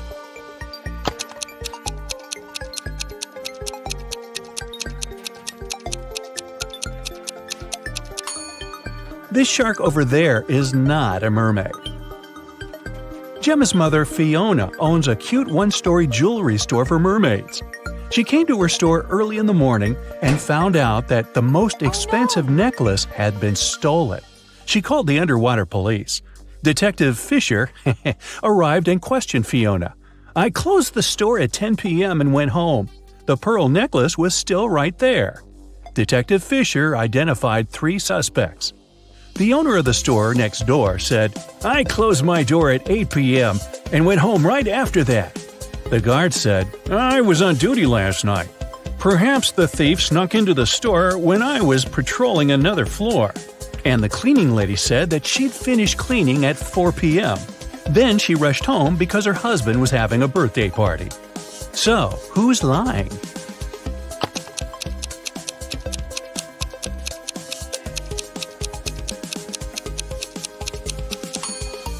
The guard. Fiona's shop is a one-story building. He couldn't be on another floor when the necklace was stolen. There's no other floor. Gemma was swimming with dolphins and reached the surface of the ocean. Suddenly, she noticed two handsome guys, Nick and Rick, and they were both in trouble. Which guy should Gemma save first?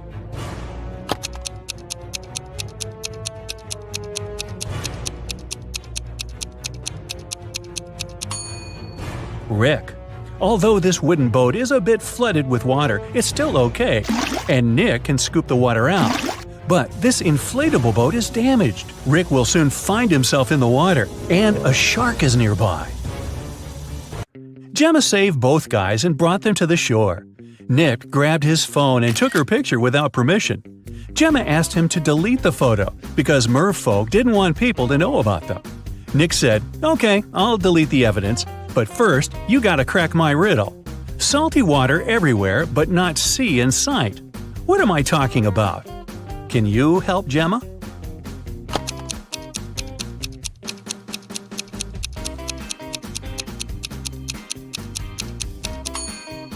The correct answer is tears. Rick asked Gemma on a date, and she said yes. She went to a local witch doctor to buy a potion to get human legs for 24 hours. The door to the witch's house was locked, and the note said, "If you want to meet me, find the key first." Can you help Gemma find the key?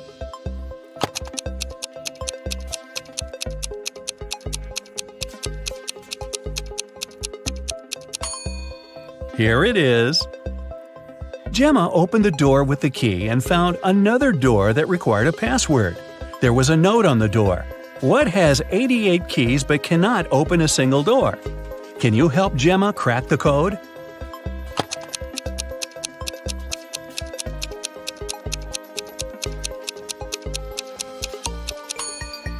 It's a piano. Gemma didn't have any money. The witch offered her this deal. If you guess my riddle, I'll give you the potion for free. But if you don't crack it, you will be my servant forever. So listen, 2 in a hole and 4 in a pack. 6 in a trio, you see. 8's a quartet, but what you must get is the name that fits just one of me. What am I? Gemma cracked this riddle right away and got her potion. What about you?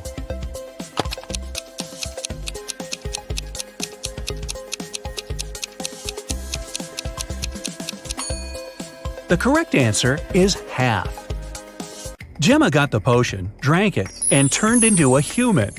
There were 3 routes she could take to get to the meeting point. The first path led through a village inhabited by vampires. The second path is full of toxic flowers that could make her lose her mind. And the third path went through an enchanted forest that blocked all magic and canceled all previous spells. Which way should Gemma choose?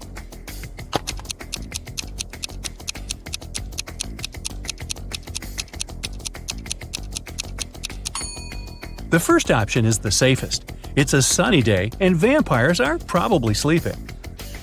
Rick and Gemma met at a restaurant called 3 Mermaids. But there are only 2 statues of mermaids on the porch. The owner of the cafe, Victor, is well aware of this and could easily fix this. But he doesn't. Why?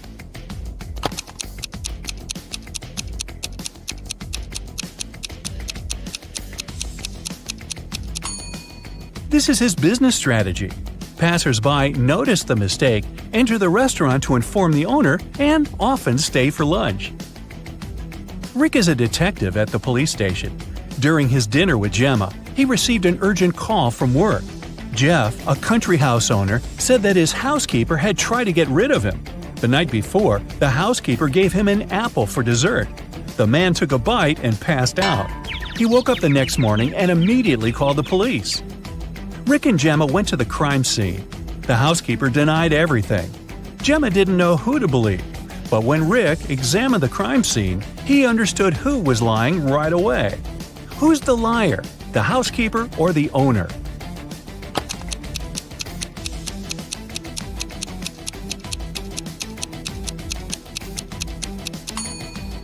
The owner said he'd eaten a poison apple. So if it happened the day before, this apple must be brown now. But it's not. The man must have bitten into it just before calling the police. Gemma didn't notice this clue because she doesn't live on land. Rick and Gemma decided to have a picnic in a sunflower field.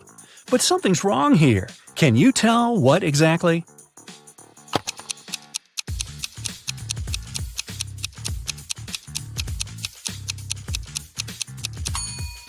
The wind is blowing the clouds to the right, but the sunflowers are swinging to the left. That's impossible.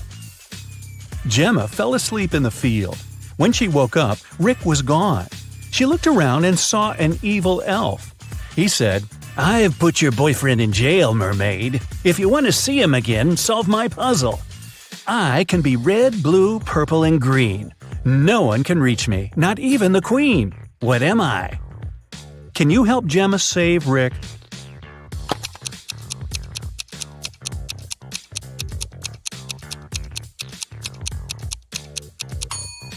The correct answer is rainbow.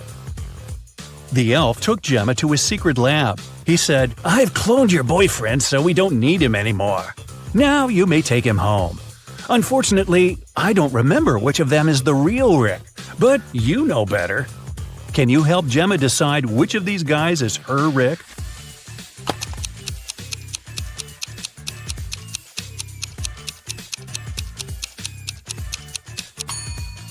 This guy has 3 fingers. This Rick's teeth are too sharp for a human. This Rick lacks eyebrows, and this one has pointed ears. So this one is the only real human. The elf returned Rick to Gemma. The guys rushed away from his lab. It began to rain, and they decided to hide in an old, creepy castle. When they entered the building, they saw a beautiful fountain. That's when Rick and Gemma realized that they were not alone. There were many ghosts in this castle. Can you figure out the exact number?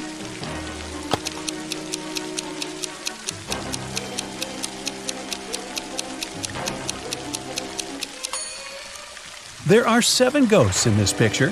One of the ghosts is hiding inside the fountain. And the guy over there is not a ghost. He has feet and he's sweating. He's the owner of the castle. The owner showed Rick and Gemma his art collection. It contained an ancient and expensive item he was very proud of. "This is a picture created by a 16th century artist. I got it from my father, and he got it from his father too, and so on." But Rick didn't believe that the painting was original and called the castle owner a liar. Why?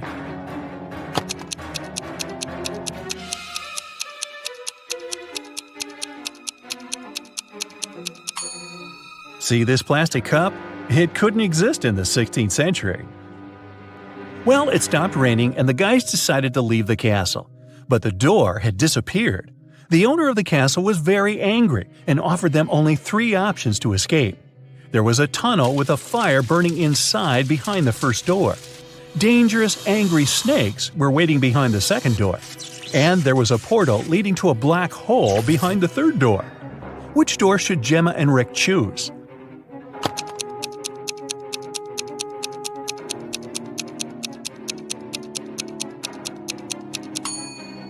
The first door. They can put the fire out using the water from the fountain and vases from this shelf. Rick and Gemma went to the beach because the 24-hour spell was coming to an end. Gemma had to return to the Sea Kingdom. Suddenly, the Wicked Witch appeared out of nowhere and said, "You guys are so cute. I don't want you to be apart. If you manage to solve my riddle, I'll turn Gemma into a human for good. Here's your task. How to poke a balloon without popping it." What do you think? Rick cracked this riddle right away. What about you?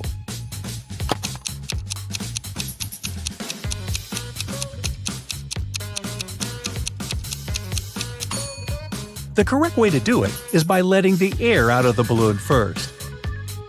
Gemma became a human.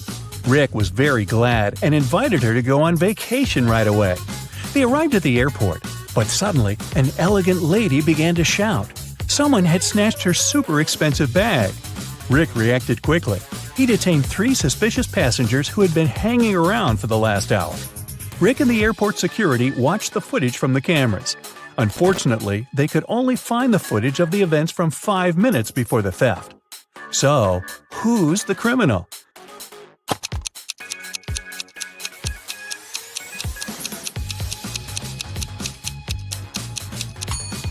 It's the guy over there. The elderly woman's bag only looks bigger because she put her jacket inside. And the stolen bag wouldn't fit in this girl's purse. Gemma was living happily with Rick. But one day, she received this postcard from her mermaid sister. Gemma was horrified. She dropped everything and went back to the Sea Kingdom to save her sister. But when she got there, she saw that her sister was safe. How did she survive?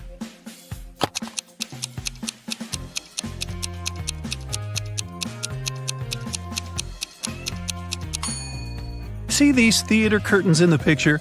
It was a show for